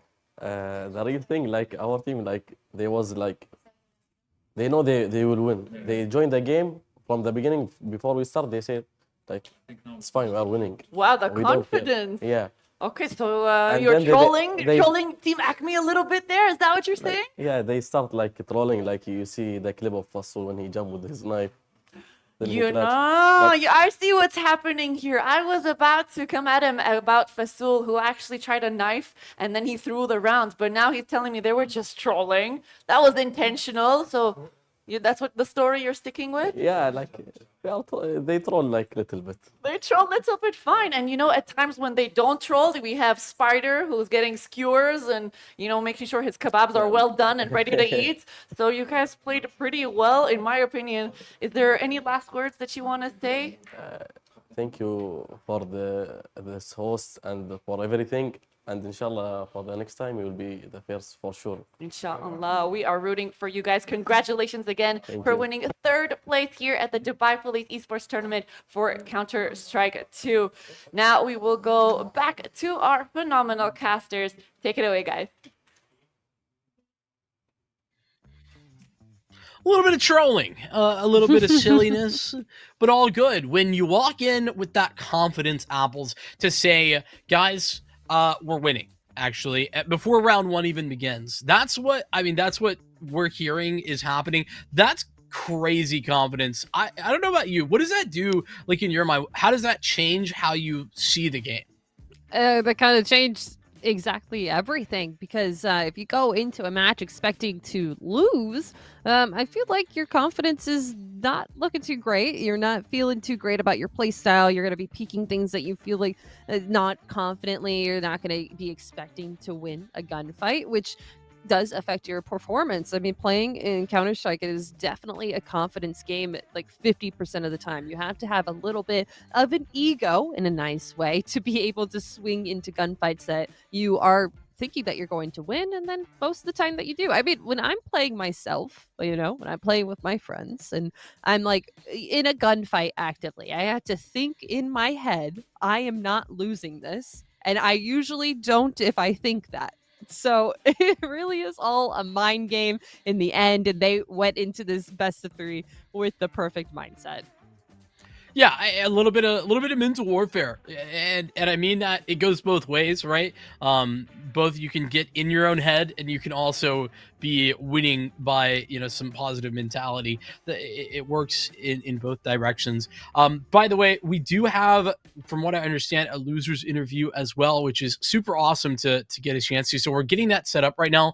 We're gonna have Archie back with R2B2 and Kashaya, but we're gonna hang out for a few moments whilst we get that handled and set up. So anyway, to continue what you were saying, yeah, I agree. A lot of confidence, and I think that if I'm going to throw it out there, I think there is a very real chance that if Ascend got the opportunity to kind of have their mindset in a better spot this morning, when they got in a little late, I think they could have done a lot better against EXO. I'm not saying that they would have won by any means. I think that's a crazy thing to suggest, considering we only got to see one map.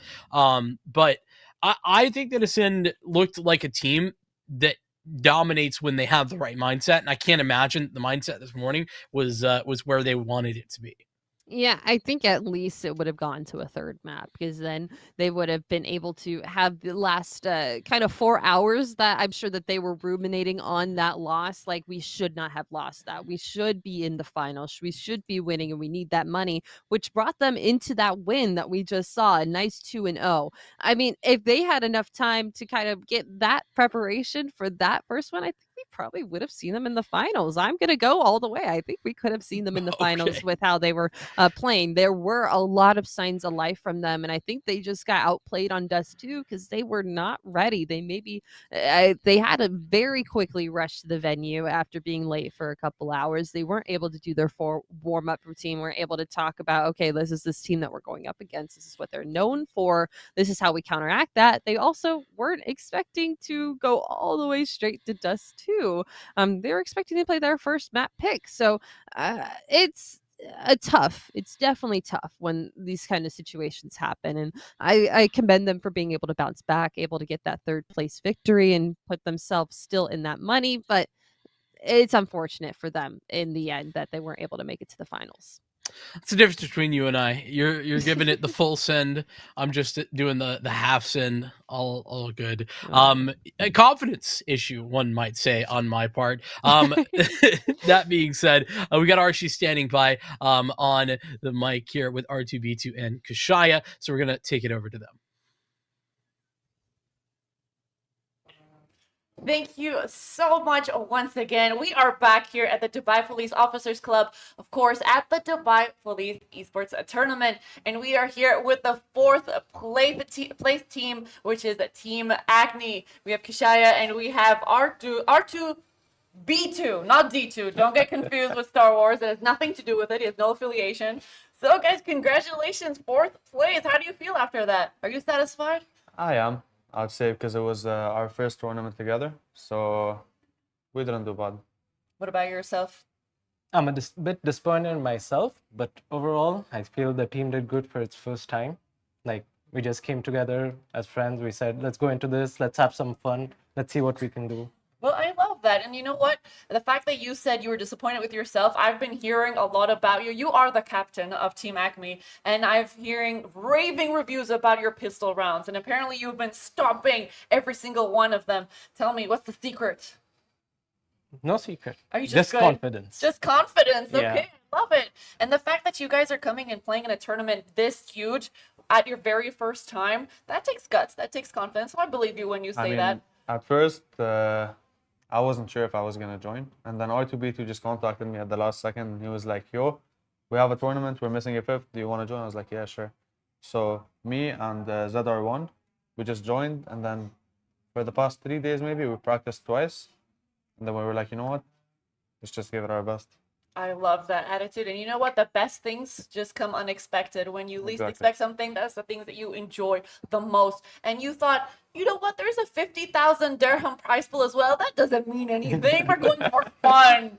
Yeah, but you know, guys, you played really well as well. I know maybe it's not where you wanted to place, but fourth place is still fantastic when it comes to a tournament of this scale. So you guys should definitely be proud of yourselves. We are. Let's see if we can bite back a little from Team Ascend, who called you out a little bit and said they were trolling you at some point so you could get some rounds in. Do you have anything to say against them? I mean, they can call it trolling, but we all know they were trying their best against the best. So.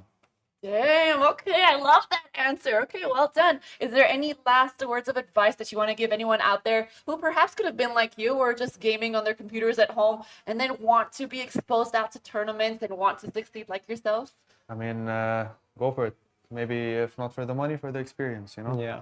Just give it your best. Like, there's nothing to lose. Fantastic. Thank you so much to Team Acme, fourth place winners here at the Dubai Police Esports Tournament for Counter-Strike 2. Hopefully we'll see you in the next edition as well. And once again, congratulations. Thank you. All right, we are going back to our casters. Take it away, guys. A little bit of confidence, as we've been saying, goes a long way. It's both sides, winners and losers, in agreement on that one thing in particular. Other things, though, that I was taking away from that Apple's first and foremost, I think that R2B2 is a guy that we've seen, a lot here, bringing in new faces every single time. It's, I think, clear that he is able to kind of take these new faces, get them that experience. It's pretty awesome to see somebody sticking around for as long as he's been and continuing to do that, playing at these types of events. Absolutely. And something else I do want to point out is the fact that they said that they've only practiced twice. It was kind of like a little bit of a last minute thing that they were all together on this tournament, R2B2 being the one to bring them all in together. But still, they made it pretty far for being a team that isn't experienced playing together. It didn't feel like on the server that they weren't disjointed. They were playing together. They were able to get the flashbangs. They were doing all their utility together. They were swinging at the right time, so the skill is definitely there. And it just goes to show that maybe after a little bit of practice, a little bit more playing together, that they would be the ones that could be in the final at this point.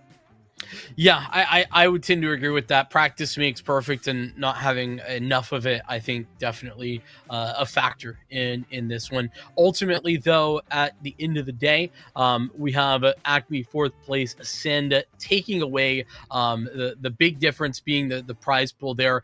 2,000 dirham is what we will see Ascend getting the take home. All of that being said, that tees us up very nicely for a grand final. EXO, Esports, and Onyx Ravens will be coming up here very soon. That being said, it is it for us here on the broadcast. It's been a pleasure alongside you, Apples. We're going to be bringing in Sam and Time to Light to finish things out strong here on these grands.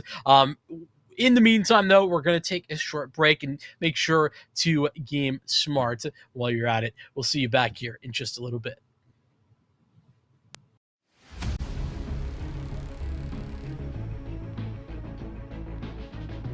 In the world of video games, communication is fun. But not everyone who appears to be a friend is indeed so. Step by step, the cybercriminal starts collecting your information. From here, cybercrimes begin. Blackmail, threats, and losses that go beyond the game. Don't hesitate to ask for help when you feel in danger. While playing online, 1. Avoid communicating with strangers. 2. Keep your personal information confidential. 3. Do not click on suspicious links. 4. Report via Dubai Police e-crime reporting platform. Your digital safety starts with a simple step. Be aware.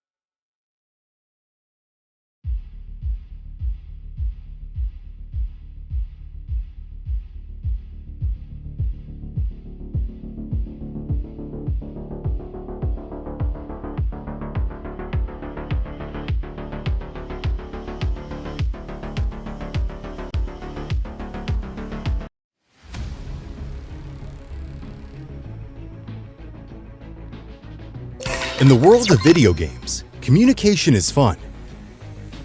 But not everyone who appears to be a friend is indeed so.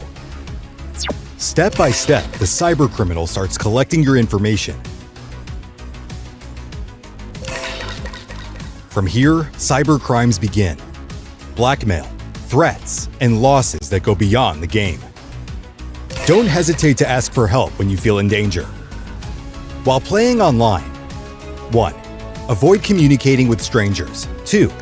Keep your personal information confidential. 3. Do not click on suspicious links.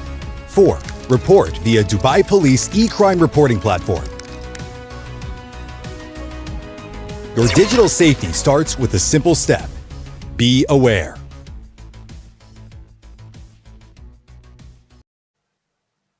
Maximum of 3 maps separate us from crowning our 4th Dubai Police Esports Tournament champions. It's a best of 3 that's upon us. Onyx Ravens take on EXO Esports in our Counter-Strike Grand Finals. I'm Time Delight. That right there is Naori Mizuki. And Naori, our 2 favorites have made it to the Grand Finals. The seeders behind the scenes have done their job to perfection. These 2 juggernauts were on opposite sides of the bracket, and they meet at what may very well be our best match of the event in this or Valorant, which, by the way, is going on in the mainstream, but who cares about that? I don't know, man. You're the one that keeps talking about Valorant. I'm starting That's to think true. that you're the one that cares. But yeah, it is very exciting. We have finally found ourselves here. So welcome back, everybody. And I hope that you are as excited as we are. EXO Esports versus Onyx Ravens. Boros versus Sixer. There's so many potential storylines here that could come to fruition. Both of these 2 teams have had very dominant performances throughout the last 2 days. And now they have to come up against each other. Titan versus Titan. Not a David and Goliath story here, but literally a tale of 2 absolute behemoths. And who's to say who will actually come out on top of it? I cannot wait to find out. I think it's a coin flip. At this point, I really do think it's a coin flip. We can take a look at our bracket, figure out how we've gotten to this point in the event. The TLDR is both of these teams have really dominated their way here. Ascend Esports picks up 3rd place. Acme will fall just outside the podium places. But Onyx Ravens and EXO Esports, neither of them really had many problems getting here. 1 map against Acme that was, we'll say, somewhat close, but really nothing to write home about. Same thing for EXO, again, getting a slight benefit of their opponent showing up late and losing a map because of it, and they win their 2nd and only technical map in the series in close fashion, but they win it and they get here 2-0. Neither of these teams have a definitive blemish on their record. Neither really had a problem making it to this point in the event, but this point in the event's nothing to scoff at. Both of these rosters have former major qualifiers on them. Onyx Ravens with Sixer, a former major quarterfinalist at Paris 2023, whereas EXO, they've got Boris was the major quarterfinalist back at the aforementioned Paris 2023 major, whereas Sixer has 2 separate majors under his belt in North American continent, Atlanta and Boston, in that time period. We're headed to Dust 2 for our first map. Things are underway in a quick fashion, and EXO Esports wasting no time trying to get out long. Got a great flash. Teams trying to show that coordination early in this one, but trades back and forth. It's a 1 versus 1 in the first 20 seconds of the round as 8 players fall in the long position. And T-Tyke, he's got the dualies trying to close this one out against Oscar, who does not know CT's occupied and may try and plant in a site he thinks is fully clear, but he's almost certainly a goner if he waits any longer than 2 or 3 seconds. But that waiting could be his Achilles heel. It is indeed. T-Tyke with the final kill of the round, a near team ace for Onyx Ravens, and they're the first team on the board. Well, both of these 2 teams trying to get themselves into that winning position. It gets dangerously close, but they make sure to play safe, and they're always staying in control. Remember, guys, there's a QR code on your screen. You'll be able to see that at all times throughout the broadcast. If at any time you choose to, you can give that a scan, and you'll find some helpful tips and tricks on how to be safer online, because that's what this tournament is all about. So we've gotten to this point in a quick fashion for Onyx Ravens. 8 players dying in the span of about 7 or so seconds, and a 20-second 1v1 is all it took for Onyx Ravens to pull that one out. Where we are right now, teams decided to get into the map so quickly we couldn't show you our map veto as the Onyx Ravens pick up their second. The TLDR, Dust 2, was picked here by EXO Esports. Anubis is map 2. That's selected by the Onyx Ravens. And should we require it, which I absolutely hope we do, we will have Ancient as a third and decider. I will love to see that if we can pull it off. Yeah, I think it'd be quite an exciting one to pop out. We haven't really had a chance to see that throughout this tournament. Teams have been avoiding it like the plague. But, you know, given that these two teams are so potentially hotly contested, we may yet find ourselves heading over to the lush green plains of Ancient. But for now, we're still chilling here on Dust 2. And they're kicking up a lot of dust right now. Is this Sixer's actual crosshair? I think it is. Surely not. And what's really funny is he's running the, I think it's the fluid cross. I don't know the dictionary definition of it. There's the dynamic crosshair, the static crosshair, which everybody and their mother uses. And then there's the one that follows your bullet spray. I don't know what that one's called, but he's using the one that follows your bullet spray, where you can actively see where you're shooting at any point. And it seems like it's working for him, even with the fact that it's taking up his entire screen. I don't know how you can stand that, but good for you if you can.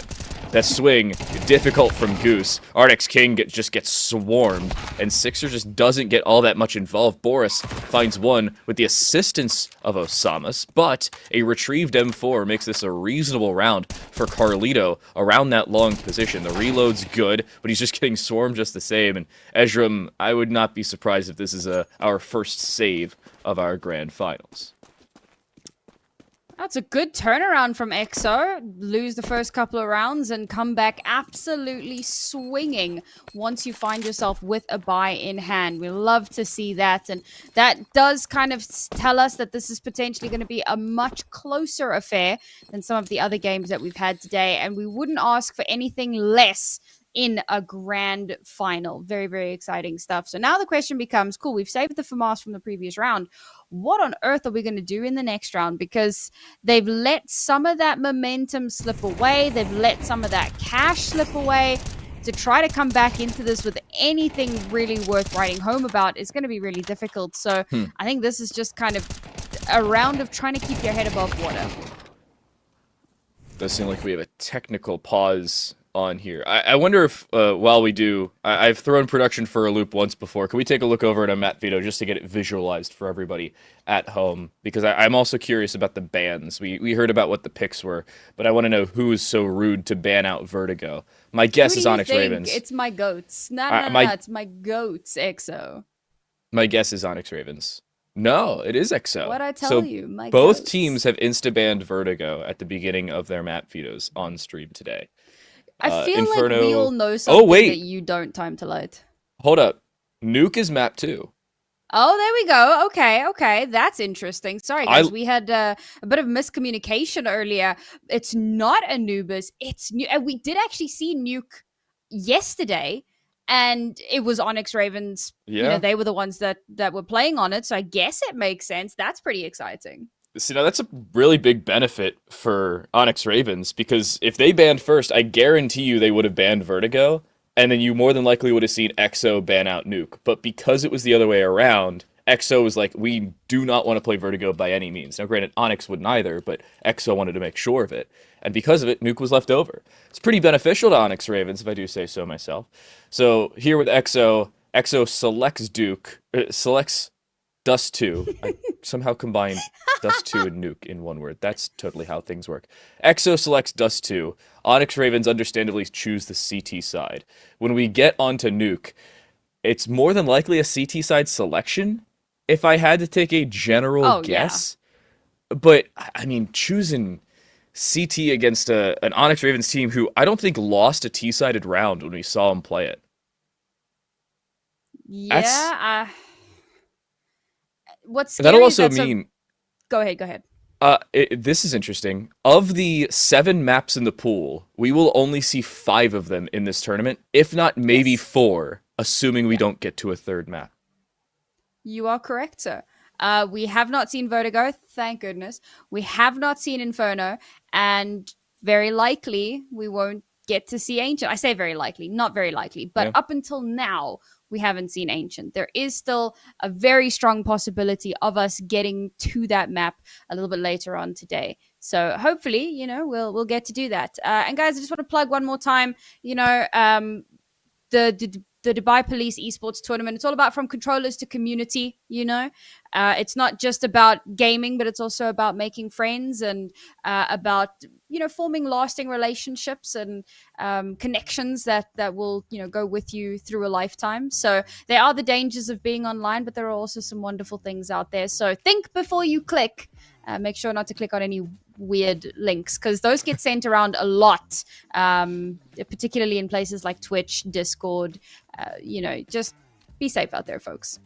Don't answer random whispers or Steam messages or Discord messages. I actually had one. I accepted a friend request from somebody on Discord because, I'm in the broadcasting industry, so you accept friend requests on Discord. And then naturally the first message was about graphics. They wanted to create interesting graphics for my broadcast because that's something you randomly direct message somebody about. So again, be safe. It was, I swear, last night. So, which for me was 5 hours ago. So keep that in mind. Very recent, even applicable to this. We can take another look at our bracket while we're solving, I believe, some mouse issues for Osamas, or some issues for Osamas, while we have a few extra minutes. Any of these games really stand out to you as surprise finishes, apart from, I want to say, the reverse mouse Koza side of that bracket, because I think it is just adjusted for reverse mouse making it through. I don't know how that ended up coming through, because it says reverse mouse went through now on our bracket as well. But apart from that side, I think basically every game went as expected and to about the scoreline we presumed it would. I mean, I must admit, I think that Koza team winning that game was in its own way a bit of a surprise because, they just kind of wandered over from the Valorant stage and decided, cool, we're going to play some CS. But aside from that, as you say, very much as expected. But we jump straight back into the action now. Technical issues resolved. We were at 2-1 when last we left off. And now the Onyx Ravens have a little bit of a spend once more. But they've already lost T-Tyke, and he's been so important in so many of these rounds. You can see Carlito immediately started to prep a smoke as soon as he saw the smoke for the cross come up. But Carlito's trying to swing this, and actively so. Forward position works perfectly for him, but a 2-for-2 trade with the opening pick for XO. They still have that player advantage, and they'll retain it just the same. But watch Sixer walking through the longhouse right now. Osama seems to be aware of the possibility, but where's the timing? That's the real question. Can Sixer find a kill beforehand? Somehow hasn't made enough of a sound cue for it to be heard, but I think he just was. Osama should know about it, and so too now does Havoc. That's the kill that puts a second on the board. They'll go back to back, and they'll tie things up. That was a great shot as well. The first kind of jiggle just to spot him out, and then the Ferrari swing to finish him off. And that crosshair is going to live rent-free in my mind for the rest of this game, I swear. Like, I don't know how you play like that, man, but we'll see if it does pay off. I mean, he's had some really strong performances throughout yesterday and today so far, earlier on, of course, in our semi-final. So, you know what, maybe this is the play. Hasn't really had an opportunity to come to life as of yet, but we'll be keeping an eye. Is it the crosshair, or is it just it's been a long time since their first game, right? You look at Onyx Ravens, they're warm. They've just come out of a best of 3. They're feeling good. Whereas, for XO, they last played 2.5 hours ago. It's been a while, so for them, they might not be feeling as warm and as ready.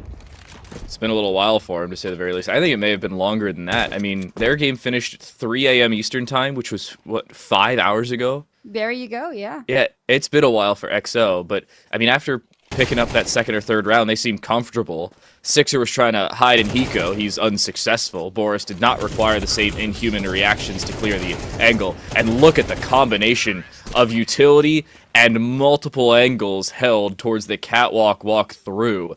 Nice held. Well held, sorry. And XO takes their first lead of our grand finals.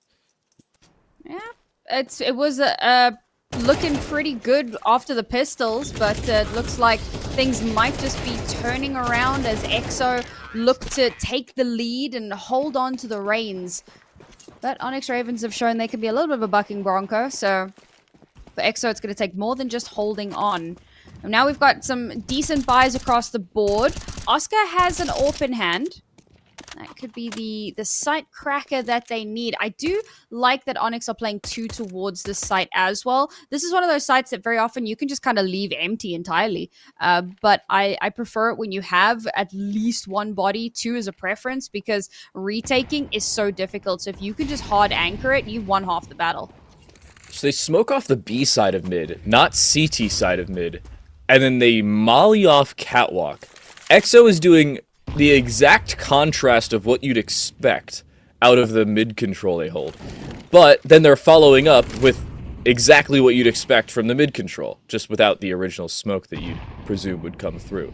Interesting couple of pieces of utility for EXO, but all that, we'll say, confusion seems to work for them. They've got the smoke towards the front side of Cat. They've got the molly towards the ramp and the flash as well. Sound cue was there, so too was the visual cue. So they know that elevator's occupied, and there's the spray. Outstanding communication to at least relay that 1 kill over, even though they lose Arctic's King. They find the refrag before they even need it. So a 4v4 makes this reasonable. They still have long control, which is being held by TR1, but by no means is this an unreasonable round to retrieve. A flash through, and everybody going at about the same time. There's that coordination that we've expected from the Onyx Ravens, but they need to be able to win that fight up above, and they can't immediately do so. Oscar's got a 1 versus 2 with the AWP. That's not the gun you want to have in that position against multiple players. Will the Onyx Ravens retrieve that off? That's the real question. The answer, obviously, yes, they will. We're tied up once more. All right, folks, strap in. We are in for an exciting grand final. If this is how it starts out, back and forth, blow for blow, round by round, as both of these teams claw their way up to a potential evened out halftime, I could see it happening, man. We might get our first overtime of the entire tournament. We haven't had a single overtime just yet, so maybe this is where that happens, as they actually do manage to make the cross, and the re-peek is punished. I love it. I love it. Just bait the swing and plant yourself in the middle of mid doors. No way you're going to swing that and expect somebody to be there. There's a quick kill. Sixer down below, sitting in under, just quickly dies. And that refrag, not the one they were looking for if you're the Onyx Ravens. You were hoping for Sixer to go at least 1 for 1 there, and it just does not come through. Losing a big fragging part of your team, and, I mean, look at his kill total, or in this case, maybe the lack thereof.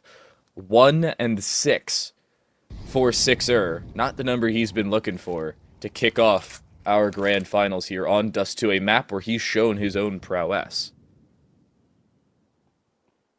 There's a lot of good map control here from the Onyx Ravens. Now they've smoked off Arctic's King, so he cannot get a shot in with the AWP. And as the entirety of EXO move in towards this site, instantly we'll get that first kill to come through. But they've already overrun. All the anchors have been taken off, and now it's all down to Carlito on the other side of the map. Beautiful execute. T-Tyke got gun happy as well. He found the first kill and was like, wait, no, there's an AK there. Not realizing there was a second, if not a third player behind it. That's a problem. Now, Carlito, tucked in this corner, does have a kit. If they walk by him, there's a shot where he can go ninja this. Problem is, it does not seem like they're walking by him. Very composed roster here on the EXO side. They're playing forward in the 3 positions that an Onyx Raven could walk through from. However, they're not overcommitting towards it. TR1 trying to find that up shot. Unfortunately, it seems like Carlito's forgetting that the bomb was planted on B and upper tons could still very much be occupied. Free kill Osamas, and the round XO. They continue and retake that lead. Yeah, that was rough, because I was saying, there was really good map control on the extremities towards the actual sites, and even a little bit more aggressively further down long and out towards main. But there was nothing in mid. When that smoke came up, Arctic's King vision slightly impaired, and he eventually ends up dying. And then EXO are able to use that smoke, because Arctic's King was the only potential problem in mid. And once they had taken him out, they could just overrun the site. So while Onyx did have really good extremity, you need to have a bit more presence in towards mid. So we've got 2 Deagles and 3 USPs. It's a full house of atrocious weaponry. Make it 2 and 2. We'll make it a couple of pairs if you're pushing that front, but it's just not looking good for Onyx Ravens. This is a round they are supposed to lose by a very large margin. They've at least gotten 1 kill. That alone is beneficial. TR1 is also running that pseudo-dynamic crosshair that moves with where your spray's headed. And I've seen a few more players use it in these last couple rounds, if not these last couple rounds of play in the tournament. And I've been like, how in the world do you make that mental change after playing with the quote-unquote normal static crosshair forever? I tried it, can't stand it. Yeah, no, dynamic does not work for me, I'll be honest. I like static as well. But, you know, it takes all kinds. We've also seen the giant plus sign that's on Six's screen, if it's still there. Not entirely Maybe that's sure. why he's we'll 2 find out and a 7. bit later. Well, now he's got an AWP, so we'll see if that makes any differences. Oh, beautiful timing on that, but there's a trade for it. Hey, the AWP is really just the much bigger plus sign across your screen with a lot more lethality as a possibility. Arctic's King has the op of their own. They're running the double op setup. Sixer is all the way over towards B, and oh no, Arctic's King. They try to get out of the smoke and maybe back over towards the site, but they die in the process, and they lose an op battle in mid just the same. Boris gets 2-tapped by T-Tyke. Second time we've seen that. This time it was double headshots, but Sixer needs to 1v3. And it's just not going to happen. This is where you run away, save the op. Ladies and gentlemen, welcome to Jame time.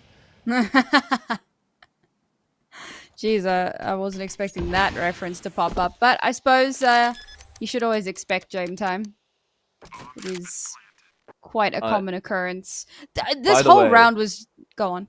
I finally Googled it. It's the follow recoil crosshair, not dynamic or static. Ah, okay. I figured out what it was. I was wondering what the name was forever. That's weird. Like, as a concept, that's weird. Hate it. But fair enough. Like I said, like every it takes other all kinds. first-person shooter.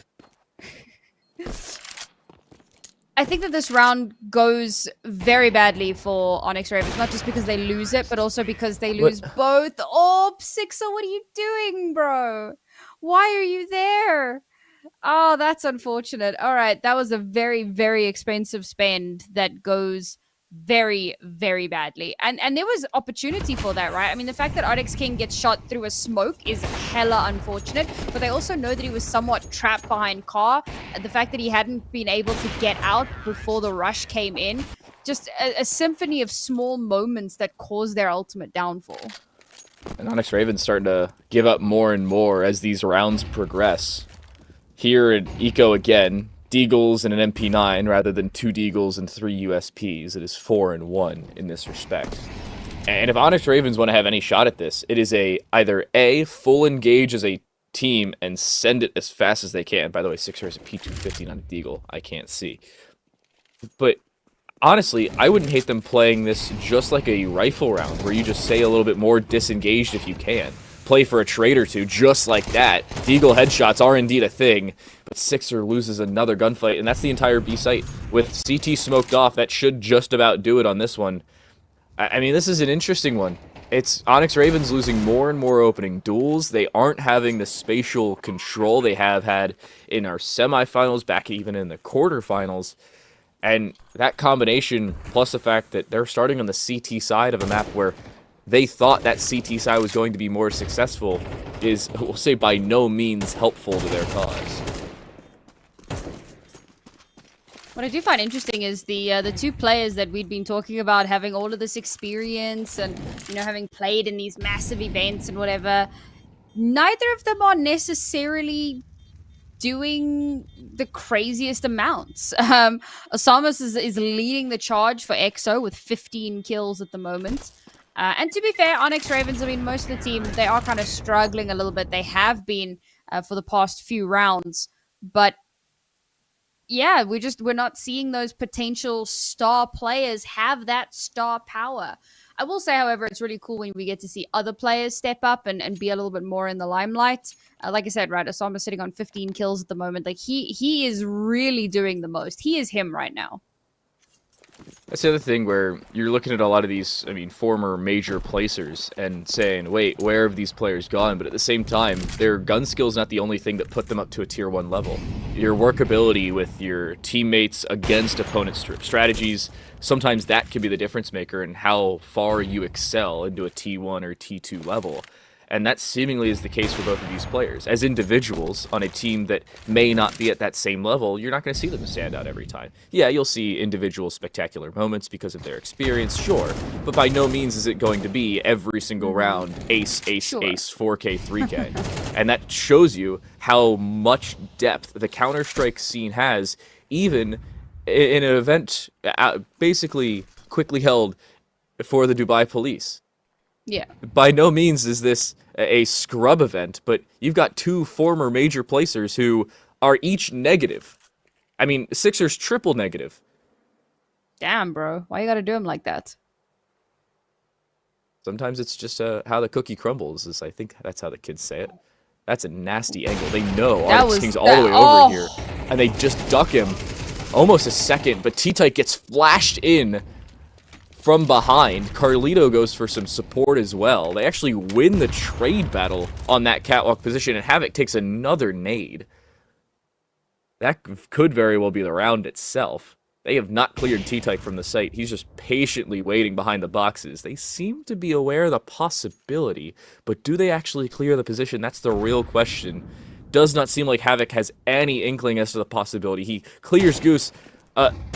T-Type's got to stand up at some point. I mean, it's not like the sound cues are going to give you everything you need to know. And Havoc could have a second here. They do. They're almost going for a third, but needs now the 1v1 at the top of Elevator. Can't do so. Ezram with 2 of their own. That was a confusing decision on the site to just sit there and crouch and look at a wall. But hey, you can make them yourself.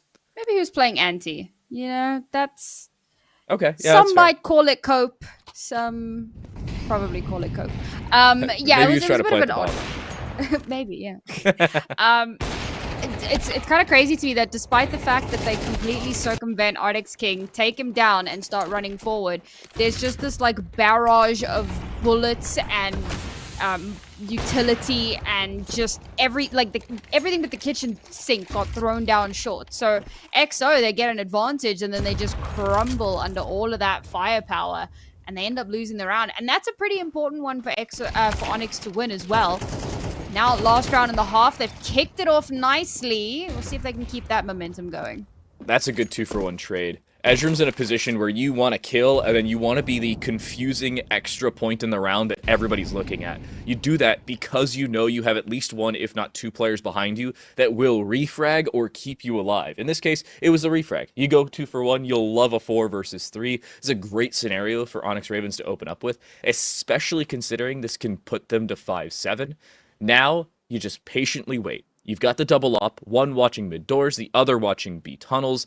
This could not be a better open to a map that you're hoping for, but Sixer disengages, and possibly at the worst time, depending on the timing he faces.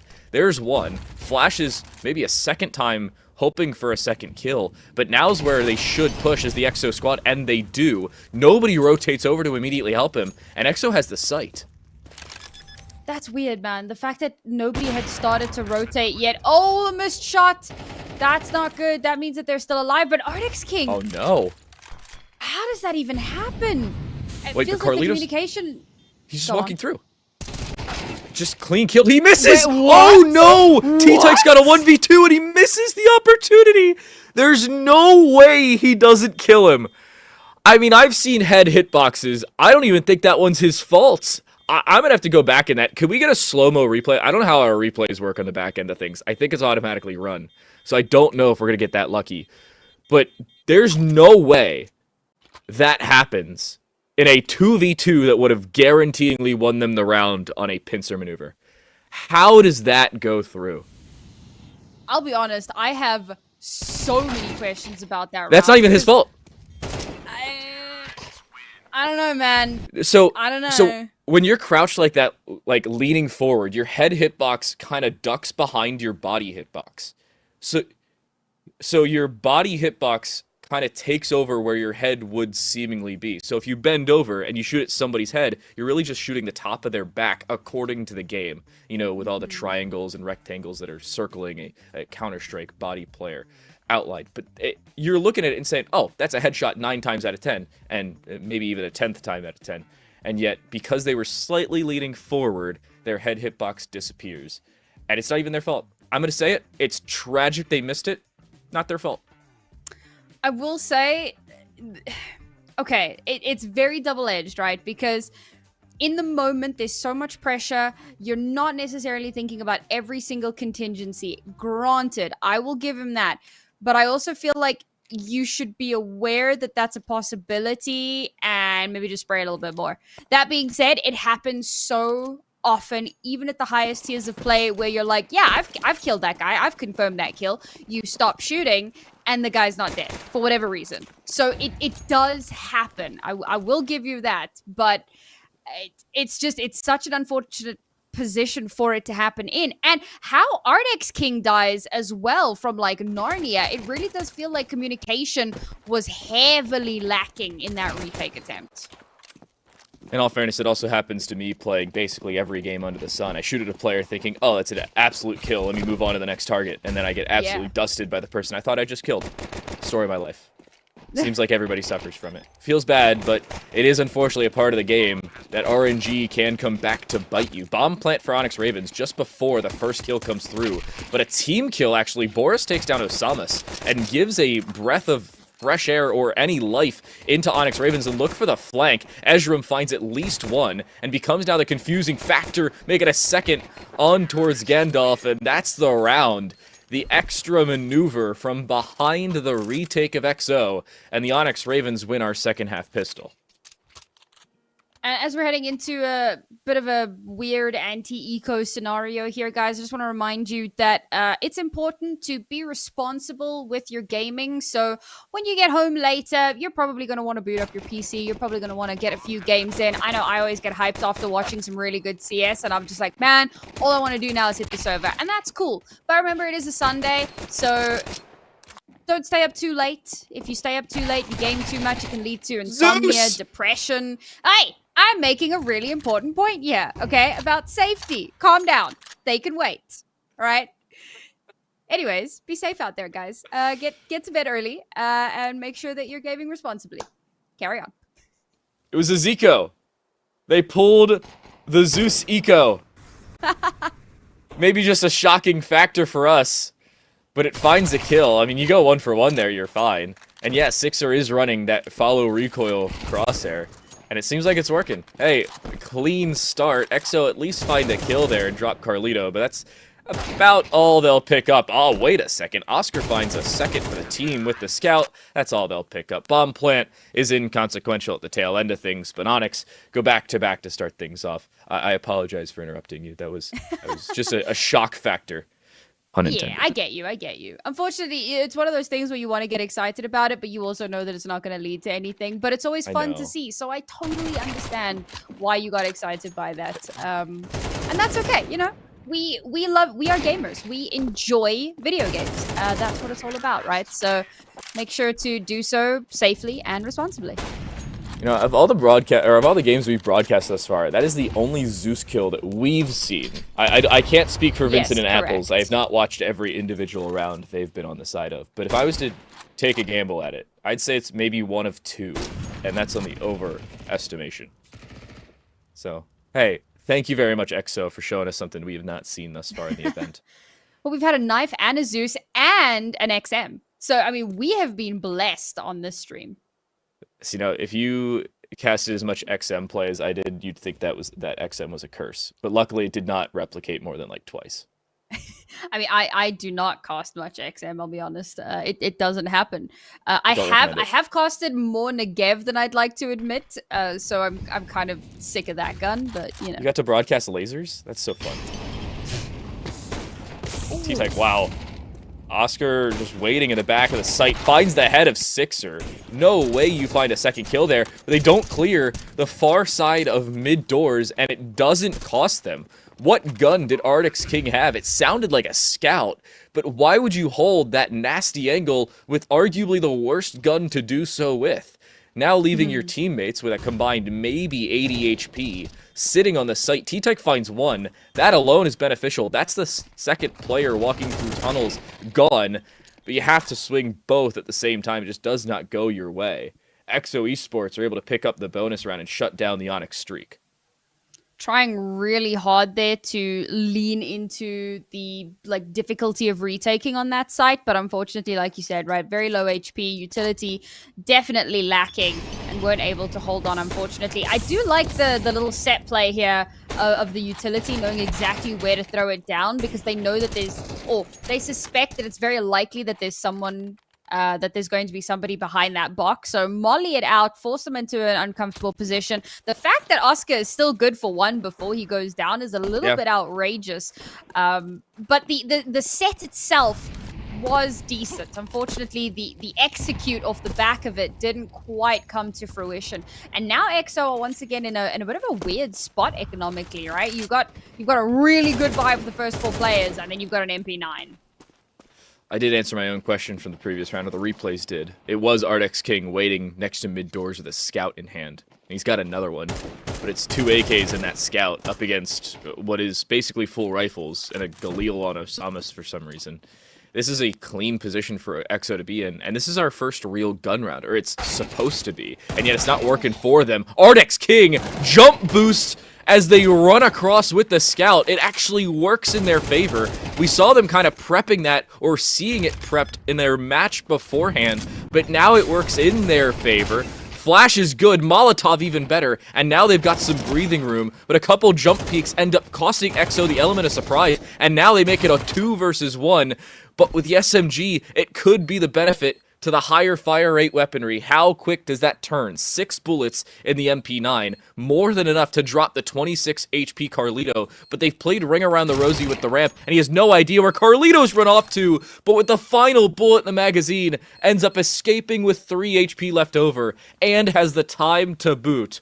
What a 1v2. Onyx almost brought back the 3v5, but it's actually the clutch to pull it through on the other side for EXO.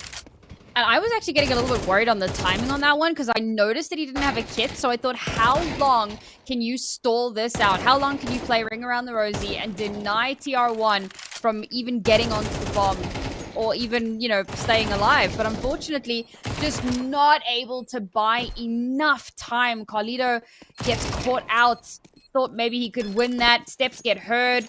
The swing comes out, not even swing, turn around. And that's the round over for EXO. Onyx could have had a 7th there, but unfortunately, they just cannot keep up with the pressure. Spray finds 2 for Osamas, actually stands up and finds a 3rd, but even with lesser weaponry, Onyx have a shot at getting a plant here. Nope, never mind. Carlito just got absolutely dusted by a nade. Could not have been more well placed. And Ezram, they clutch this, there's no way. Running out of ammo there with the MP9 makes it a little confusing as to where we are, but no. They do finish off where they started. Just an opening bit of success, snowballs into the round. Make that 11 to close it through. I think that round, again, kind of goes more or less as expected.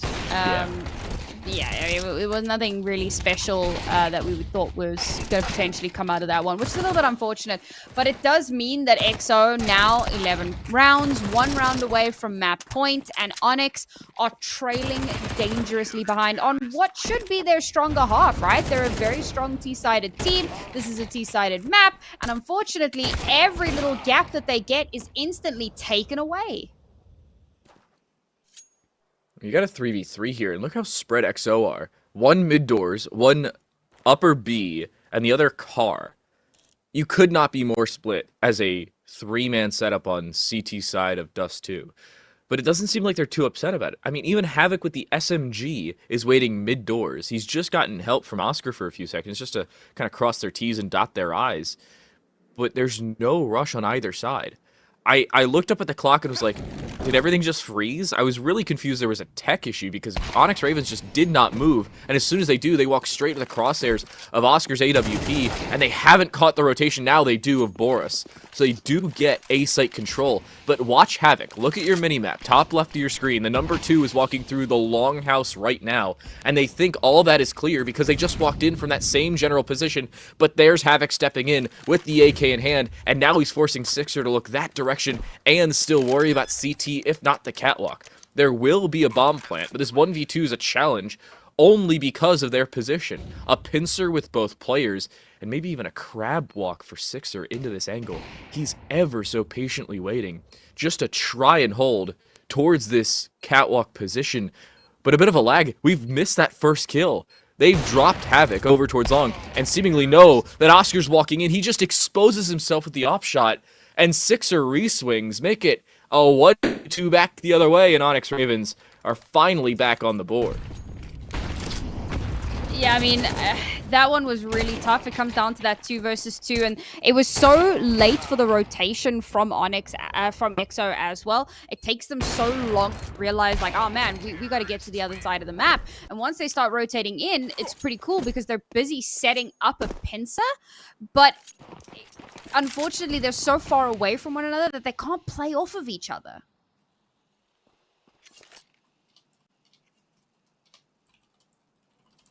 So all in all, this EXO now forced eco. Look at the buy. I mean, you got, what, 3 Deagles, a 5-7 in the AWP.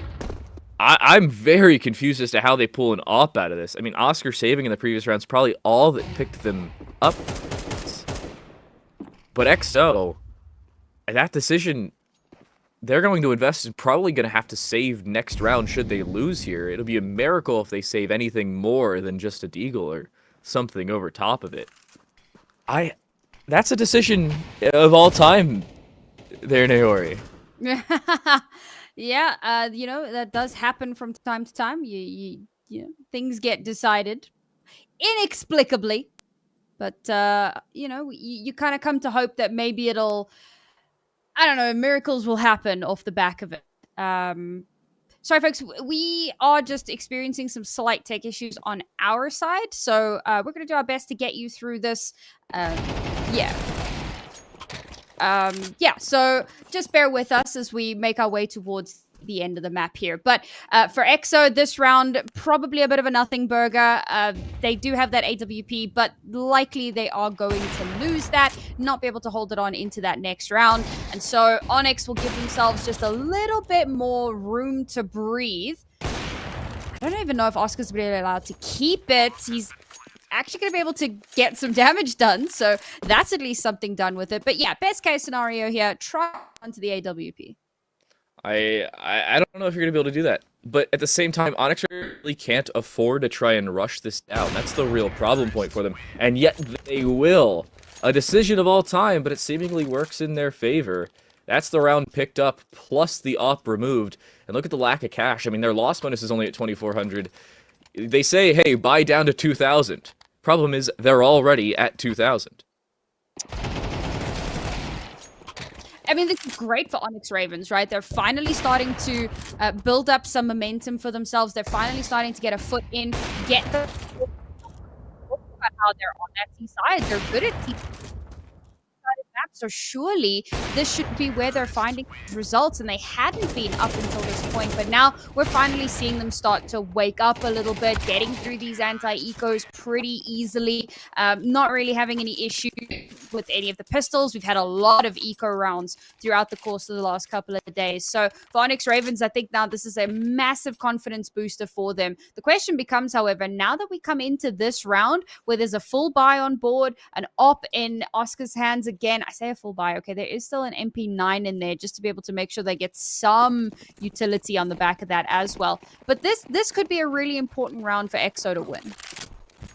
And the round alone could be the difference maker. If they lose this, you're forced into a save again. You're probably playing with a save just to hold your lead, if at all a possibility. They know about that boost. Carlito is looking for that. Talk about the background you pull through if you can.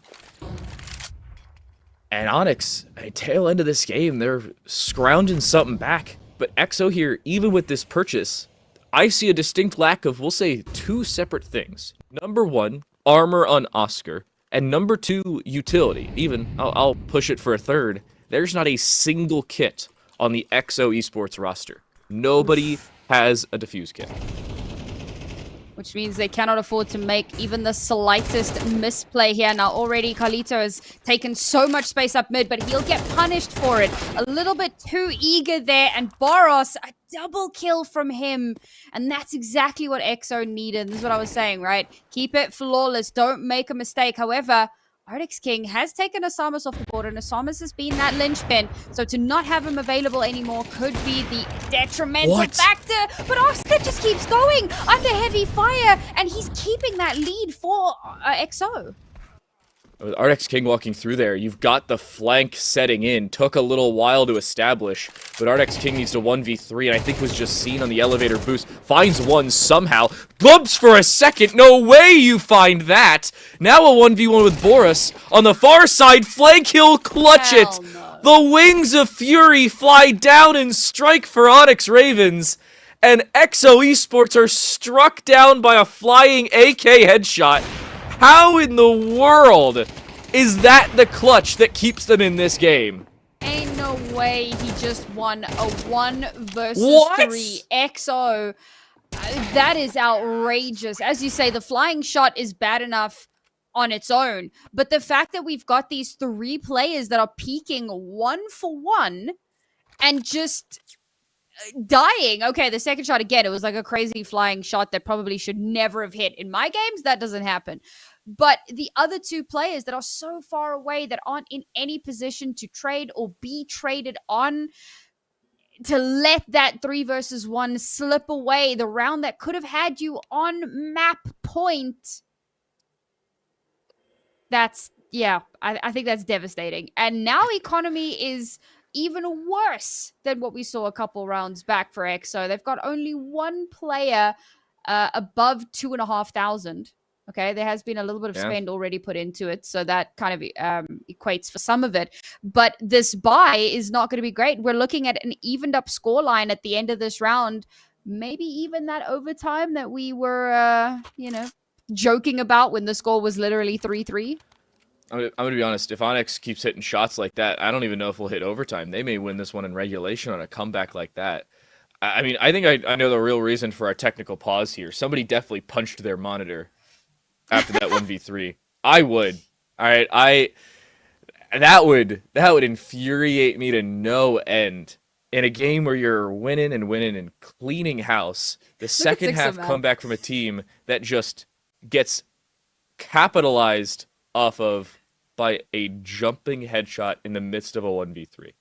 Okay, we've been told. Apparently, go ahead. Yeah, it's all yours. No, this is even better. One of the players was so excited about that clutch that he fell off his chair.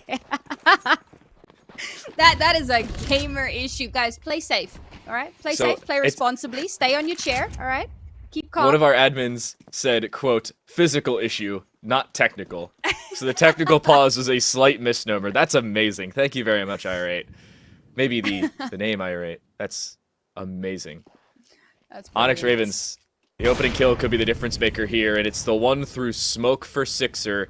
Drops down Oscar, and here come the Onyx Ravens. This would tie the game and force nearly the full eco as a guarantee, and they're aware Gandalf could be occupied. What a forethought play. Boris forces out, and he's actually forced into the open. He still wins 2 of those fights. Credit where it's due to Boris.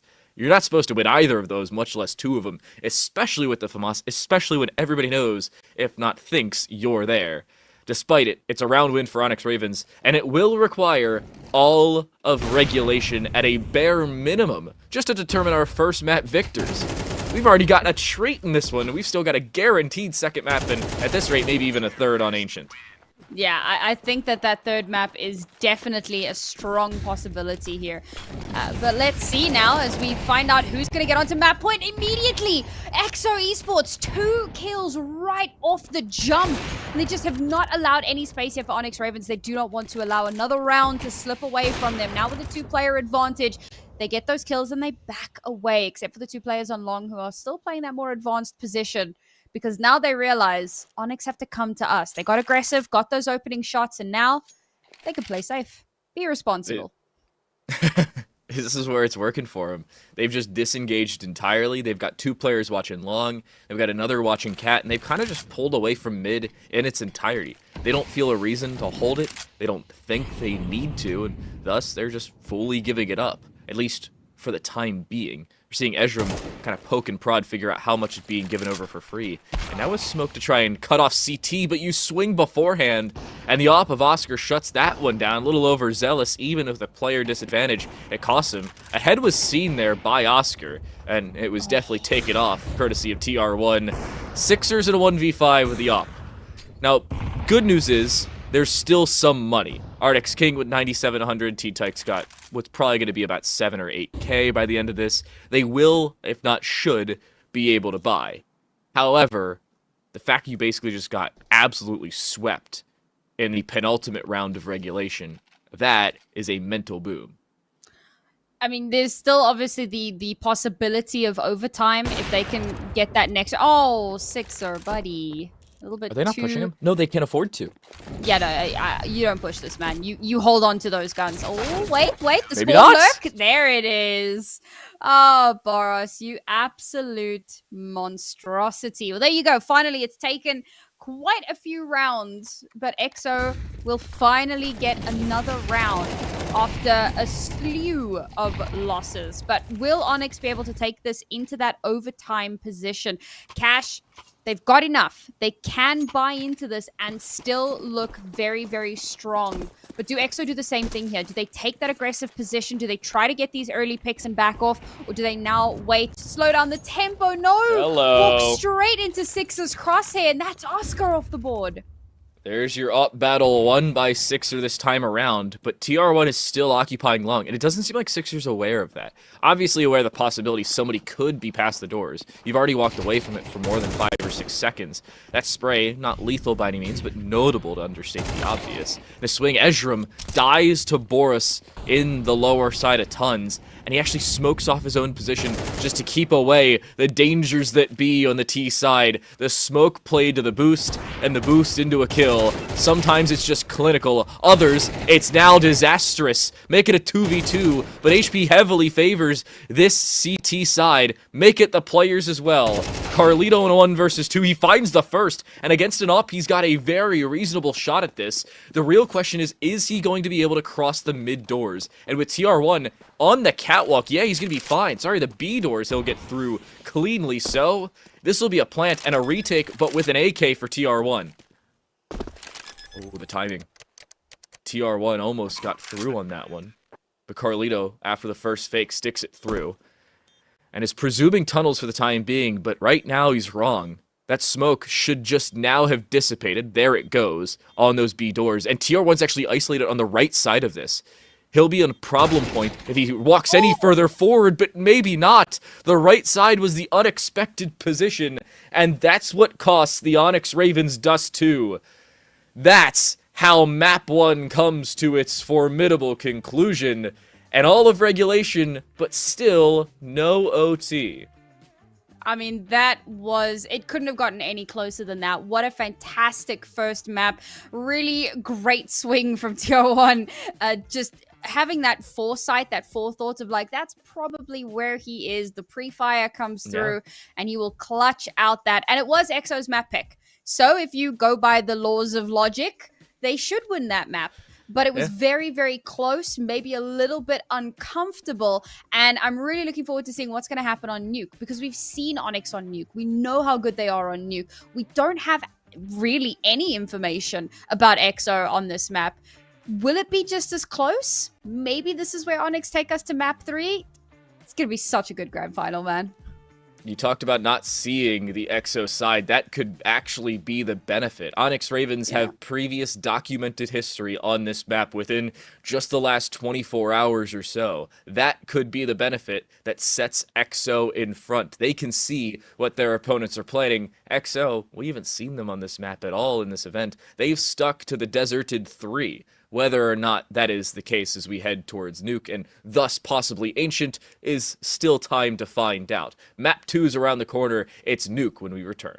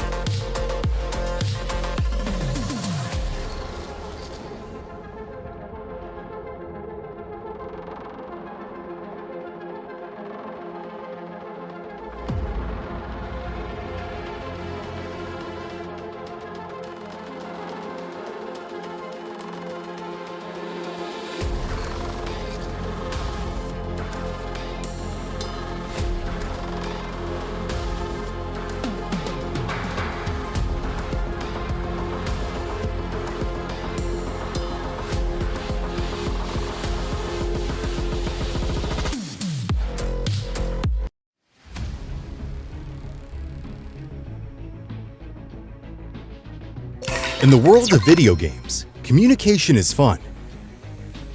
But not everyone who appears to be a friend is indeed so. Step by step, the cybercriminal starts collecting your information. From here, cybercrimes begin. Blackmail, threats, and losses that go beyond the game. Don't hesitate to ask for help when you feel in danger. While playing online, 1. Avoid communicating with strangers. 2. Keep your personal information confidential. 3. Do not click on suspicious links. 4. Report via Dubai Police e-crime reporting platform. Your digital safety starts with a simple step. Be aware. In a game we expected to be ever so close, Map 1 has given us everything we could have asked for, and arguably even more. The only thing we were missing out on is OT. All of regulation was required to determine a Dust 2 winner, but it was only regulation that brought EXO Esports that map's victory. It was their selection. They were supposed to win it. That's exactly what happens. We're moving on to Nuke to see how well Onyx Ravens can find their own response. I'm Time to Light. That right there is Naori Mizuki. Welcome back to our Dubai Police Esports Tournament, Counter-Strike 2 Grand Finals, and one that I will not surely soon forget. Yeah, I think that given how one-sided a lot of our matches have been over the last couple of days, it's really, really exciting that we do have this incredible grand final that looks like it could just be going the distance. This is my first Dubai Police Esports Tournament, and I must say I have enjoyed it immensely, and I can't wait to see the thrilling conclusion. But before we jump into that, guys, I do just want to take a moment to remind you about the QR code in the bottom of the screen. If you go and tag that, or rather scan that, you'll get some really, really helpful tips and tricks on how to stay safe online. It's the whole point of this tournament. It's all about playing hard, but playing safe and playing responsibly. It's the real reason that we were able to bring this tournament to you, courtesy of the Dubai Police, and making sure that they can convey to you how responsible you need or probably should be when playing online. In the meantime, let's bring you our bracket to show you where we've gotten to in this point, just to give you the TLDR as to what this tournament has brought you. TLDR, Onyx Ravens have won all their games, EXO Esports have won all their games, Ascend, after losing in that semifinal, Acme dropped to 4th place. Ascend picks up 3rd, and we're in map 2 of this grand final. All right, there's the TLDR. Let's take a look at our map veto again. Nice, short and sweet. I love that. And we did get a little sneak peek at the veto, obviously at the beginning or a little bit earlier on. And so as a refresher, Dust 2 done and dusted. Now we're going to be heading over onto Nuke, which is obviously Onyx Ravens pick. We saw them on it yesterday. They had a very strong T side and a devastating CT side. So this time around, they're probably going to be starting off on that T side, with EXO more than likely picking to start on CT. Looking forward to seeing how that pans out. And of course, if Onyx do in fact manage to win out on their map pick, we will be seeing Ancient for the first and last time in this entire tournament. And that will mean that Vertigo and Inferno are the only 2 maps that have not been played. Nearly insta-bans in most of these games. It's been either Vertigo and Nuke or Vertigo and Inferno, and then Nuke only gets banned out in that second phase alongside Ancient. Seemingly, everybody had a gentleman's agreement ahead of time. Basically just play Dust 2, Mirage, and Anubis. And Onyx Ravens kind of broke that when they hit their quarterfinal. They played Nuke 1 time. And honestly, it may come back to bite them here. That was not a game where they had all that many difficulties. They probably could have done it on a different map, even like a map like Inferno. I'm a little surprised they let it get to Nuke, knowing that it was something they were going to pick when we got to the best of 3s. Leaking strats is not the most concerning thing for them. Again, considering they played in RMRs, it's not like there's a shortage of previous VODs for them. But in these last 2 weeks, there's not a heck of a lot to show for Nuke specifically for Onyx Ravens. That could be the main problem for them. This is a documented history for them in a tournament they needed to win, in a game they needed to pick up. What was it? Maybe 25 hours ago? Give or take? Yeah. If that? Wow. It's kind of crazy when you think about it, right? 2-day tournament, and then you think about it in terms of hours, and you realize, wow, it's been a day. And we were actually talking a little bit earlier again about how these teams have had to play intermittently throughout the day. So you like have your first game early on in the day, and then you have your second game like sometime in the afternoon, and it's like you know, you're cold. It's doubtful that they've been able to, you know, stay warm and keep going. And even if they could, I mean, I think for a lot of the time, you want to walk around, you want to check out what's happening at the venue. There's other games being played, and you know, there's interviews and stuff happening. So you don't necessarily want to be, but sometimes it's really important. And if you aren't able to stay warm, then it can become a detriment. But these two teams have not allowed it to slow them down too much. A 13-11 in our first map. Now for map 2, will it go the same way, or will it be a dominant affair? So it's the known variable versus the unknown variable. Onyx Ravens equals a victory previously on Nuke. XO is still up for debate. And maybe X equals the win 2-0. That could still be the problem point. I'm done with my algebra jokes. That's all I had for you. But with, I mean, 90 seconds pistol round, Onyx Ravens starting T side here rather than CT side, as we saw them do so last time out on this map. Their CT side was, I'm not going to say perfect, but it was very close to it in a event where T-side has reigned supreme. They had an 8-4 finish there, and then they finished off the map 13-4. They did not lose a round on their T-side. I don't think they're going to bode as well, just given the team they're playing. And Osamas has the opening pick and then jumps over and closes the door. There's the opening two kills. Already, seems like that T-side's fallen by the wayside. It's as good of a start as you could have asked for, and yet another one to follow it up. And Boros he will not be slowed down. I mean, that round ended before it even began. You're trying to position in a particular area. 2 players have died. Ooh, okay, let's rethink that one. We'll head on over towards ramp. Ah, there's Boros. That's 2 people gone. Now I'm the last one left. No, I'm not alive anymore. I mean, it was just pure chaos. The one benefit that the Onyx Ravens have had coming into most of these games is they are a cohesive, put-together roster that has RMR experience in recent history. Their CT sides have really shown up. They haven't played against teams that have had CT sides. They haven't played against really full, put-together, long-term rosters until now, honestly. This is a little bit of a pug stack for XO. By no means is this a full roster that we're going to see in exterior events, in my opinion.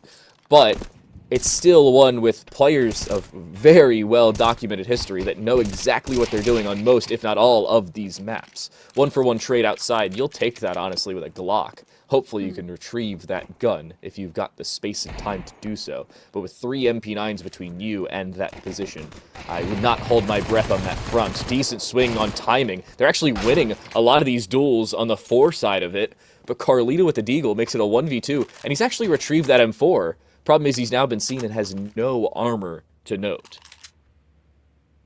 And there's a little bit of util here as well. Ah, man. You know what? I was so ready for the hero play, but not to be. I will say, Sixer has now locked in. And do you know how I know that he's locked in? How's that? His crosshair. It is no longer it's a normal plus sign. Yep, there you go. Yeah, it's the little things that really show you when a player is you know, taken off the trading wheel, so to speak, and is ready to put on their big boy boots. So let's see if it does come to fruition. So far, hasn't been the best start for the Onyx Ravens, but they've got guns now. You know, when binds were still a thing through the console, I had a friend who would have keybinds so he could change his crosshair with just the press of 3 or 4 keys, depending on the gun he was using. That's what I thought Sixer was doing when I originally saw it. I'm like, oh, he's playing with a pistol. He's trying to do something dynamic, maybe with a semi-automatic weapon. No, he stuck with it the entire game. And honestly, sticking to your guns, cool, good for you. But when there's a distinct lack of success, maybe it's time for a change. And seemingly, that was the call. Oscar just catches out T-Type, walking with utility out. He was already on low HP. Not like you're going to live through that one very easily. And a player advantage here for XO. And this is their bonus, mind you. This is a difficult round. At least it should be for XO to retrieve, but does not seem like they've had all that many difficulties. There is a flank going through heaven, and the timing works for Arctic's King. He knows that the far side of Hut could be occupied as well, depending on the timing. He wins the fight! say goodbye to TR1. Oscar needs to 1v2, and he's walking through the lobby to try and pull it off.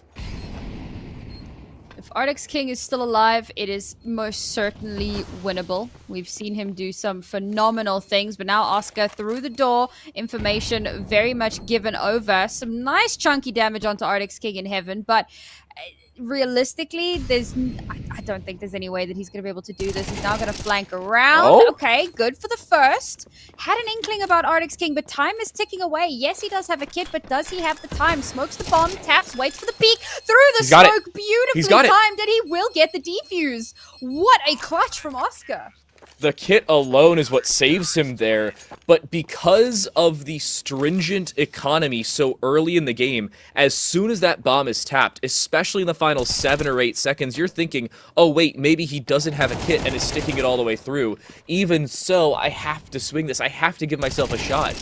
Given the smoke, given the time, you have to swing, and the timing was good for Oscar. Taps as the smoke is pluming, and then re-swings for the kill. Has the time to get back on it. He's still at a second and some change to spare. What a swing and bit of timing there for Oscar to clutch that one through. The 1v2 goes his way, even with the restricted time left over. And XO start flawless 3-0 to kick off Nuke. Oh, beautiful couple of openers from Ezram there. Sure, he gets taken out, but a 2-for-1 trade, you take that every day of the week. Now Onyx, they've completely cracked open this outside area, but they're feeling a little bit paranoid. They know that all information or all eyes are going to be looking towards them. Oscar now has positioned himself up towards heaven here, towards this catwalk, to see if anyone will peek through. Meanwhile, Onyx Ravens, they can't move. They don't have a smoke to play with. They have to back out. Losing that previous round, even with the bomb plant. You get $800 per player with a bomb plant, and yet they still could not afford that extra utility. TR1, that's actually surprising you only find one there. The head armor is really what saves them. T-Tyke is very lucky to be alive, but that damage could be the difference maker. Keep an eye on the rotation. Around from Carlito. That's walking through the far side of the ramp. Oscar wins that fight and just disengages entirely, but look again at that ramp. They're going lower, but now look at Boros. Already aware of the possibility, he's on his way towards the double doors, trying to shut this down if he can. If not, shut down Carlito. Can he get the bomb denial? He won't, but he will go 1-for-1. Oscar with the AWP in the 1v1, and Carlito knows exactly where he is. Where's the timing? Where's the kill? It goes to Onyx Ravens. Good lord, that was very close for comfort there. And I'm watching this thinking, all right, Oscar's low on HP, but he has an AWP. All it's going to take is one crisp shot. And the shot doesn't connect. The two of them kind of playing a bit of chicken there to see who's going to peek out first. And unfortunately for Oscar, he doesn't manage to win out the battle against Carlito. And I think that was a really smart play from Onyx as well. The fact that they're able to get all the way to ramp, slip down. Yes, Boris is there and waiting, but they're just that little bit faster. Even without utility, because they're quick enough, they're still able to make that magic happen. Now they come into this round, and sure, they've got a bit of a deficit in terms of utility, but they should be aware that this is likely to be an anti-eco. They probably won't be aware of the scout pickup, but aside from that, they should be feeling pretty comfortable in this round. Do you clear the boost position on ramp? I could not tell you the last time I saw this in a competitive match. Granted, we've seen Nuke twice in the last 2 days, and last time I saw a Counter-Strike match on Nuke was before yesterday. It was probably 3 weeks ago, so it has been a while. Thank you very much for the lack of favorability on Nuke. Arguably my favorite map in the pool has been since I started playing the game.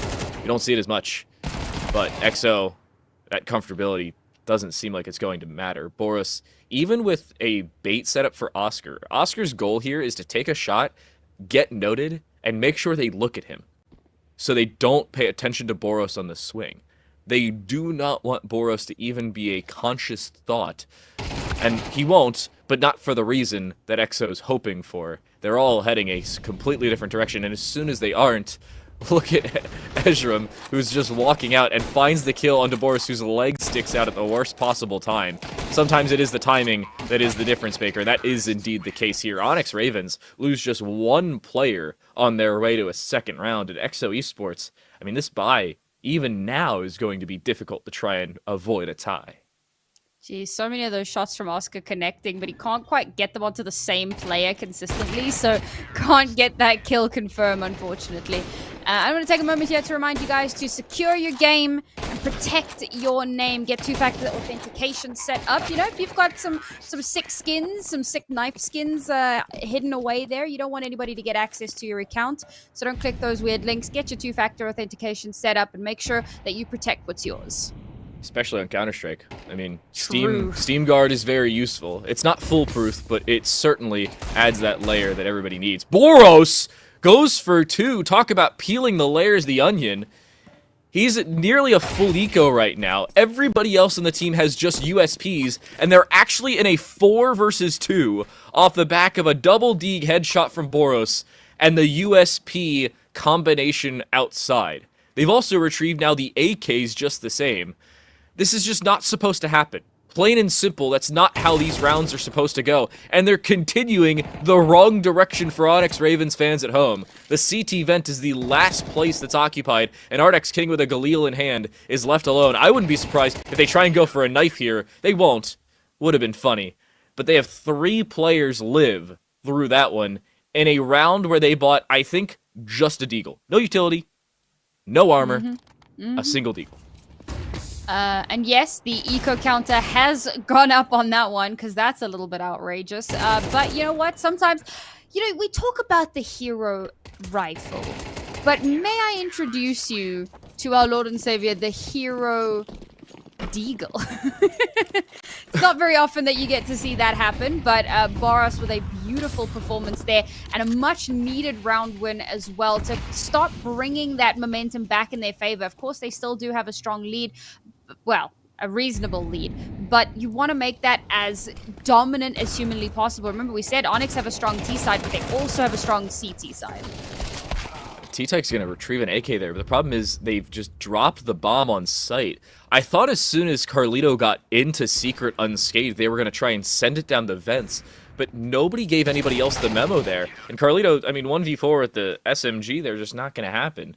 What a fall from grace. You buy just a deagle, and you find 4 kills, if not all of it, after picking up the rifles. And then your opponents just get shut down as soon as you've got full rifles just the same. Back to back there for XO. And if they don't pick up those deagle kills, if that round doesn't go their way, they don't even have the buy. Instead, they go back to back and just stringing a couple rounds together. Onyx Ravens are well in the back foot.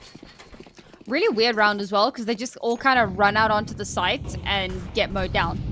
There was very little util to kind of block anything, much like that. Just peeking out before the smoke blooms. What? But the pistols are doing work again. We could have another eco on our hands.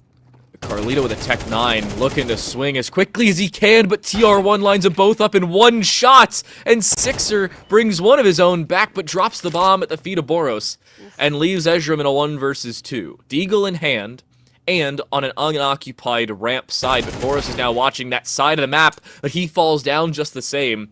One shot is the difference maker, possibly a Deagle or AK headshot versus just a body shot from basically any weapon in the game, with Ezram on 14 HP. Bomb is still out in the open, Havoc has nearly full control of it, but Ezram has the element of surprise. With the fact that the window was already broken, Havoc has no idea where Ezram may have gone, if elsewhere. He also doesn't know if the bomb was already retrieved, because he wasn't looking down the ramp. If he did, if he was looking down that set of stairs, he'd know the bomb was just sitting there, and he could have held station, done nothing. But now there's introduction of doubt.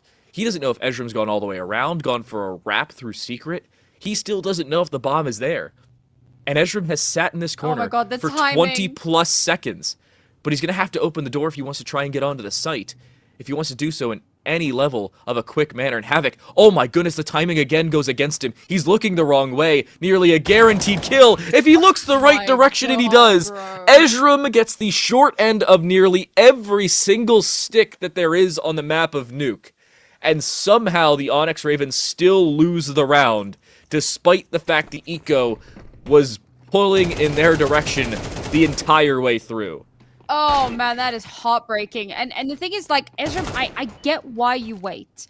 Because there's a really good chance that he's just there looking, that he knows the bomb is there, that he's going to wait for you to peek out. You don't know that he doesn't have eyes on the bomb. Like, this is a game of, do they know that I know that you know that we know that, like, nobody actually knows. And the timings just do not work out in anyone's favor there. And it comes to a face check, each of them turning around a corner in event. And unfortunately, the HP difference comes to fruition there. Very nearly a second eco, but not to be. We'll see that scoreline tick up once more for EXO. And now Onyx Ravens going to start to feel that pressure.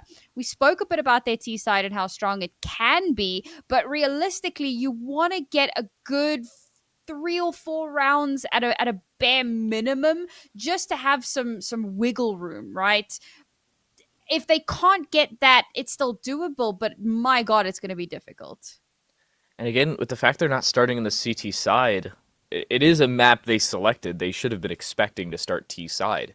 But we've seen some crazy things. A CT comeback can easily be shut down, sometimes even by a pistol round victory. That can be the difference maker. I don't know how likely that is to come through here, but we certainly soon shall see.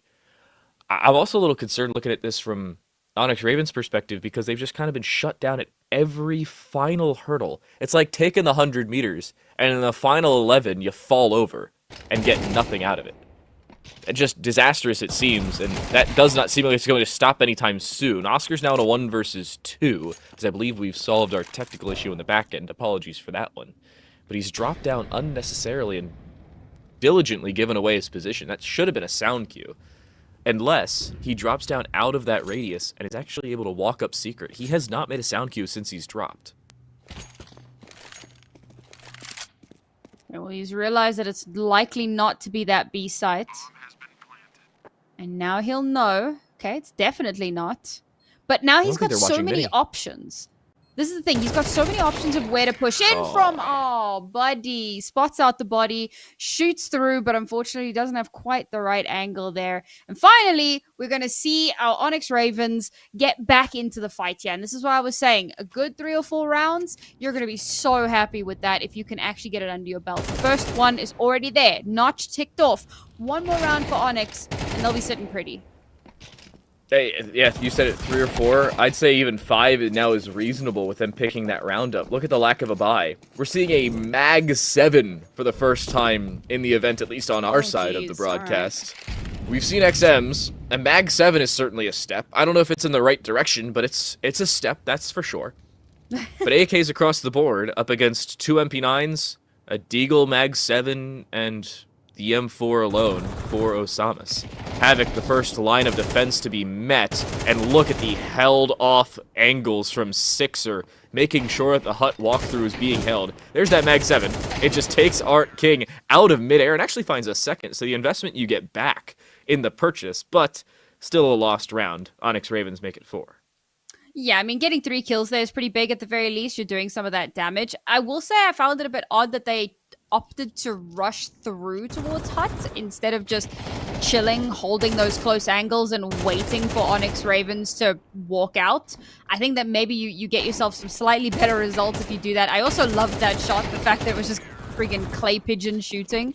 But yeah, unfortunately, we weren't expecting it to turn out to be a round win, but they do still manage to do some of that damage, and you can see it here, Carlito on a Mac 10 instead of on a rifle like the rest of the players.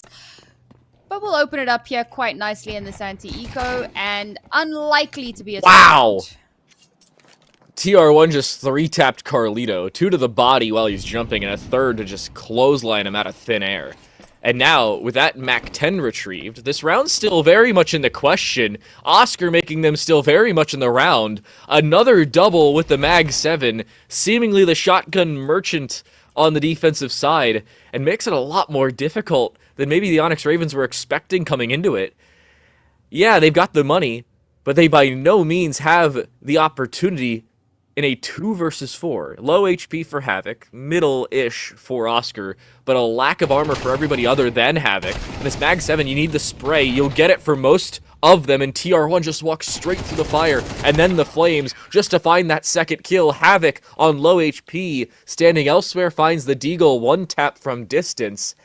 and it's the Eco with a Mag 7 that is the difference maker here at the tail end of this first half.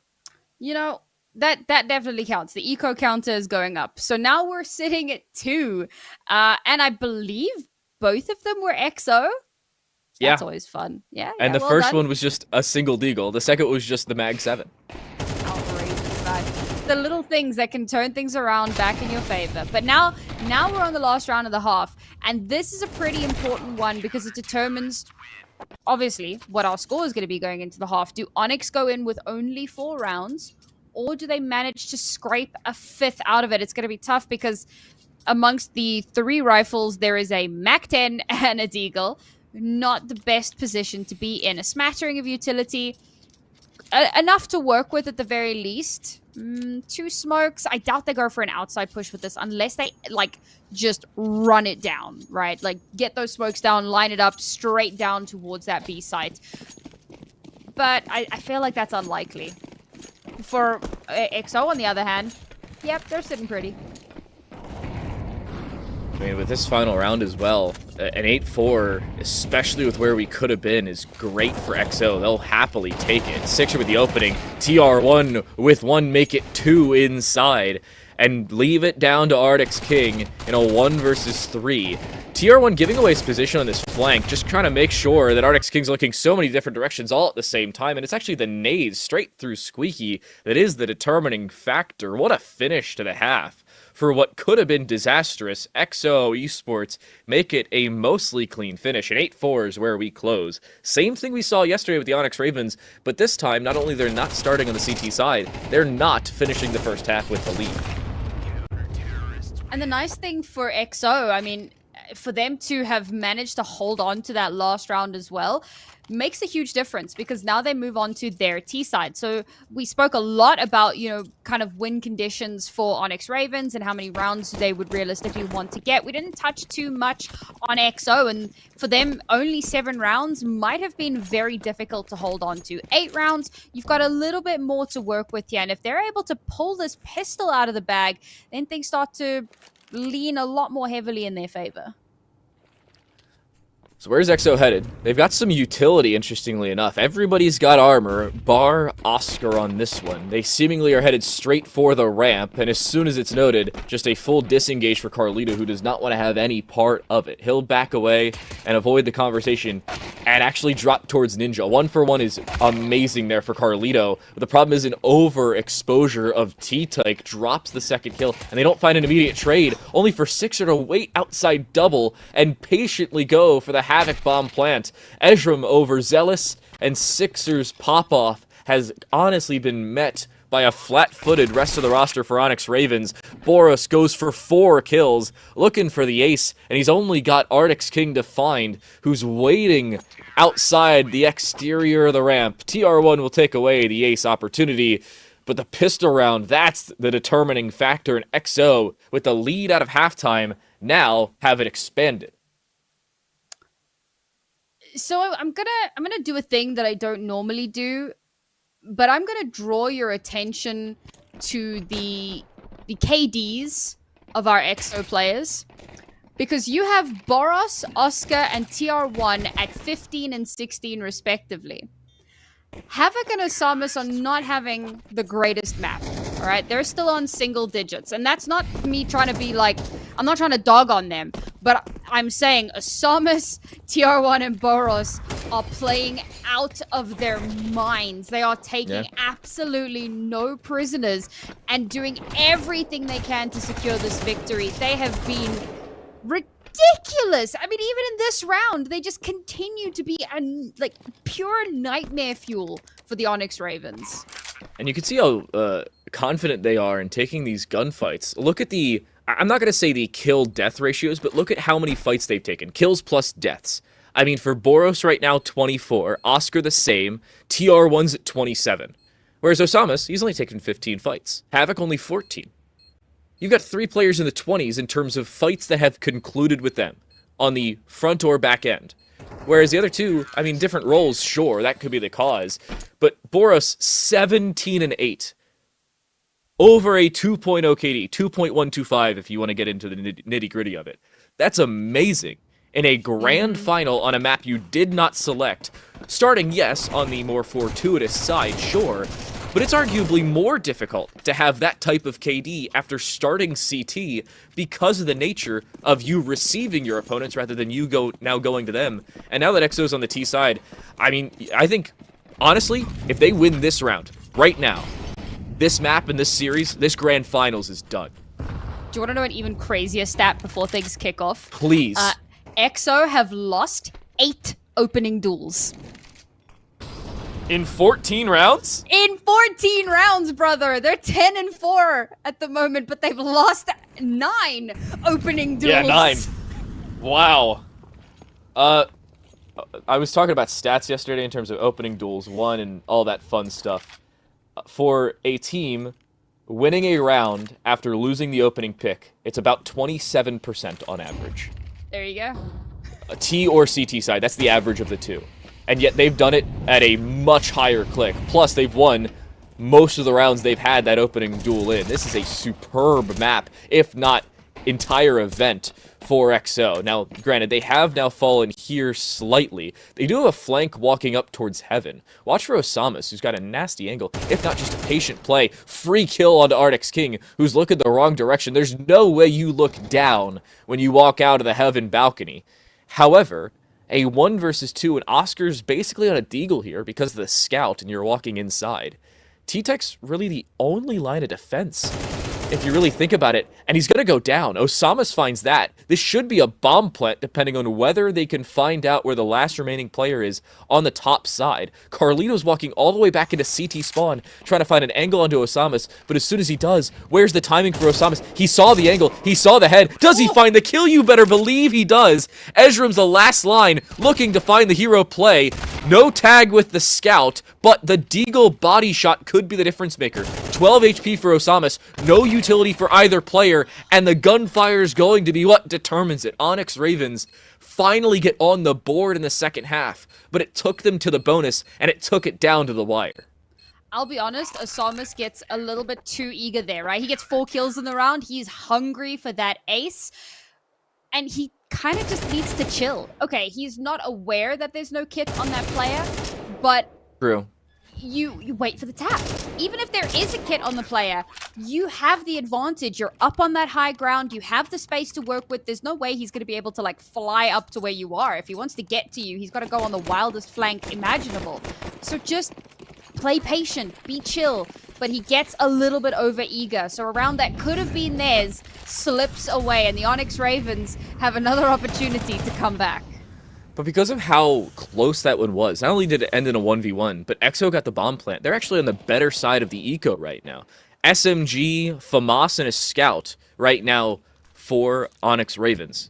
On EXO, the only concessions they really took was, let's see, no armor on Oscar, he'll go glass cannon, and TR1 has a Galil. That's really it. You're really comfortable if you're EXO right now, and that's concerning. Looking at this from the Onyx Ravens' point of view, that could have been a kill. So too could that. But Arctic's King can't finish either one and just has to fully disengage. Albeit, both players are on 33 HP. That alone is helpful. But what could have been versus what currently is are two very different conversations. Luckily, right now it seems like Onyx Ravens are finishing what their teammates have started. Sixer, nice little two-piece, and their lack of full primary weaponry does not seem like it's going to cost them. They may finish flawlessly here with Sixer finding a third. Sixer went on a little bit of a tear there. It's like he heard us talking about Boris, Oscar, and TR1, and he was like, hang on, hold the phone. Give me one moment. Let me cook. So a nice little 4-piece from him in that round. Oh? He's going to be feeling pretty darn good about that one. Gets the last kill as well. Love that for him. And this was the big concern for EXO, because as much of as much as they had a really strong CT side, it is a CT-sided map. And we know that Onyx can be very, very good and very, very scary on this map. Give them a moment. They've now got weapons in their hands, and that deficit has moved down to only 4 rounds. They should win this one, should being the operative word. And then they're looking at an 8-10, and then it's only a 2-round difference. Those 2 rounds can quickly fall away. I mean, this is 2 real gun rounds away from being a tied game. This should be a fairly clean round. I say that, and Osamas finds the opening pick. And we've seen the chaos that Boros can create. They aren't able to immediately retrieve that rifle, which does concern me just a little bit. Previous rounds, even with those ecos, they've immediately retrieved the rifles that they've duly earned with these Deagles or P250s, but now T-Type, even in a concerning position, 22 HP, he's a small breath of wind away from falling, and they're still pushing the envelope here. They're by no means giving him the space to work. Boros does find the kill, and Sixer's now out in the open and really isolated, but look at the rotation up in heaven, everybody getting involved, 2 versus 2, P250 out, for Havoc finds 1, make it 2! No he goes way, individual brother. on the inside of sight, and he'll step up to close it. What a eco round with just upgraded pistols, and they're up to 11 on the XO side. You can see Six's disappointment in that one. That round did not go to plan. Losing that battle, maybe you got two players that are kind of staring at each other through a pixel, but the fact that it's the pistol that's busy coming out on top of that, and then Sixer takes the aggressive position, and the rest of the team's a little bit slow to rotate in, and then they just lose to pistols. I mean, it's a bit of an egregious round, honestly. And naturally, as soon as XO Esports now has rifles, Onyx Ravens decide, oh yeah, hey, we want to play like normal players again. And they have an opening pick. Ezram even finds another with the MP9. This is wild. As soon as XO has pistols in hand, Onyx Ravens forget how to play Counter-Strike. But once they have rifles again, it's like they're the best team to ever hit the server. I'm so confused. That's seemingly how this event has gone back and forth, even in our first semifinal, or our first semifinal, second semifinal, definitively for everybody else. That flash goes a little too far. T-Tyke was staring straight at Boros and was like, why are you looking the wrong way? That's the real question there. But at 2v3, EXO are still very much in this round. Yeah, but they're still so far away from one another, and there you go, TR1 goes down in a completely untradeable position, and Oscar, well, just after throwing the Molotovs, some good timing on the swing there, but EXO bring themselves back into this. I mean, we knew they were good when we first saw them yesterday. We knew that they were one of the teams in the highest contention to come through this one, but wow, what a performance so far. Very, very impressive. Even when the chips are down, they still find a way to keep themselves alive in this. Somebody said it in chat, I'll echo it. OGs, their kryptonite, it's pistols. Now granted, Havoc has a scout, so it could offset. The presence of a rifle alone could be what allows Onyx Ravens the ability to play Counter-Strike. But you never know. Tech 9's there, there's 2 Deagles, one on Boros, one on Osamas. This is a very reasonable round. They pick this up, I mean, that could very well be the game. Not only demoralizing, but Onyx Ravens really don't have the loss bonus they need. Luckily, doesn't seem like they're going to have to worry about that. It was the presence of the scout. XO Esports kind of cursed themselves, or cursed the curse, whatever idiom you want to go with. It's the round for Onyx Ravens, and a clean one. Everybody stays alive, clean as you please. Yeah, unfortunately, however, we are now in a still very scary situation. Okay, so we're slowly getting these rounds ticking in. And okay, I thought that there was going to be more money than there actually is. So I was kind of thinking maybe EXO have a bit more to work with. But no, okay. Onyx Raven still in a fairly safe position here as long as they can hold on to this control. And look at this aggression once again, trying to set up Ardex King for an early shot, but it's not even him that gets the opener. It's T-Type who's instantly traded. And Osamas has dropped vents here. I don't know if that's been noted, but look at the damage he's taken. Down to 10 HP. Ardex King, there's the Oppen trophy. He's got help as well. I love this combination of both players. Even if Ardex King goes down, if not misses the shot, he's got support behind if he needs it. And this left angle peak is going to be difficult to win against the AWP holding this angle. Oscar even more so because of how distant he is. He just crab walks into it. Easy kill, but there's the flank. Osamas finds 2. It was the drop into the vents that finds them both, and Boros wins another fight. Make it a 2 versus 1, and the backstab from under is what gives them, or very well could, the round. Sixer in a 1 versus 2, and Osamas has found an AWP to make up for that 10 HP scenario. And Boros has just realized, I need to disengage, if not take this as a true 1v1. HP is very little a factor, but now even more so it is. 43 health after the nade. Can he find the headshot? The answer's no. And Osamas is gonna maybe go hunting for the vent, but he decides better of it and is headed towards the ramp. In the process, though, he's given up Sixer towards the vent, and he could drop early. It's exactly what happens. No, but Sixer's come back. He's not 100% Wait, sure. Why? He thinks that it might just be a fake. And meanwhile, the bomb's getting planted. Now he's figured it out. There's no one here. He's made the wrong call, and he's going to have to make his way down here. Osamas? He swapped to a rifle. This is doable.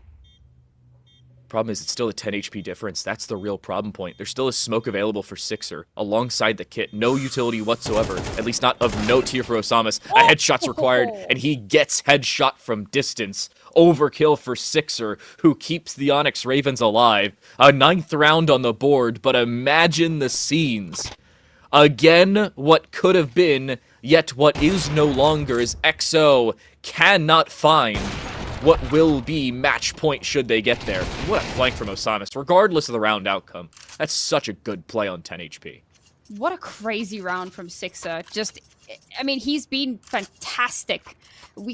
I pointed him out in the first map, having a slightly quieter first half, but he picked it up towards the second half, and on this map, he has been lights out. He played those last few moments so incredibly intelligently, baiting off of util, peeking, shoulder peeking, trying to bait out a shot. I mean, it was a masterclass from start to finish between him and T-Tyke. No signs of slowing down.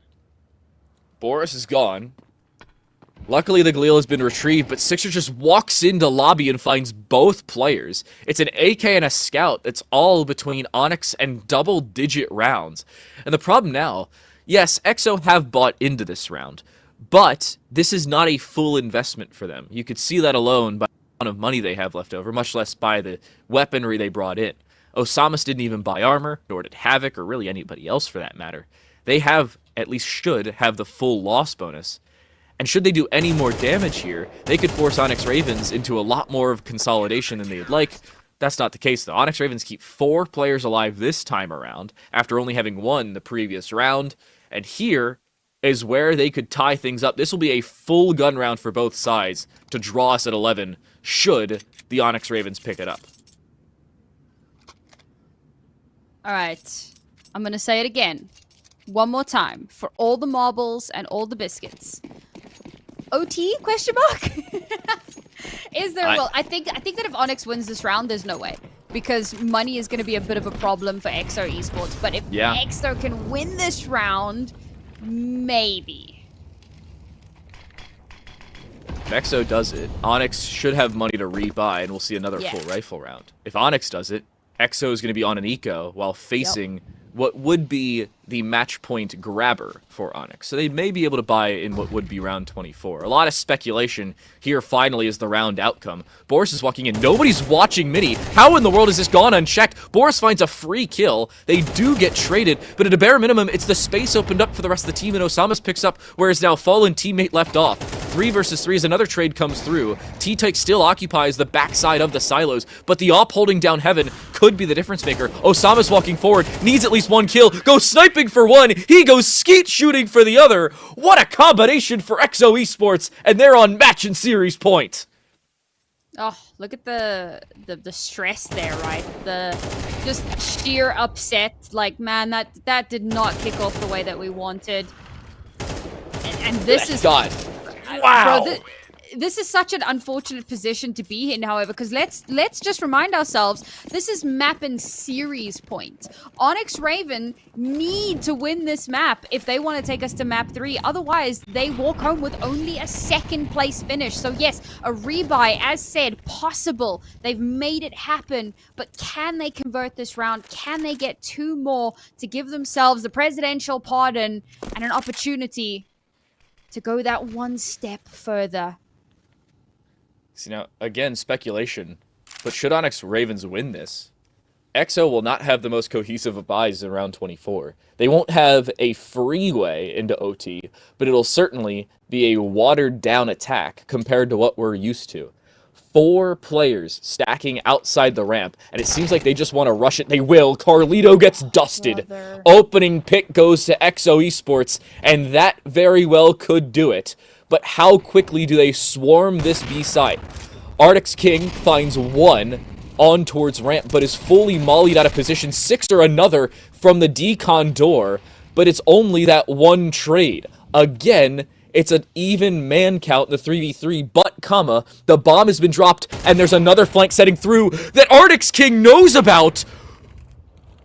Massive brain play keeps him alive and gives them the player advantage. Not only that, but it forces a player disadvantaged T-side to go grab the bomb and try and plant it.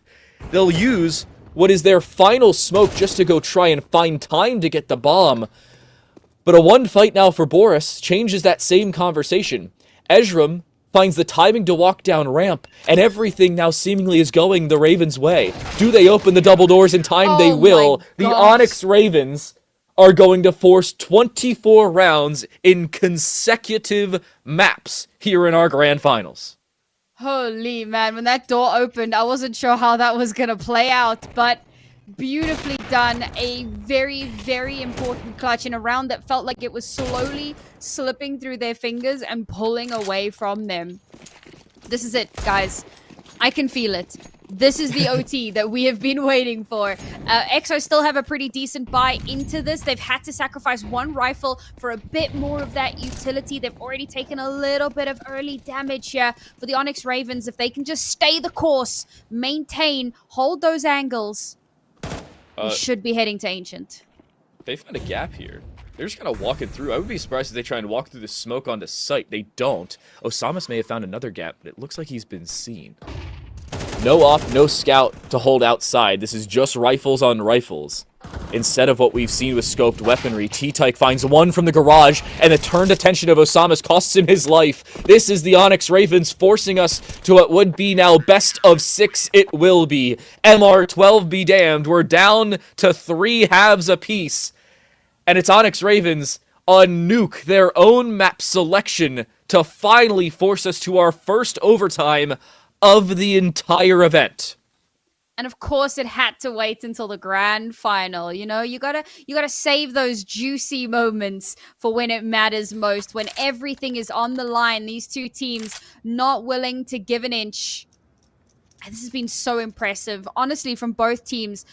I've loved watching how they continue to fight back and forth to go blow for blow and to keep trading out as far as humanly possible. Now the question comes in, how is this OT going to go? Onyx Ravens, they need to have a dominant CT half here because obviously we're going to swap rounds or swap halves fairly soon. So we've got to keep this as clean as possible with Oscar taking down Onyx King so early on. It doesn't bode well. What? Hello? Boris just walked straight through a smoke that Ezra is waiting for. I mean, with the fact that we saw 2 8-4 halves favoring the CT side, if you're a CT team, you need a minimum of 2 rounds. That's a bare minimum. And, honestly, if you're the T side, you'd love that 2-round buff just to try and have at least something in your favor. They'll go for a boost just to peek the double doors, but nobody's down below for the entirety of the Onyx Ravens. This is a 4v4, and they've got all 4 players on the top floor. 2 around hut, 2 around the ramp for a quick rotation, each of them with availabilities, 1 vent and 1 towards that ramp exit. But if EXO go quickly enough, they've just opened up the control windows. They've now started to walk onto the site, but the op holding down lobby. Oscar's so disconnected from the rest of the push, but he alone could be the difference maker. They've smoked out ramp. This should be the easiest plant the team has ever seen, but it took him a little bit too much labor, and Havoc has found Ezram on an overzealous swing. Osamas, walking through himself, should find Carlito. No way you clear this corner with a smoke up in front of it. Seems like he will, actually. Osamas turned the wrong way at the worst possible time. A 2v3 and a retake of the B side of Nuke. It is no Dust 2 by any means. It's still a very reasonable retake. T-Tyke aware that Oscar still had to rotate and was holding down secret. They know a second player's in the far corner of the site, but now Carlito needs to do it all himself. A swing of both players. At the same time, he runs out of ammo in the M4. It's both players on 1 HP as it stands. Maybe the Molotov could be the difference maker. As it falls, so too will the Ravens. EXO Esports open up the scoring in OT, and that's the one round they truly needed. Everything else is a bonus here on the T side. I mean, there was definitely a lot of like weirdness in that round. The first kind of push from Boros just directly through the smoke, not really checking to see if anything was going to be happening here. They're not able to recover the AWP, unfortunately, but this was the big one for me. It was risky for EXO to leave players so far away, waiting for a potential lurk, because there might never have been a lurk, lurk attempt, but there was. Onyx Ravens push out to try to pincer, and they get caught out, and that's where the dominoes begin to topple. And notably, they didn't even have to go for that rotation because vent was open. It's not like Squeak was actively occupied, nor was the door open. Yeah. So there wasn't a need for Onyx Ravens to try and take that space, and it honestly costs them probably the entire round. If Oscar doesn't find that kill, it doesn't force them to force the full rotation over towards Secret. There's a whole list of dominoes that fall afterwards, and it seems like the Onyx Ravens are going to be added to that list of dominoes. Sixer in a 1 versus 4, and he's isolated inside a mini. Really no hope at this one. A first kill, maybe as a consolation prize, that's all he'll find. XO now go back-to-back.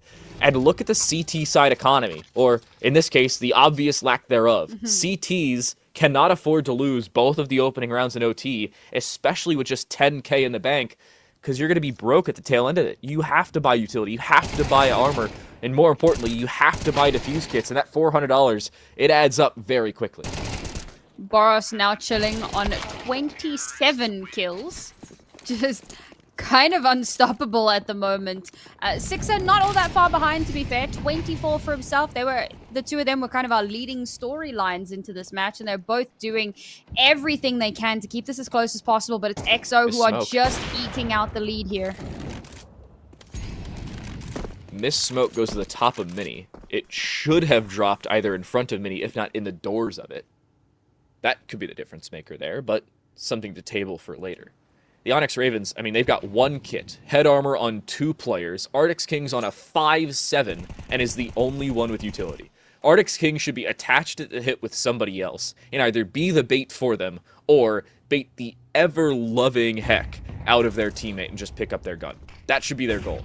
Play the bait, pick up a gun, if you can. T-Type with the opening pick. They can't go for 2, and Havoc finds the retrade at the top of heaven. That may very well be this T-side domino falling in favor of the XO Esports half. Arctic King with the only 5-7 for the team needs to clutch it out. 3 players are on low HP, and he's now retrieved an op, but this flank now setting in with both players, not expecting a second. There's no way you look for TR1, no way you turn around, and that's exactly what'll cost you. 3 consecutive match points on the favored side of a map you've looked ever so clean on. XO Esports in prime position to close out the grand finals. Man, Onyx really needed a couple of rounds in this first half of OT. The fact now that we move over onto their T side, and need I remind you, their T side earlier on was lackluster, to say the very least. They struggled to get rounds together. They went into the half with only 4, which is 1 more than they need to take us into double OT, but it's not like they strung them together. This is going to be difficult no matter how you look at it, and it's got to be flawless. They cannot afford to make a misstep here. So double up for XO. And one of them already steps up. Ezram's the first one gone. Arctic King also has the op, but misses a shot. No, he does hit it. No, he was. I thought he nailed it. He doesn't. That could be the game. Confusion, it seems, with the flick above, and everything now falling down below. Onyx Ravens needing the second trade. It's Sixer to do so. No way you find another. It's T-Tyke to do just the same. And now it's Oscar in a 1 versus 2? Talk about a snowball effect. This one spiraled out of control. XO Esports had the game at the tip of their fingers. And a couple missed shots, maybe a missed opportunity. And now it's a completely different conversation. Suddenly it's looking like Onyx might be in with a chance here. They lost the ball. Oscar's walking through secret. Oscar's walking through secret, and Minnie's completely occupied. A Sixer should be dead here. At least he's been seen. There's no way he lives through this. I give him 2 seconds. 1 and 0 should die from behind. Oscar doesn't want to do it too quickly, but with the USP, he needs to do so sooner rather than later. AWP from distance. It's the Achilles heel. The distance shot is what closes it. The 1v2 and the backstab with a silenced pistol. And XO Esports 16-12, 4-0 in OT. A flawless finish to what was a significantly flawed regulation. They are your Dubai Police Esports Tournament Counter-Strike 2 champions. And unfortunately, you can see the disappointment here for the Onyx Ravens. I mean, they tried so hard. They put up such a strong fight. This was the absolute closest series that we had all weekend. We finally got to see that overtime. This was honestly one of the best matches that we've had all day. So props to our Onyx Ravens, and hopefully they don't leave feeling too disheartened. But of course, huge congratulations to EXO for managing to walk away here as your Dubai Police Esports Tournament champions. They protected what was theirs. They held on to it for dear life. They fought so hard, and they're going to be feeling pretty darn good about that one. Yeah, 50,000 dirham richer as well. That's 13.7k USD for all of you tracking in any other currency. It's easier to convert from there than it is maybe dirham. That's an amazing game as well, because the total round differential between those two games was 6, and 4 of those came in overtime. That's how close this game was. Very reasonably could have been 13-11, 13-11. We could have seen, if Onyx Ravens picked up a round in regulation, 2 13-11 maps and Ancient, but we're not that lucky. Apparently no Ancient for us. No Vertigo, no Inferno. Of the 7 maps in the pool, we saw only 4, and Nuke was only seen twice. That's how really constricted this map pool was for this event, and yet it seemed ever so clean at the tail end of it for EXO Esports, a team that did not play Nuke until right now here against a team that was clean as ever yesterday. 13-4 yesterday, 16-12 loss here today. Here's your final look at the bracket, the conclusion of the Dubai Police Esports Tournament. It's the win for your EXO Esports. Ascend pick up that 3rd place finish to round out the podium, but an Onyx Ravens squad that would love a position higher than 2nd. They just cannot find it. Yeah, I mean, it's quite an interesting one for Acme to not even have a podium finish here, because we kind of mentioned they were champions in a previous iteration. And the same with Onyx Ravens. The core of that roster has also been a champion in a previous iteration. So for them to come 2nd, really awesome for them. I think that maybe a lot of people had them the favorites to win the whole thing based off of that. But yeah, it's EXO who will come in first with the gold, right on top of the hill, being crowned the kings of the Dubai Police Esports Tournament. And just a quick reminder again, guys, as we wait for our post-game interviews to be set up, please do check out the QR code at the bottom of your screen with some really helpful tips and tricks on how to stay safe online. All of these players, I guarantee you, they've put a lot of effort into making sure that their accounts are as secure as possible, because you don't want to lose all of the precious cosmetics and items that you've put a lot of time into. And not just that, right? Your progress, your elo, all of those important things that you have that are tied to that account, tied to you. You don't want to lose that. So make sure that you protect yourself, protect what's yours, so that you can continue to play hard, play smart, play responsible. And you can absolutely tell that a lot of these players, a lot of public-facing appearances in their previous professional careers have done just that over this long professional career, specifically Boros. I feel like Boros is the individual I want to talk about first. As an individual, maybe not the most perfect individual performance. Yes, great showing on Nuke in the first half, but second half kind of fell by the wayside, and an OT really picked it up. But he was the one that allowed the rest of the team to step up. He was the catalyst to the squad's, in its entirety, success. And that is the difference maker, and a leader in a player with that previous experience of what we've talked about it multiple times before, that major quarterfinal back last year in Paris, just before we swapped from Global Offensive to CS2. And I gotta say, I miss Global Offensive. Maybe so too does Boros after that previous experience in Paris. But here, he's shown how much that can develop, not only in terms of individual mechanical skill, but in game knowledge and the assist around the rest of his squad.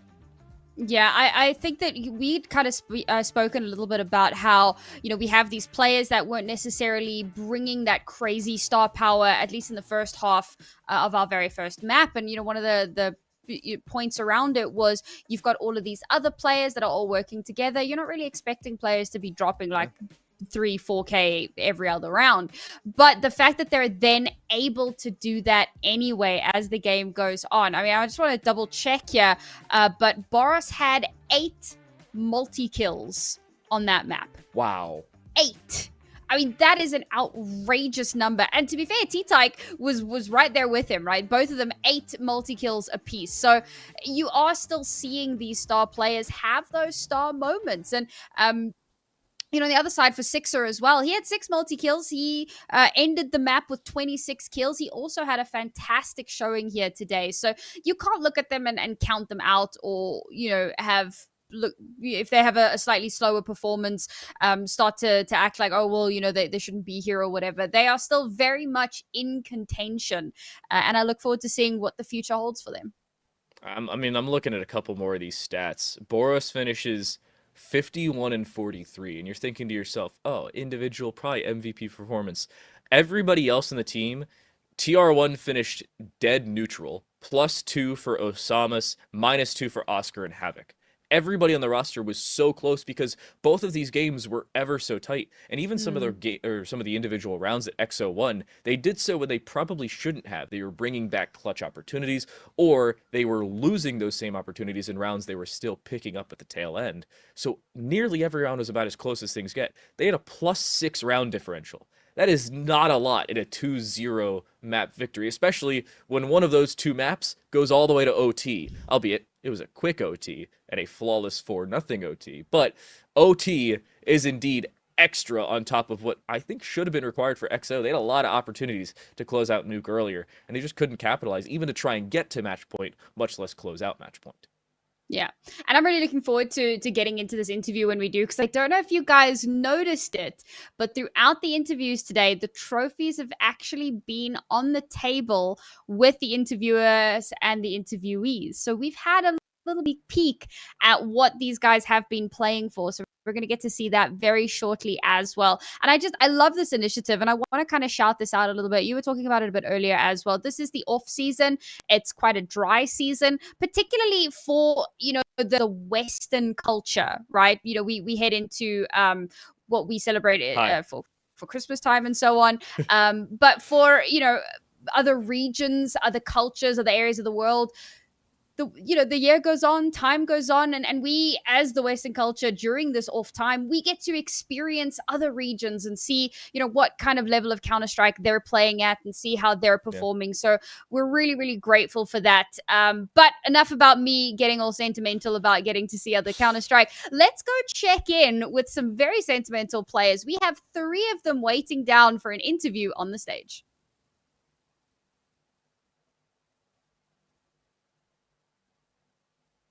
Thank you so much to our casters. We were just having a very interesting conversation. I'd love it to share with you all, but for now, I want to introduce our first place winners for the Counter-Strike 2 tournament here at the Dubai Police Esports Tournament.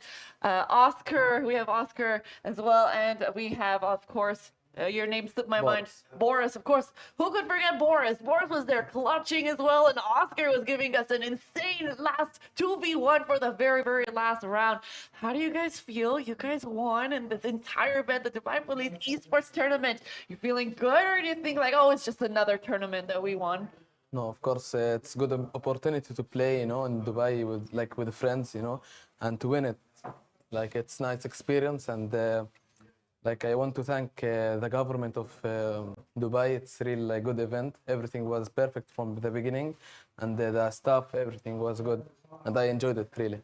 We appreciate you, and we had a little bit of a conversation, and we actually heard that you guys are the first time that you're playing as a team. So Team EXO is only being formed for this tournament. Is that true? Yeah, and you guys play so well. You actually got first place. A lot of people have come here and they play scrims, they train, they have been working at it for a long time, but you guys just come and you play together and you win. What's your secret? I don't know. We are just a mix. We talked with each other before like 5 days that we want to play it, and we came here. That is amazing. So where are you from, Oscar, originally? Saudi Arabia. Saudi Arabia. Okay, so you're representing Team Saudi, and what about yourself? From Jordan. Jordan. Okay, see, we have all people, multicultural. As we know, Dubai is the multicultural hub of the entire world. So you have people from all different mixes. We have from Saudi, we have from Jordan, and from all different parts of the world being united to come and play here at the Dubai Police Esports Tournament. Let's talk a little bit about your very last game where you guys played at Nuke. And as we know, it's notoriously CT-sided, which you guys had the chance to play first. And you did pretty well. But once you switched, you started to fall off a little bit there. Yeah. But as soon as you got to overtime, you managed to win pretty well over at CT as usual. And over at that last round where you clutched, I believe, 2v1, we were screaming here backstage. We were hoping for you guys to win. Were you nervous? Were you shaking? Or were you so sure that you were going to get it? What about you? What do you think? Were you confident? Confident? Yeah? كنت واثق بحالك انك راح تجيب الراوند. Yes, of course. I was believe myself to win the round, and my teammate on the mic they say to me, "We believe you. You will win the clutch." Yeah. And after this, I won the clutch. For Oh, me, so I trust myself. you trust yourself, and your team also were boosting your ego and making sure that you win. So easy, they got it. It was easy as that. Is there any last words of advice you want to give anyone watching, maybe some fans of yours who want to also play professionally? Is there anything you want to say to them? I just want to say I come from Saudi Arabia to win, and I am sure I will win the tournament. And والله English ضرب. You got your point across. Don't worry. What about yourself? You any other words of advice that you want to give? Any final words? For the fans, like there is no one supported us. You know, everyone was with them, with the other team, because they're friends and they're local from here. So we was like against everyone, and it's good feeling when you win.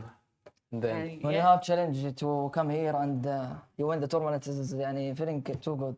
Yeah, and I'm sure it must feel good walking home with the pockets full of cash as well. That's a good part too. We can't deny that. Sure, we love gaming. It's passionate. It's wonderful to hang out with friends, but I mean, you know, the money's the good thing too. We have 50,000 dirham prize pool, and a major part of it is going to Team XO. So congratulations to the both of you, and we hope to see you in future editions of the Dubai Police Esports Tournament. thank you. All right, we are heading back to the casters right now, but we will be back shortly with an interview with your second place winners. So take it away, back to the casters. I feel like Archie put it to the perfect way she ever could have. Dubai, the cultural capital of the world. In this game alone, on LAN and in person, at the Police Officers Club, they had 7 separate nation states represented between 10 players. 3 players from the UAE, 2 Palestinians, a Jordanian, Indian, Saudi Arabian, Iraqi, and a Frenchman.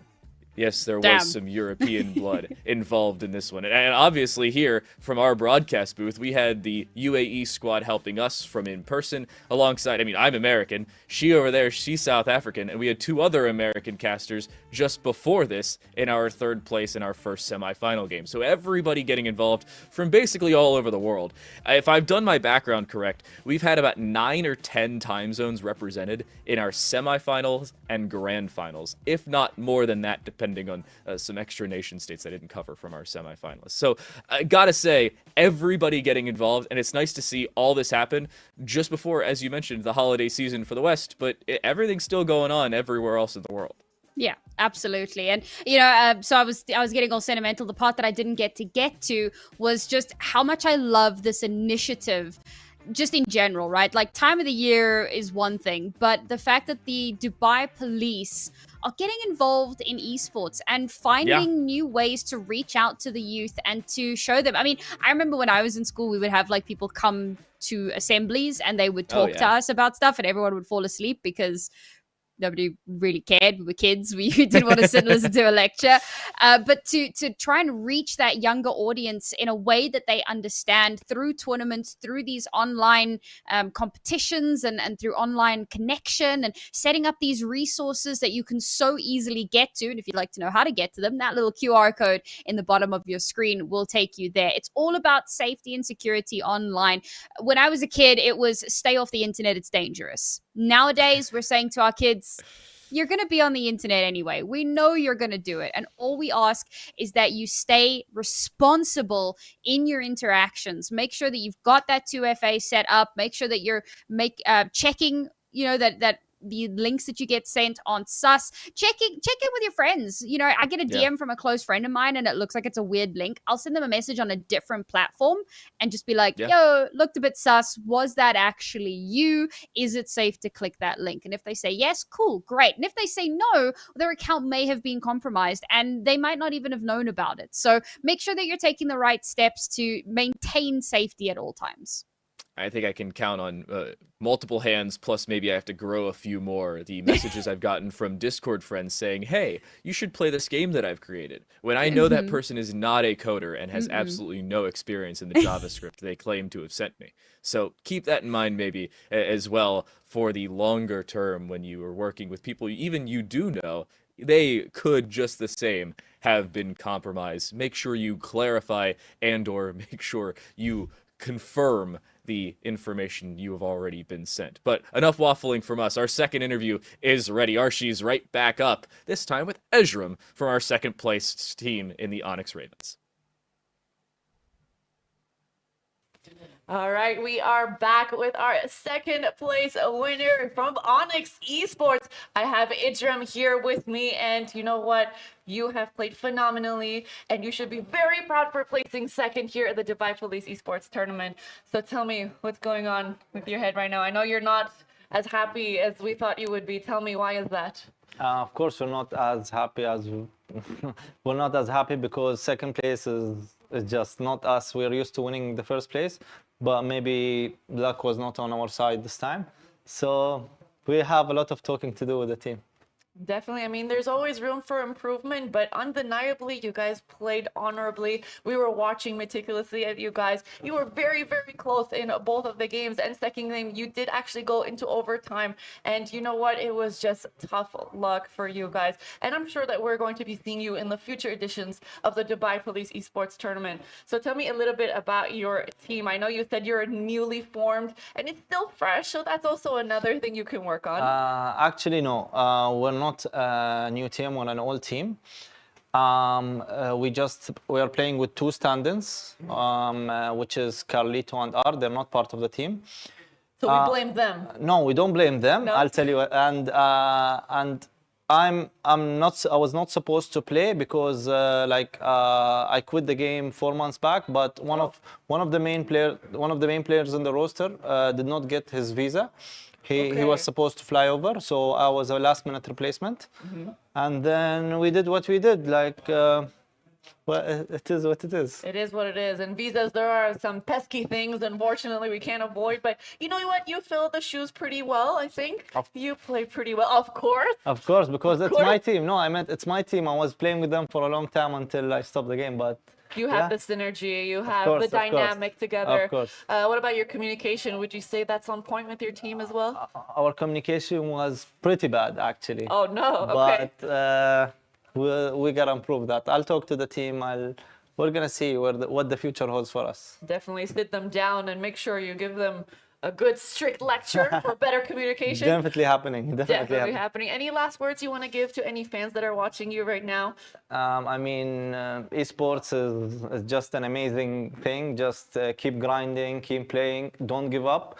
And if you work hard, you can reach the top. And especially Counter-Strike 2 players, we have more chances now. I advise you to play more, to have much more work ethics.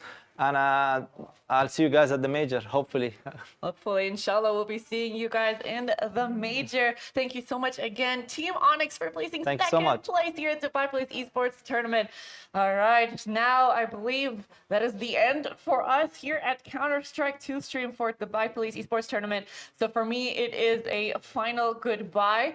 So take care, guys. My name is Aisha Farhad, also known as XRG, and it was a pleasure to host this tournament for you guys. Now we'll take it back to our wonderful casters. Take it away, guys, and good night.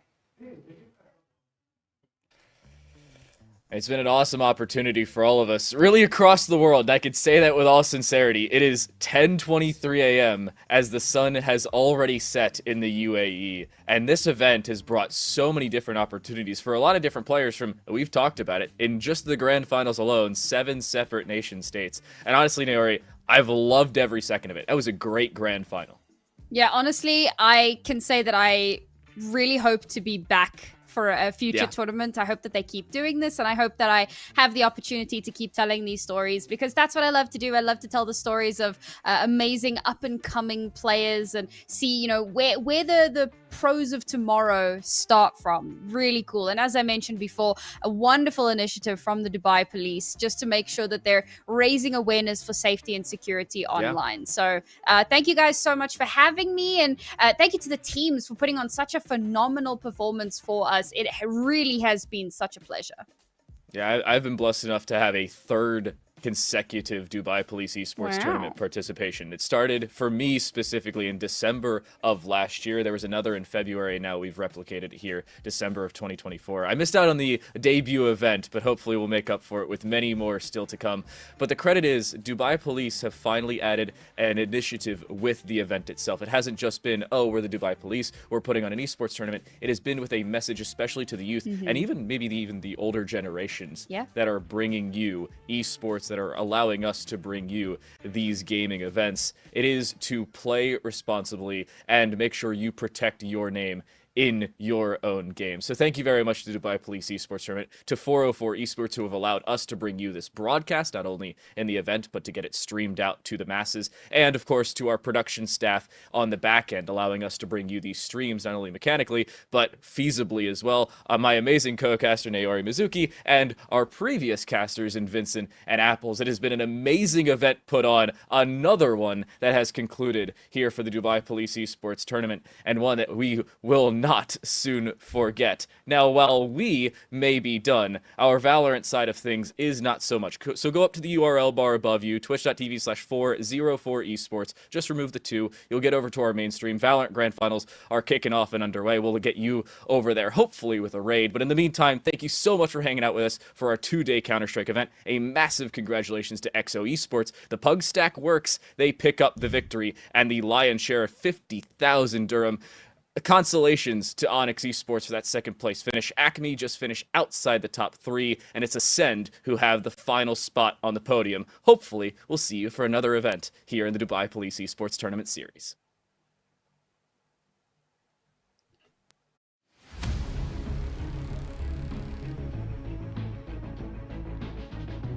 In the world of video games, communication is fun. But not everyone who appears to be a friend is indeed so. Step by step, the cybercriminal starts collecting your information. From here, cybercrimes begin.